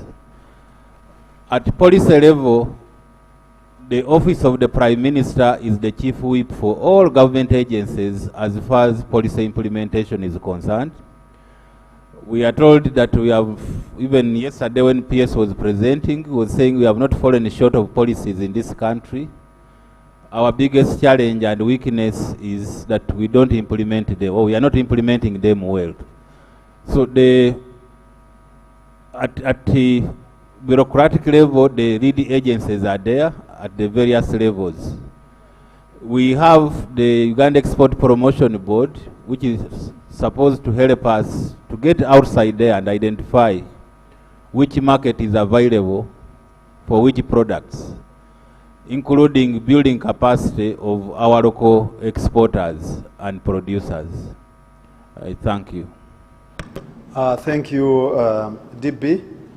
As the Director of Budget, I think he's told you about the program-based approach where there is coordination and government ministries, departments and agencies when they are focusing on a particular program in government like agro-industrialization.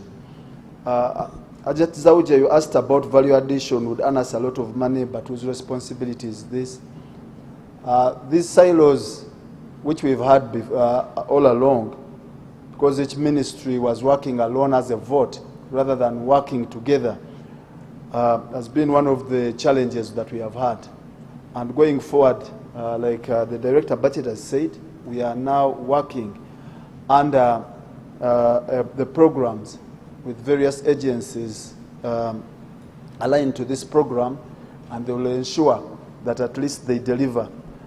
And of course, when you look at our programs, then we have the program implementation action plans for each program. It shows the responsibility of each agency in what we take as the program objective. So I think in that way, this is how we are going to take it. Going forward from here, we'll of course write our recommendations and send to the various agencies to ensure that there is implementation. Government, can it influence FDIs? Yes, to align to a national strategy. Yes, we do. But at the same time, we cannot stop anybody coming to say, I want to come and invest in this. The opportunities, this is open.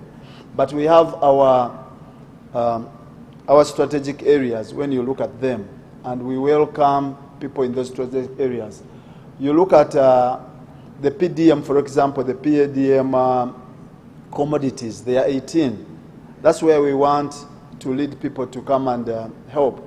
But that doesn't mean that if somebody came and said, I have something else, we are going to stop them. But at least that's what I could say. William, investor to add value to fruits and coffee, we bring them, and then instead of that, they do something else. And they are bringing in flavors rather than adding value to our fruits. I don't know who can answer that. From here? Do we have UIA here?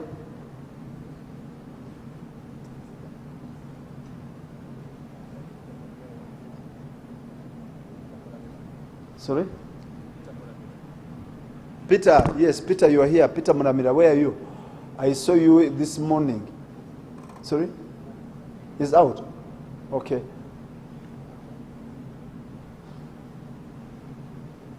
So, of course, let me try to answer it as the chair of this session. One, we really encourage value addition, and we want to add value to our products. What have we done on this? We have imposed prohibitive, sometimes what I would call the prohibitive tariffs at 60% on a puri that is coming in when it's competing with our fruits like pineapples, like mangoes, so that, yes, people can actually be forced to source locally. And we have seen at least some movements where people are saying now it is cheaper to use local raw materials than to go and import. I'll give you just an example of where now our fruits are being used in production of cider. You know cider beer? It's very popular with the youth.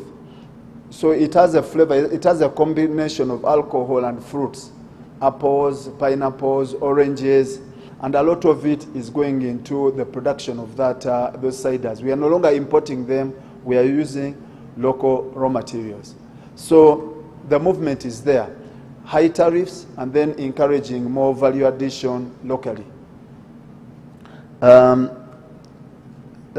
Mr. Sentogo Livingstone, on construction of roads in DRC, why did we construct the Tirinyi Road,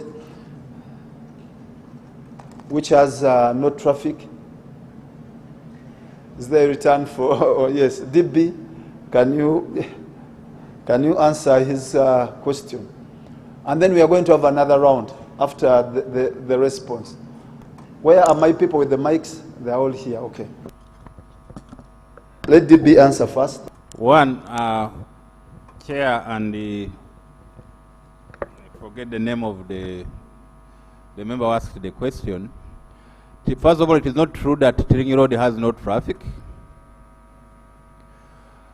The challenge that we need to address is, by the time government took decision to upgrade that road, definitely it had a positive economic rate of return. The challenge that is there and across the country is, how do we enable the citizens that live along that road to harness the potential of that road profitably? Yes, they are taking advantage of the Tamaka to dry their cassava, but I think if we enforce, if enforcement mechanisms were very strong in this country, definitely I think the Road Act does not allow that. Equally, from a psychosanitary point of view, I believe as you dry that cassava on that tarmac, you are equally contaminating it. So I think it is an issue of enforcement. Traditionally, these people used to dry that cassava on some big rocks and whatever, which maybe are still not there, or now the road is more convenient for them than going to the bushes where they used to dry this cassava.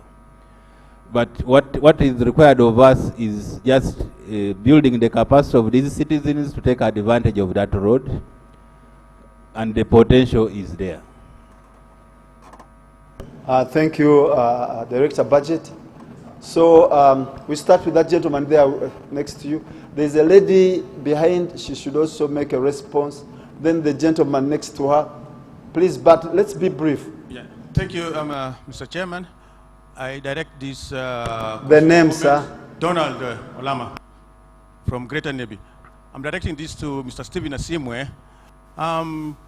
Is there any initiative that the PSU is taking to help the local farms to access funding so that they can be able to utilize these export processing zones? Because it appears they're not taking advantage of these zones because of the challenge of funding, because you need huge capital investment into this. So is there any initiative we are doing as a PSU to address that issue? And then secondly, our local farms, as much as we have markets in neighboring countries, Congo and South Sudan, they seem not to be taking full advantage of these markets. Recently, just before the corona lockdown, there was a senior official from South Sudan government who came to Uganda here, and I interfaced with him, and we went to several farms within Kampala here, and he offered a lot of incentives for the local farms in Uganda to go and access the market in Congo. But up to date, none of those farms has taken advantage of that olive branch. Challenge that the farms are facing in accessing these markets. Thank you, Donald. There was a lady behind, and then the gentleman next. I'll come to all of you. Good afternoon. My name is Jackie Mutesi. I work with Next Media. I want to thank Priya and Harriet for the Global Market Insight. My first question, pardon? My first question is for Harriet. While there's no doubt that we have a lot of work to do to tap into the 7,200 realistic export market opportunities, what can we do on the other end? Because when we get to these markets, for example, the UK, we're not promoted. They buy British produce. They promote their own produce. So what can we do as a country to ensure that our products are well received and not in the fine print like they usually put it in very small print, made in Uganda, made in Rwanda? How can we actively promote and market our products on the other end of the equation? My second question is for Priya. Part of my job is to make this information digestible for people who have a basic understanding of English. And to be honest, I didn't understand the FDA linkages whole presentation. My economics degree did not help me there. So I'm kindly asking you to explain it like a 5-year-old, just for a minute. Thank you. Thank you so much. I think you have got a lot of support. There's the gentleman next to you there. Thank you, Chair of the session. As an echo. My name is Daniel Lukwago from the Donor Economics Group, but here I'm speaking as a Ugandan and a farmer. My concern is related to presentation by Harriet, and I was intrigued by the PDM commodities. But I realized there is no way peasants would drive the export agenda of Uganda. It is not possible that, because of two reasons. One, we can't sustain quantity and quality. It is us, we in this room, who are supposed to drive the agenda. If you have land, I know some of you have hectares and square miles. Let's start us. Peasants can stay in their line. We can support them to grow tomatoes, to eat and sell maybe 1 kilo. But if you are waiting for peasants to grow tomatoes to export to UK, I've been in farming. I tried farming. I left because of two reasons. There is no incentive for a farmer like me to do farming in Uganda. When you do farming, you go to buy, now I'm planting avocado, which Harriet is talking about, hash. A seedling costs 8,000. But to find a quality seedling is a huge problem. I buy seedlings in Masindi, bring them on my own, plant them, water them. All of us have planted in our cooperative society. At the time of harvest, in 3 years, the market will not be there. What is the incentive of me continuing that business? 10 years ago, I did forestry. I planted trees. Some on my initiative. As I speak now, I went to the market to harvest my trees. A man came and told me, per acre, we're going to give you between 1.5 to 2 million. That money cannot sustain a business. So I've said what I'm saying to do, cut all the trees and disappear. The market, any farmer who has tried farming here, you know what we're talking about. For instance, now, and I'm going to speak like on a private note. Daniel. And I'm completing just one example, please. because this is a practical reason why we are suffering. The government decision to kill the forestry industry was the only one to accept to use concrete poles for electricity. As we speak now, the forestry industry is dead. Everyone is crying, you can't sell any trees, and that's the problem we have. So, my concern with Harriet, all those communities are there, but peasants won't lead us there. It is us to do it with government support. Thank you very much. Thank you so much, Daniel. And I think your question can also be answered by Dr. Suruma, because he's the champion of the PDM, the parish, and how we can liberate the peasants. They are not hopeless like we sometimes portray them. They have very nice ideas. They do a lot of activities. They survive. They are very resilient. So I think I would give that to Dr. Suruma. I want one more person, and then the panel. We are running short of time. Please. Thank you, Mr. Chairman. My name is Patrick Kaboyo. I chair an audit committee of government, and I'm also an educationist. My comments go to Mr. Simwe Stephen. We appreciate the work that PSFU is doing in this country greatly, but I have two issues to raise. One is for you to share with us the advocacy strategy, because you talked about policy and advocacy, and we feel SFU should permeate to that cluster that is at the lower level. And also, it is true that most times government is not in a rush or a hurry to think or to be creative. How is PSFU championing thinking? What are you doing in that thinking investment? Because we would want to think together and have that paradigm shifted from where it is to another level. And very finally, to you, Director Kagwa, it is also a practice that meetings like this are like the usual. We come, we meet, we deliberate papers, we go back. But what is that difference? Are we likely to see being transported to the next forum and to the next budget? I thank you. Thank you. On that one, this forum is part of the budget process for next financial year. So the recommendations that are here will inform the budget process. Thank you. I'm handing over to my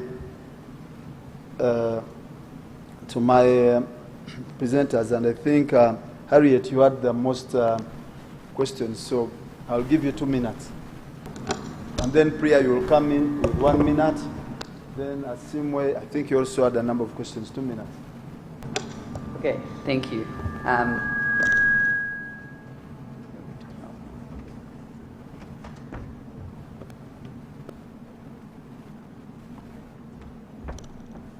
Okay, hopefully you can hear me now. So, Jackie from Next Media, I think, you wanted to ask what we can do on the other end to promote these exports. I think there are two channels we can use. So, first, the MOFA has a whole lot of embassies all over the world. And these embassies have, or should have, commercial attaches who are responsible for promoting Ugandan products in those markets. So I think those commercial attaches can maybe work a little bit harder to promote our products, but also to find out about perceptions of Ugandan products in those markets. So particularly when we have newer products like our chocolate in the UK, they should be asking the customers of these chocolates, do you like the chocolate? Is it at a good price? Is the quality of supply reasonable? Is the quantity of supply reasonable? And then we can really feed that information back into our domestic export promotion strategy. And then I think there's another channel here. So we can leverage our development partners who are here in the front row, who do a lot of work on supporting Ugandan firms to expand their markets, right? So last year, I think we have Mr. Philip Smith here from FCDO. At the last Economic Growth Forum, we had Mr. Andrew Ockenden, and he talked about a Uganda in UK coffee forum that they had held in some, I don't know, fancy, trendy cafe in London. I think we can be doing a lot more working with the commercial attaches of our embassy, our foreign embassies overseas, working with development partners based here to really promote Ugandan products in other markets. Okay, and now, my friend Daniel Mukwano Gwange, you have a problem with the peasant farmers, you say. They cannot achieve the quality and the quantity to export.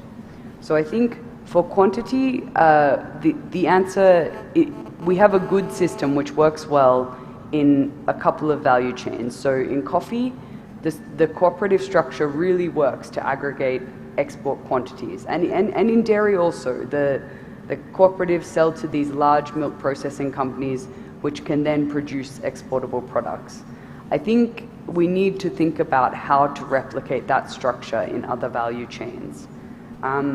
So I think that goes to the quantity question. And then the quality question, this is really a function of agricultural extension services. So you talked about having to drive all the way to Masindi to get your Hass avocado seedlings.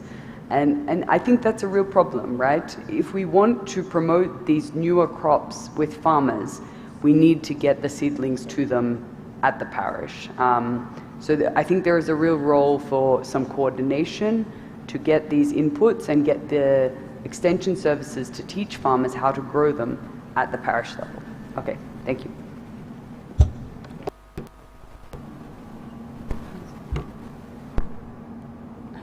Yeah. Thanks so much, Jackie, for giving me the opportunity to make myself slightly more clear.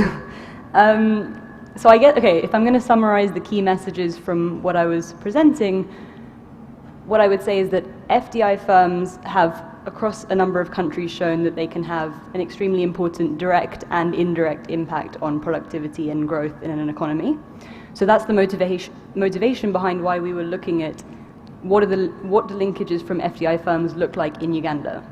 And the interesting puzzle that we've come across is that in Uganda, FDI firms seem to be locally sourcing to a similar, relative to their size, of course, to a similar proportion to domestic firms. Now, this is quite surprising because usually in other countries, including Costa Rica, where we have the data to show this, usually FDI firms are more export intensive, and that, as we've discussed in the earlier session on exports, that usually entails a greater input of imports, of high quality imports that are needed for this high quality export activity. So one reason that we've explored as to why FDI in Uganda seems to source a relatively similar proportion of their inputs locally is actually because these FDI firms are not mainly targeting export markets. They're actually targeting the local market. And we can see that most clearly when you compare manufacturing firms in Uganda to manufacturing firms in Costa Rica. In Uganda, manufacturing firms are selling 90% of their outputs locally rather than exporting them. And I think this therefore means that you could, what we're still exploring now, but what this suggests is that maybe these firms that are supplying to the local market therefore have less of a need for these high quality imports that usually drive the reason why FDI firms have a much greater percentage of their inputs from imports. So really what that means is that you can look at those initial graphs that I showed that FDI firms are relatively well sourcing a large proportion locally. It's not necessarily a good thing because it also is indicative of the types of activities FDI firms are undertaking in Uganda. But then I should qualify this by saying that in wholesale and retail, we do see that FDI firms are importing a much larger proportion of their inputs than domestic firms. So that's an area where there's a clear role for thinking about how to improve the use of local products that are used by wholesale and retail firms. So what that whole picture tells us is there's kind of two different roles for policy. One role is to think about ways in which to attract more export-intensive FDI that can share the kinds of access to global markets and skills and technology that are usually found to be the basis for their benefits to the local economy. But at the same time, whilst doing that, we need to think very carefully about how to maintain the fact that FDI firms are using a high proportion of their inputs locally. And that is probably not going to be automatic, and it really does require concerted efforts to build capacity of local suppliers. So hopefully that makes things slightly clearer.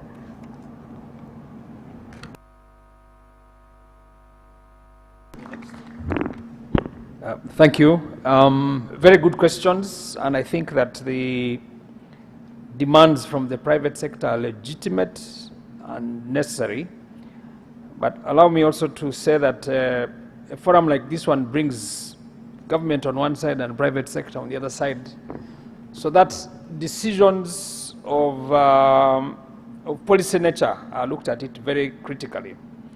I think it was last week, PSST, under the chairmanship of Mr. Ochailap, called the private sector for a dialogue to discuss the necessary inputs they want in the budget. And I think in the last 2 years, I must give you credit, that we have had these engagements on a constant basis. I spend, in the 52 weeks a year, almost 3 days in Ministry of Finance. 6th floor, 7th floor, and all the other departments. Packer down in the boardroom.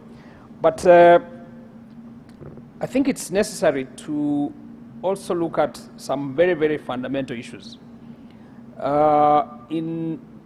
If you look at the way we have been working together, there has been an element of what I would call silolization.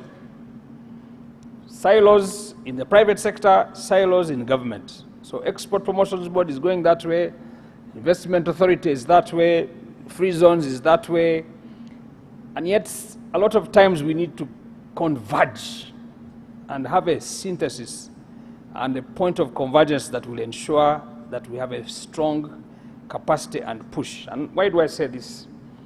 Because of these different interplays, we've not been delivering in really real terms the actual return on investment, if you like. So we decided to sit together and said, guys, private sector has PSFU, Manufacturers Association, Chamber of Commerce and Industry, etc., etc. Let's sit together with government players, Investment Authority, Ministry of Foreign Affairs, Trade, Free Zones, exports. Let's speak with one voice. Come together and let's attack this SCFTA market. And I will tell you this, and I think I just want to answer Mr. Kaboyo and Mr. Sentongo, that because we pushed for a concerted effort in ensuring that we harmonize and bring in these synergies together, we went to Kinshasa as a team, Miaka. We were led by the First Deputy Prime Minister, Honorable Kadaga, who is also the Minister of East African Community. And we sat in one room and we devised a strategy of business to business. So PSFU and all the other private sector agencies spoke to the private sector on the other side. Where we had bottlenecks, we said, if it's immigration, bring them here. Let's ask them, why are passports delaying? Why do we need visas? Why do we need all these requirements at entry? And we're able to tick off. Then we had government people meeting government. Then we had business and government. And then we had a plenary, and at the end of the day, we were able to come up with positions. So as part of our strategy as PSFU, we are saying we want to create an enabling environment, even to help government, on ensuring that we create value addition, create jobs, increase on exports. Now we are speaking about export guarantees, export insurance guarantees. We're looking at export finance. How do we get into these markets if you have orders? Increase on our capacity on local content. We've been very, very much pushing for a larger portfolio of local content, especially in the oil and gas sector, where we've been delaying. So it's work in progress. But one of the things from a private sector foundation perspective is we are a member-based organization. So come to PSFU, come and be a part of an association, and then bring your views. For us, we shall be your emissaries to whichever agency of government and whatever. And I think that in the process of doing all of that, in this last budget, we did a lot of consultation countrywide. And Mr. Chailap will tell you that 74% of the things that we pushed for advocacy were taken up in that budget. Now, argument can be whether they were qualitative or not, but that is a shift from about 32%. The other bit, and I agree with Mr. Sentongo, is the issue of finance. We still have a challenge on affordable finance. It's still a challenge. We are discussing on what best ways to ensure that we get affordable, quick finance, but there are also issues of informality, traceability. So we are now discussing how do we create private sector to be in the formal sector, but have the necessary elements. I need to conclude here. In 30 seconds, yes. Over to you, Mr. Chairman. Thank you so much, the panelists and the discussant, and thank you, all of you, for the wonderful questions. We couldn't take all of them because of time, but I think where you have questions, you can write them down. We shall take them up. Thank you so much, and a big round of applause again for the panelists and the... Sorry.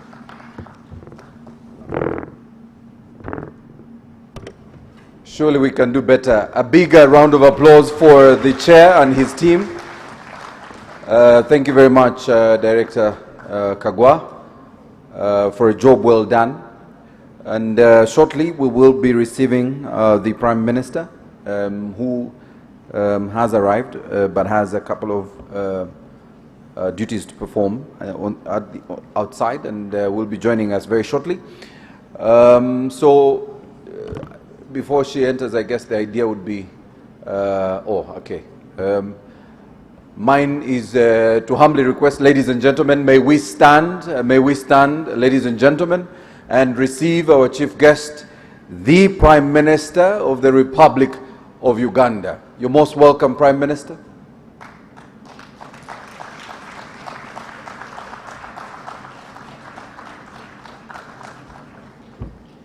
Surely we can do better than that. Another bigger round of applause for the Prime Minister.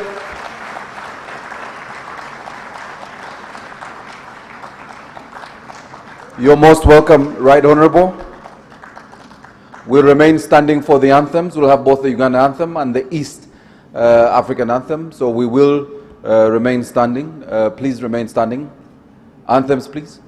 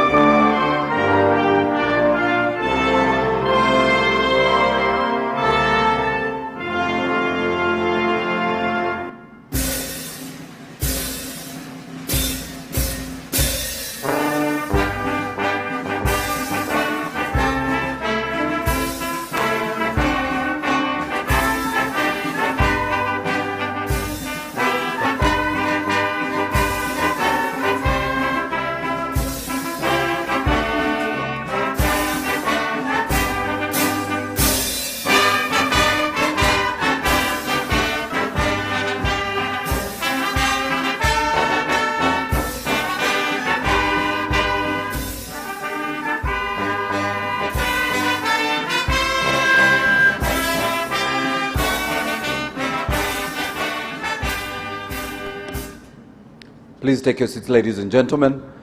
The Right Honorable Prime Minister of the Republic of Uganda, the Right Honorable Robin Nabanja, the Honorable Minister for General Duties in the Ministry of Finance, Planning and Economic Development, the UN Resident Coordinator, Her Excellency Susan Namondo, the Country Director, IGC Uganda, Dr. Newfarmer, Professor Ezra Suruma, the DST, our heads of the government agencies, invited guests, ladies and gentlemen. The Right Honourable Prime Minister, we are excited you're joining us for what has been quite a load full of information and information sharing from both the experts and the partners who are in this room. We've had quite a thesis of conversations here in this room. In fact, a lot of us have walked away feeling like we are now economists. That conversation we are going to have immediately after this will make us feel a little more informed, especially for those of us who are not the government economists in this room. But I guarantee you, Right Honourable Prime Minister, that I am walking away here as an expert on value addition, as an expert on export promotion, as an expert on green growth, a space a lot of our people have been watching and sharing with us, both for the physical audience in this room and the hybrid audience that's joining us on Zoom. Right Honourable Prime Minister, I also want to let you know that this is being broadcast live on your very own UBC, and so the rest of the country will watch you as you deliver your closing remarks to the nation. I want to take the pleasure and just maybe to let you know, our chief guest, we will have a summary of the sessions shared here very shortly. But before we do that, allow me invite Mr. Philip Smith, the Director of Development, FCDO Uganda, to come and run us through the reflections on the challenging macroeconomic environment and global lessons learned on achieving sustainable growth. You're welcome, Philip. Round of applause, ladies and gentlemen.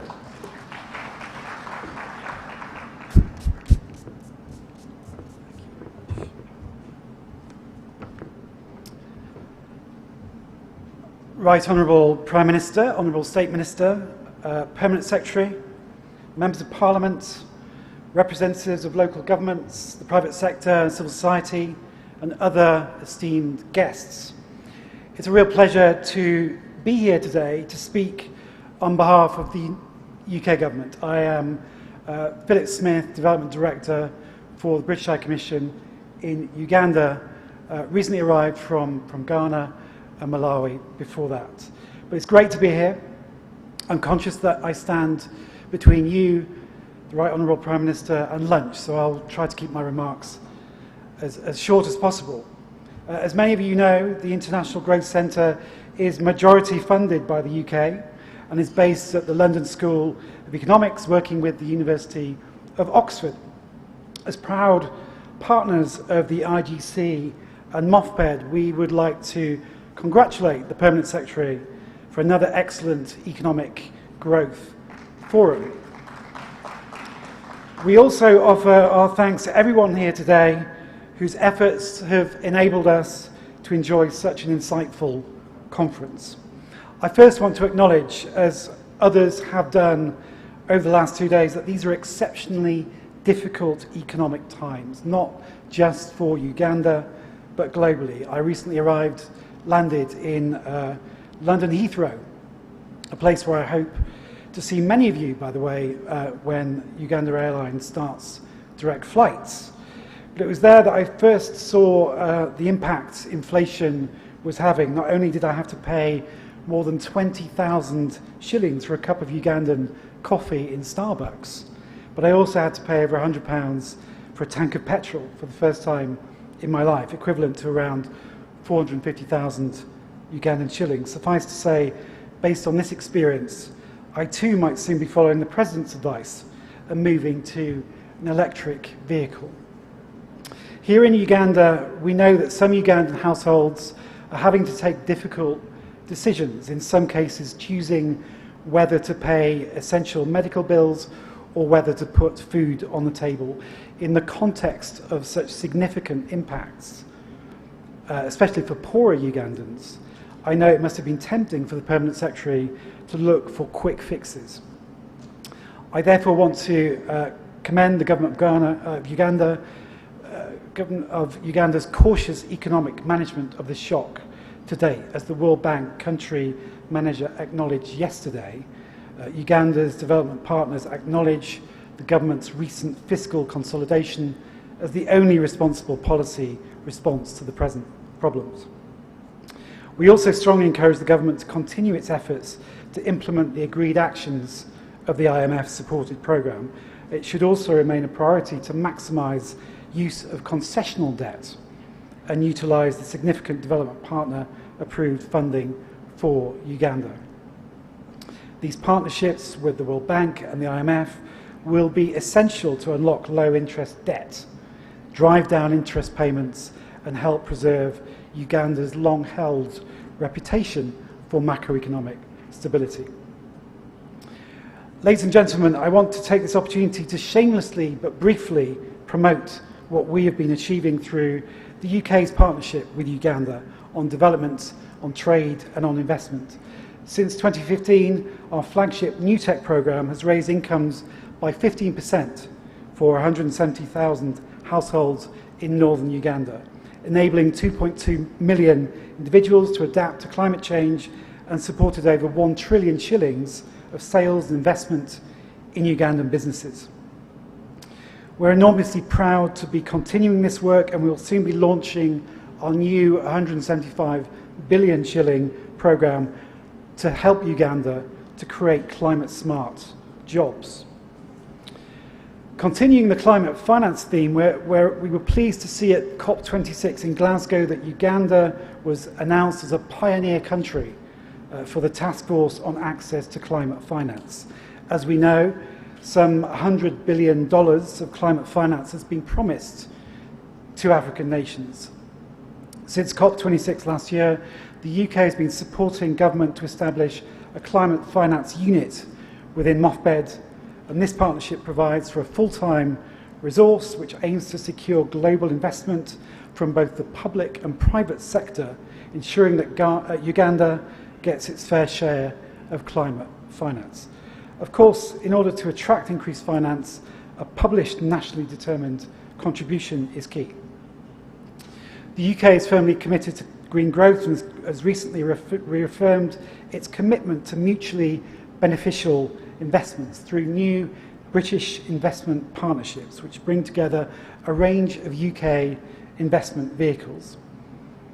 These partnerships demonstrate the UK's commitment to building stronger, more transparent economic partnerships based on high-quality investment, technical expertise, and the ability to mobilise private finance without adding to debt burden.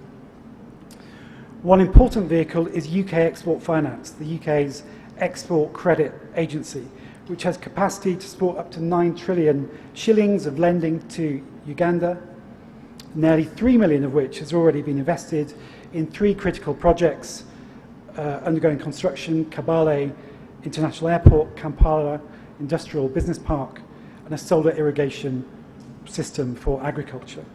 Other UK investments, the Private Infrastructure Development Group, which is an infrastructure project developer and investor, and Agdevco, which is a specialist UK investor in African agribusinesses, already have an investment portfolio of close to 622 billion shillings in Uganda, with over 22 projects supported. We are proud of our investments in energy and renewables that include solar plants, hydropower, and marine transport. And we're also making the most of the UK's expertise in agri-processing, with existing investment partnerships in pig farming, in coffee, and in cotton. And finally, the UK's development finance institution, now called British International Investment, has invested £160 million, that's 706 billion shillings, in 40 companies in Uganda, supporting nearly 5,000 full-time jobs. So let me conclude, ladies and gentlemen. The UK, as a long-standing friend of Uganda, is supporting investments across a range of government priorities by lending to businesses and lending to government. I truly believe that our British investment partnerships and their financing vehicles can be a game changer for Uganda. And as the new development director here, I look forward to working with many of you in this room. And despite the looming challenges to the economies of the UK and the economies of Uganda, I'm optimistic about the strength of the UK-Uganda partnership and the opportunities to come as we unlock our two countries' trade, investment and growth. Thank you very much.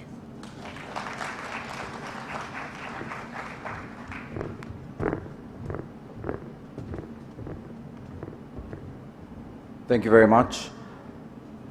Our chief guest, may I take the pleasure of inviting Ms. Justine Ayebare. She is the principal economist in the Ministry of Finance, Planning and Economic Development. Ladies and gentlemen, round of applause for Justine.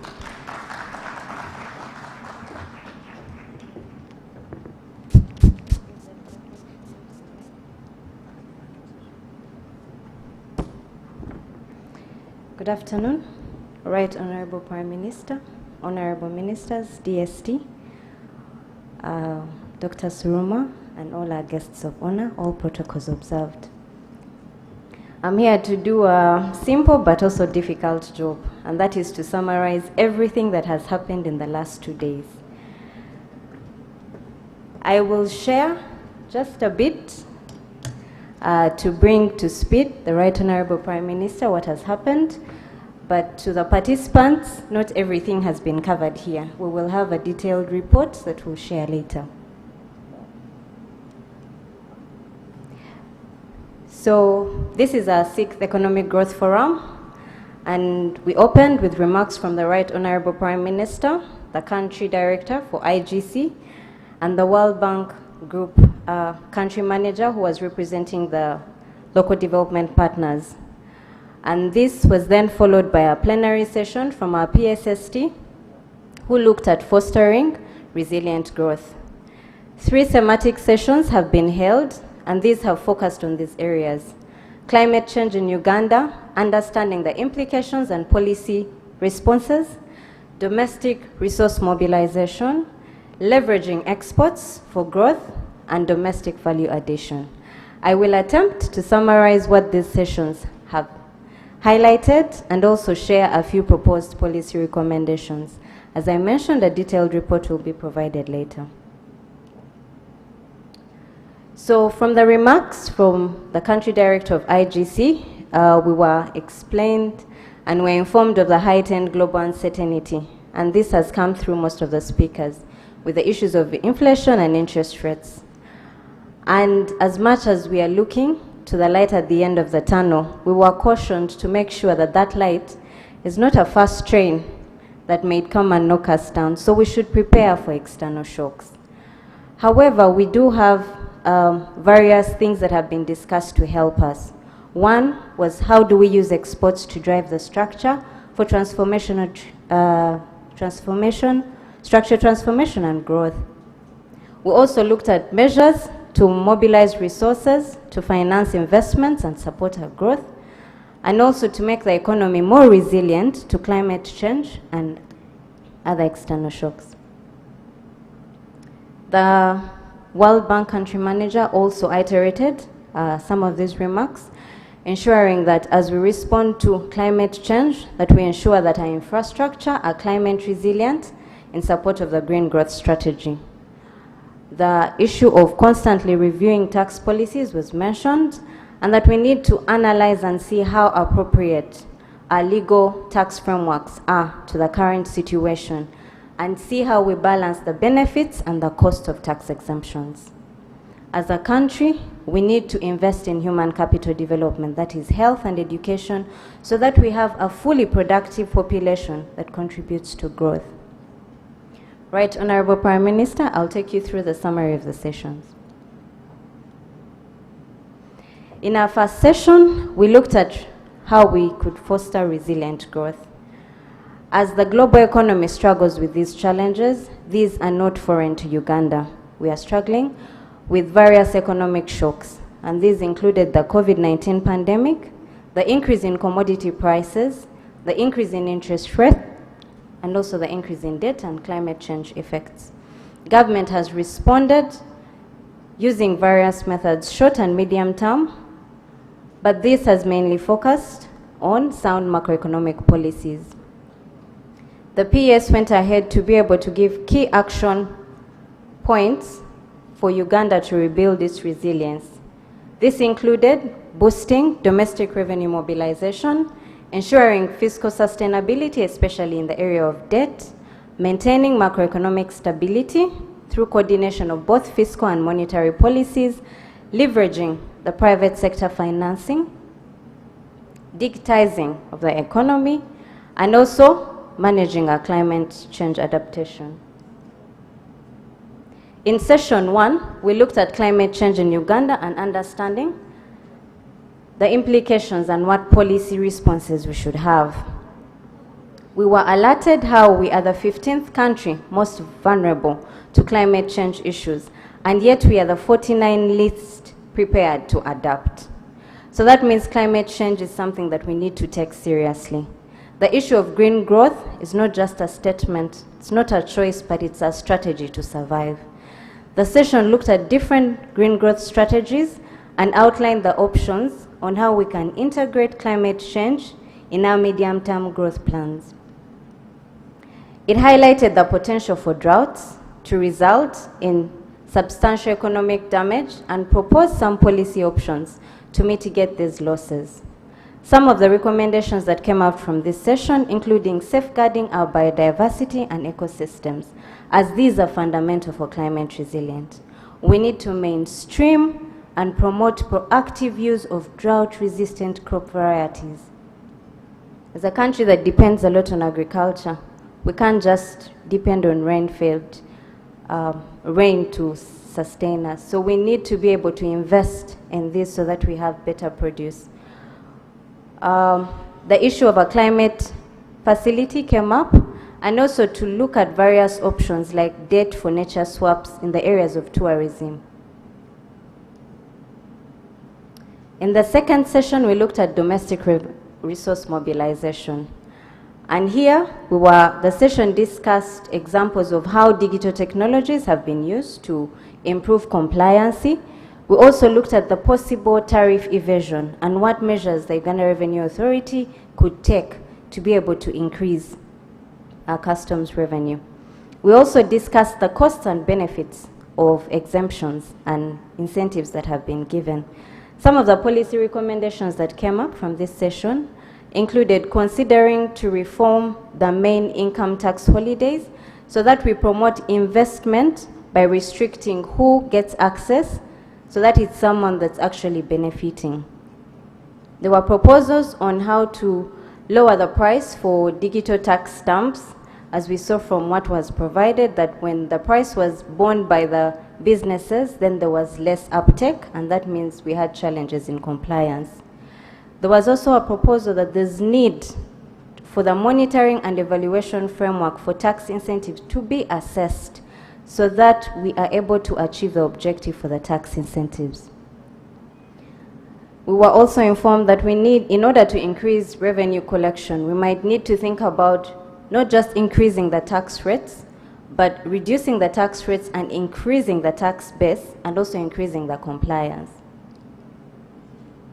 In the third session that was held this morning, we looked at how we can leverage exports for growth. Uganda has made progress in diversifying its export basket, but there's still more work that needs to be done. The African Continental Free Trade Area is an opportunity that we can utilize as Uganda, but we need to prepare ourselves so that we utilize it well. We have high regional transport costs, and these have presented a barrier to expanding production in the domestic farms. Some of the policy recommendations that came through were to prioritize investments so that we facilitate trade and reduce on the time and the cost of importing and exporting. For the areas of coffee, there was a proposal that we need to expand the hubs, quality hubs, so that we can improve the quality of the coffee exports. They do not have to be in one place, but if they're in the regions where coffee is being produced, then you increase on the quality of the coffee that is exported and also increase on the exports. There was a proposal to lower the costs of imported inputs, and this, as we expand and use the different, the EAC region, the African Continental Trade Area, as we expand as a country, it reduces the tariffs that we on our imports, and also allows us to facilitate global competition because we have low costs for the inputs. Agriculture is one of our main exports, and so the need to continue improving export performance and agro-processing cannot be left out.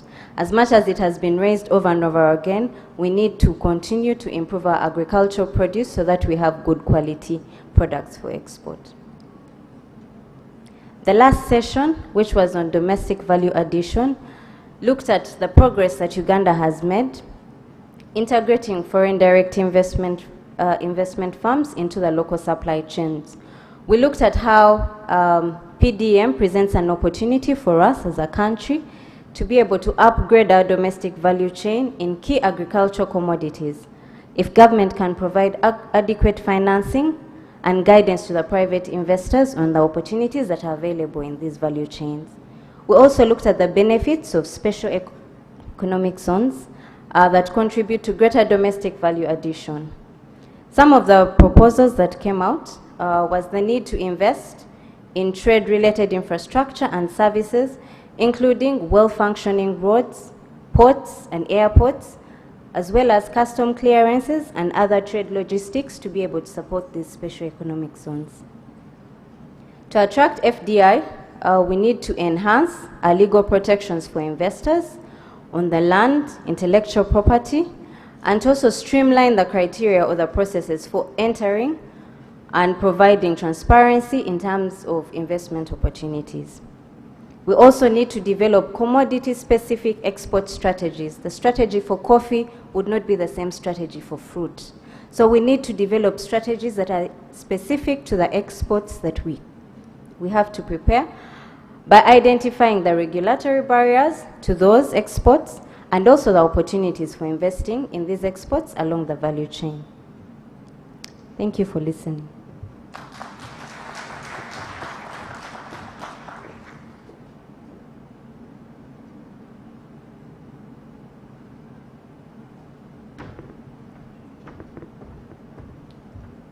I think we should give Justin a better hand clap for summarizing what would have been 30 minutes of all the sessions we've had since yesterday, 8:30 a.m. Right Honorable Prime Minister, may I take the pleasure of inviting the Honorable Minister of State for General Duties in the Ministry of Finance, Planning and Economic Development to come and make his remarks and thereafter invite you to address our invited guests. Ladies and gentlemen, round of applause.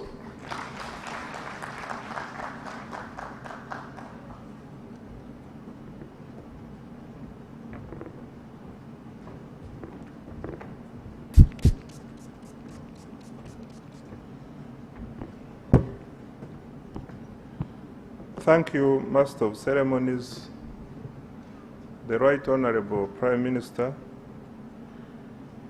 honorable colleagues, members of Parliament who are here, the United Nations Country Coordinator, the World Bank Country Manager, the resource persons from the International Growth Forum, Dr. Ezra Suruma, former Minister of Finance, our technical teams from Ministry of Finance led by the Deputy Secretary to the Treasury, the champions in the industry and private sector players who are here, all resource persons present, distinguished participants, ladies and gentlemen. Right Honorable Prime Minister, I am delighted to welcome you to the 60th High-Level Economic Growth Forum, whose theme is building a sustaining economy to weather the future shocks. We have organized it in a hybrid format with some participants present here in the audience and the others catching us through our other platforms and virtual means. We have had, as Justin has said, we have had 1.5 days of deliberations on the challenges that are facing our economic growth trajectory, many of which are due to external factors. These include the increase in commodity prices, largely driven by global geopolitics, increase in interest rates in the developed economies such as USA, leading to reversal of capital flow to developing countries including Uganda, climate change-related hazards, and a slowdown in global growth, all of which are affecting our government's financial position.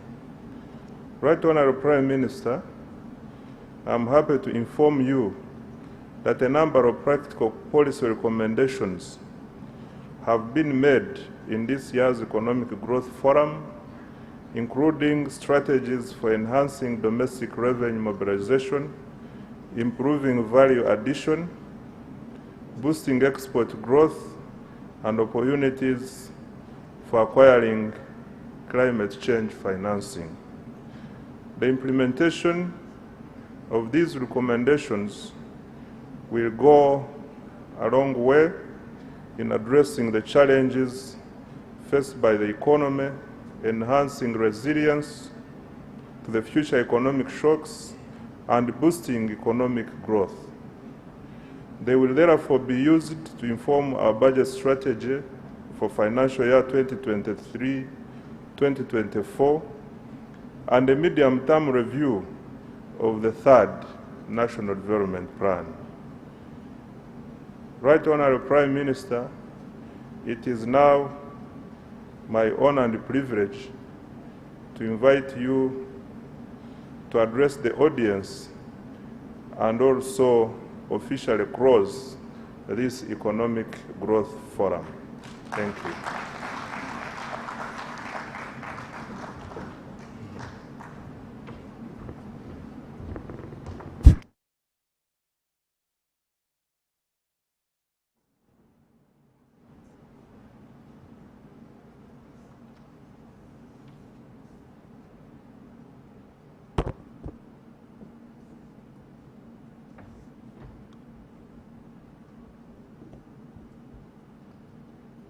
The Honorable Minister of Finance, General Duties, the Honorable Members of Parliament, our development partners, distinguished participants and guest speakers, the media fraternity, ladies and gentlemen, good afternoon. First and foremost, I congratulate you all for participating in the 6th Economic Growth Forum.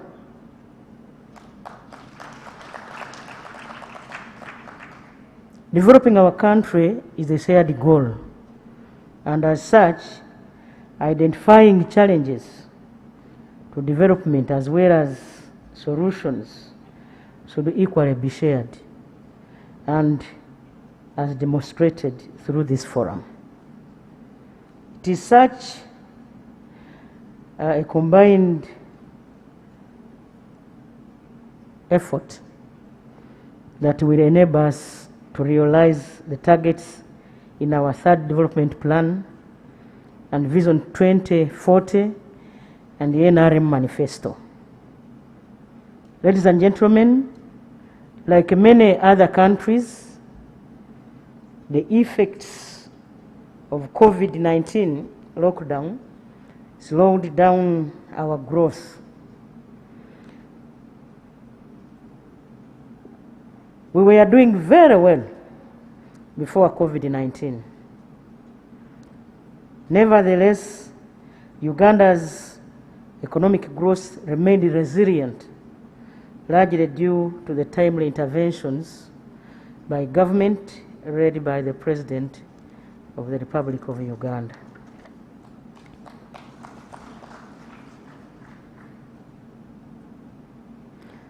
As we are getting out of the worst effects of the pandemic, we faced some other risks.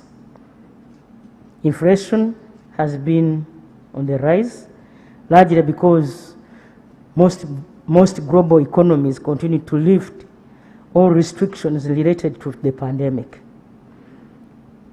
Like I told you in Parliament, this led to more demand of materials than their supply.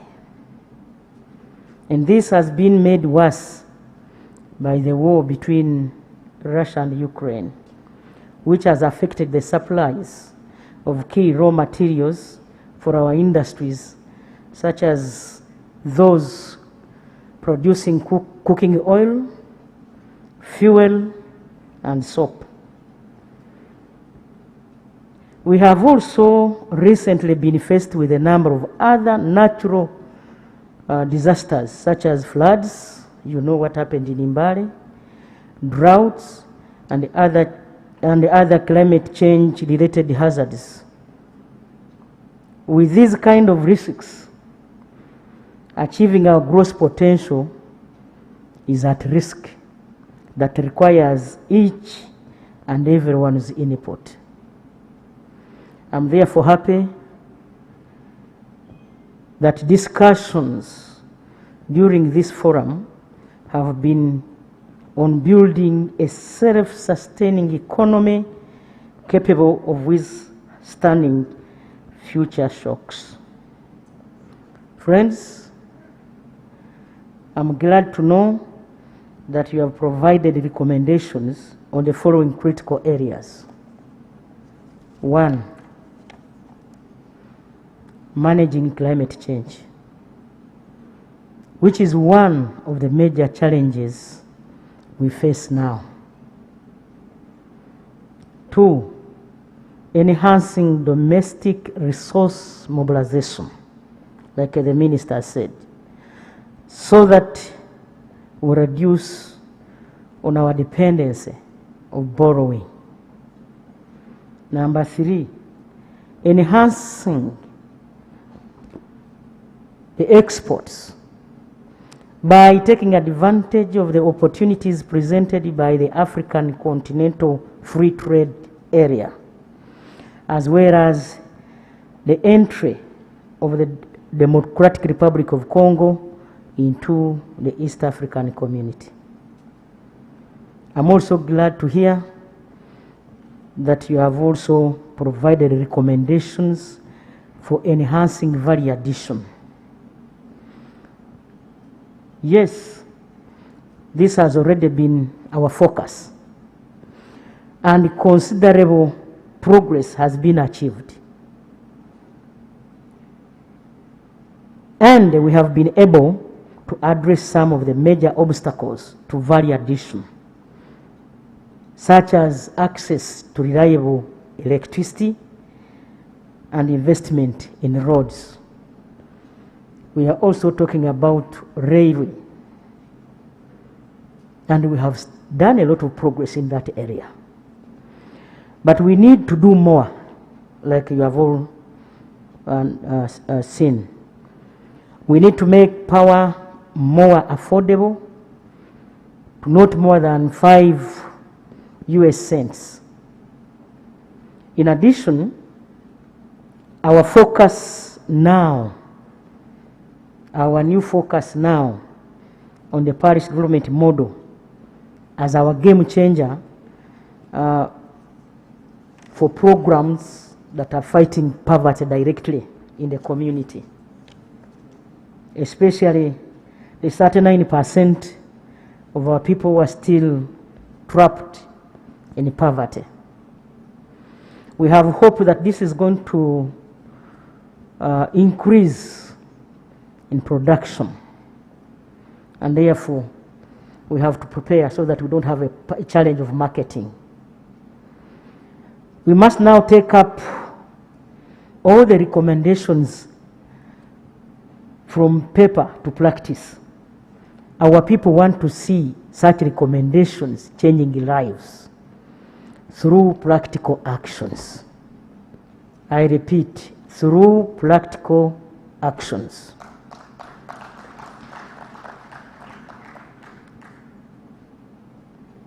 Dear participants, ladies and gentlemen, let me conclude by thanking the Ministry of Finance, Planning and Economic Development, together with the International Growth Center, for organizing this discussion.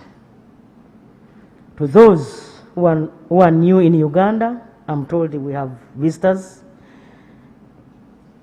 I request you not to go back to your countries without traveling out of Kampala to explore the beauty of this country.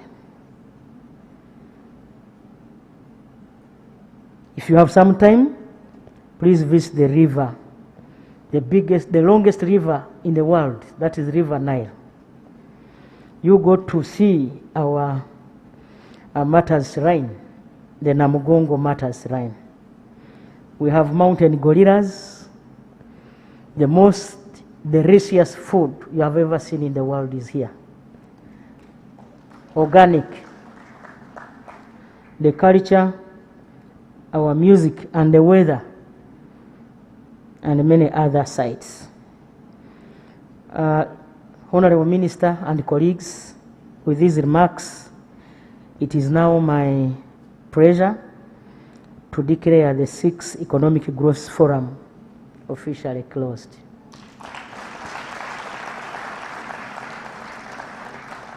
For God and my country.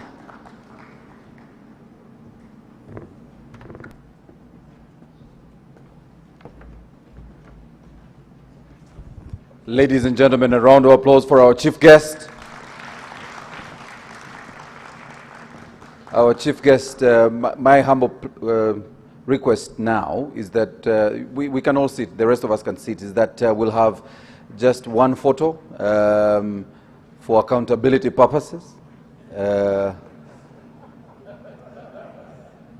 You know, I'm dealing with accountants. The DST is here. He might ask for accountability. So I request our chief guest, our Honorable Minister of State, Dr. Newfarmer, the DST, and our UN resident rep, plus Mr. Smith, to come.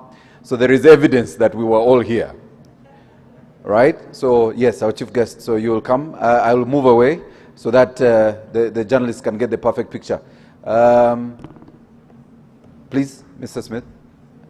I think the other side has, I don't know which one has a longer, please, journalists decide. This side, I think this is better, right? Perfect. On that side. Yes. This can't move.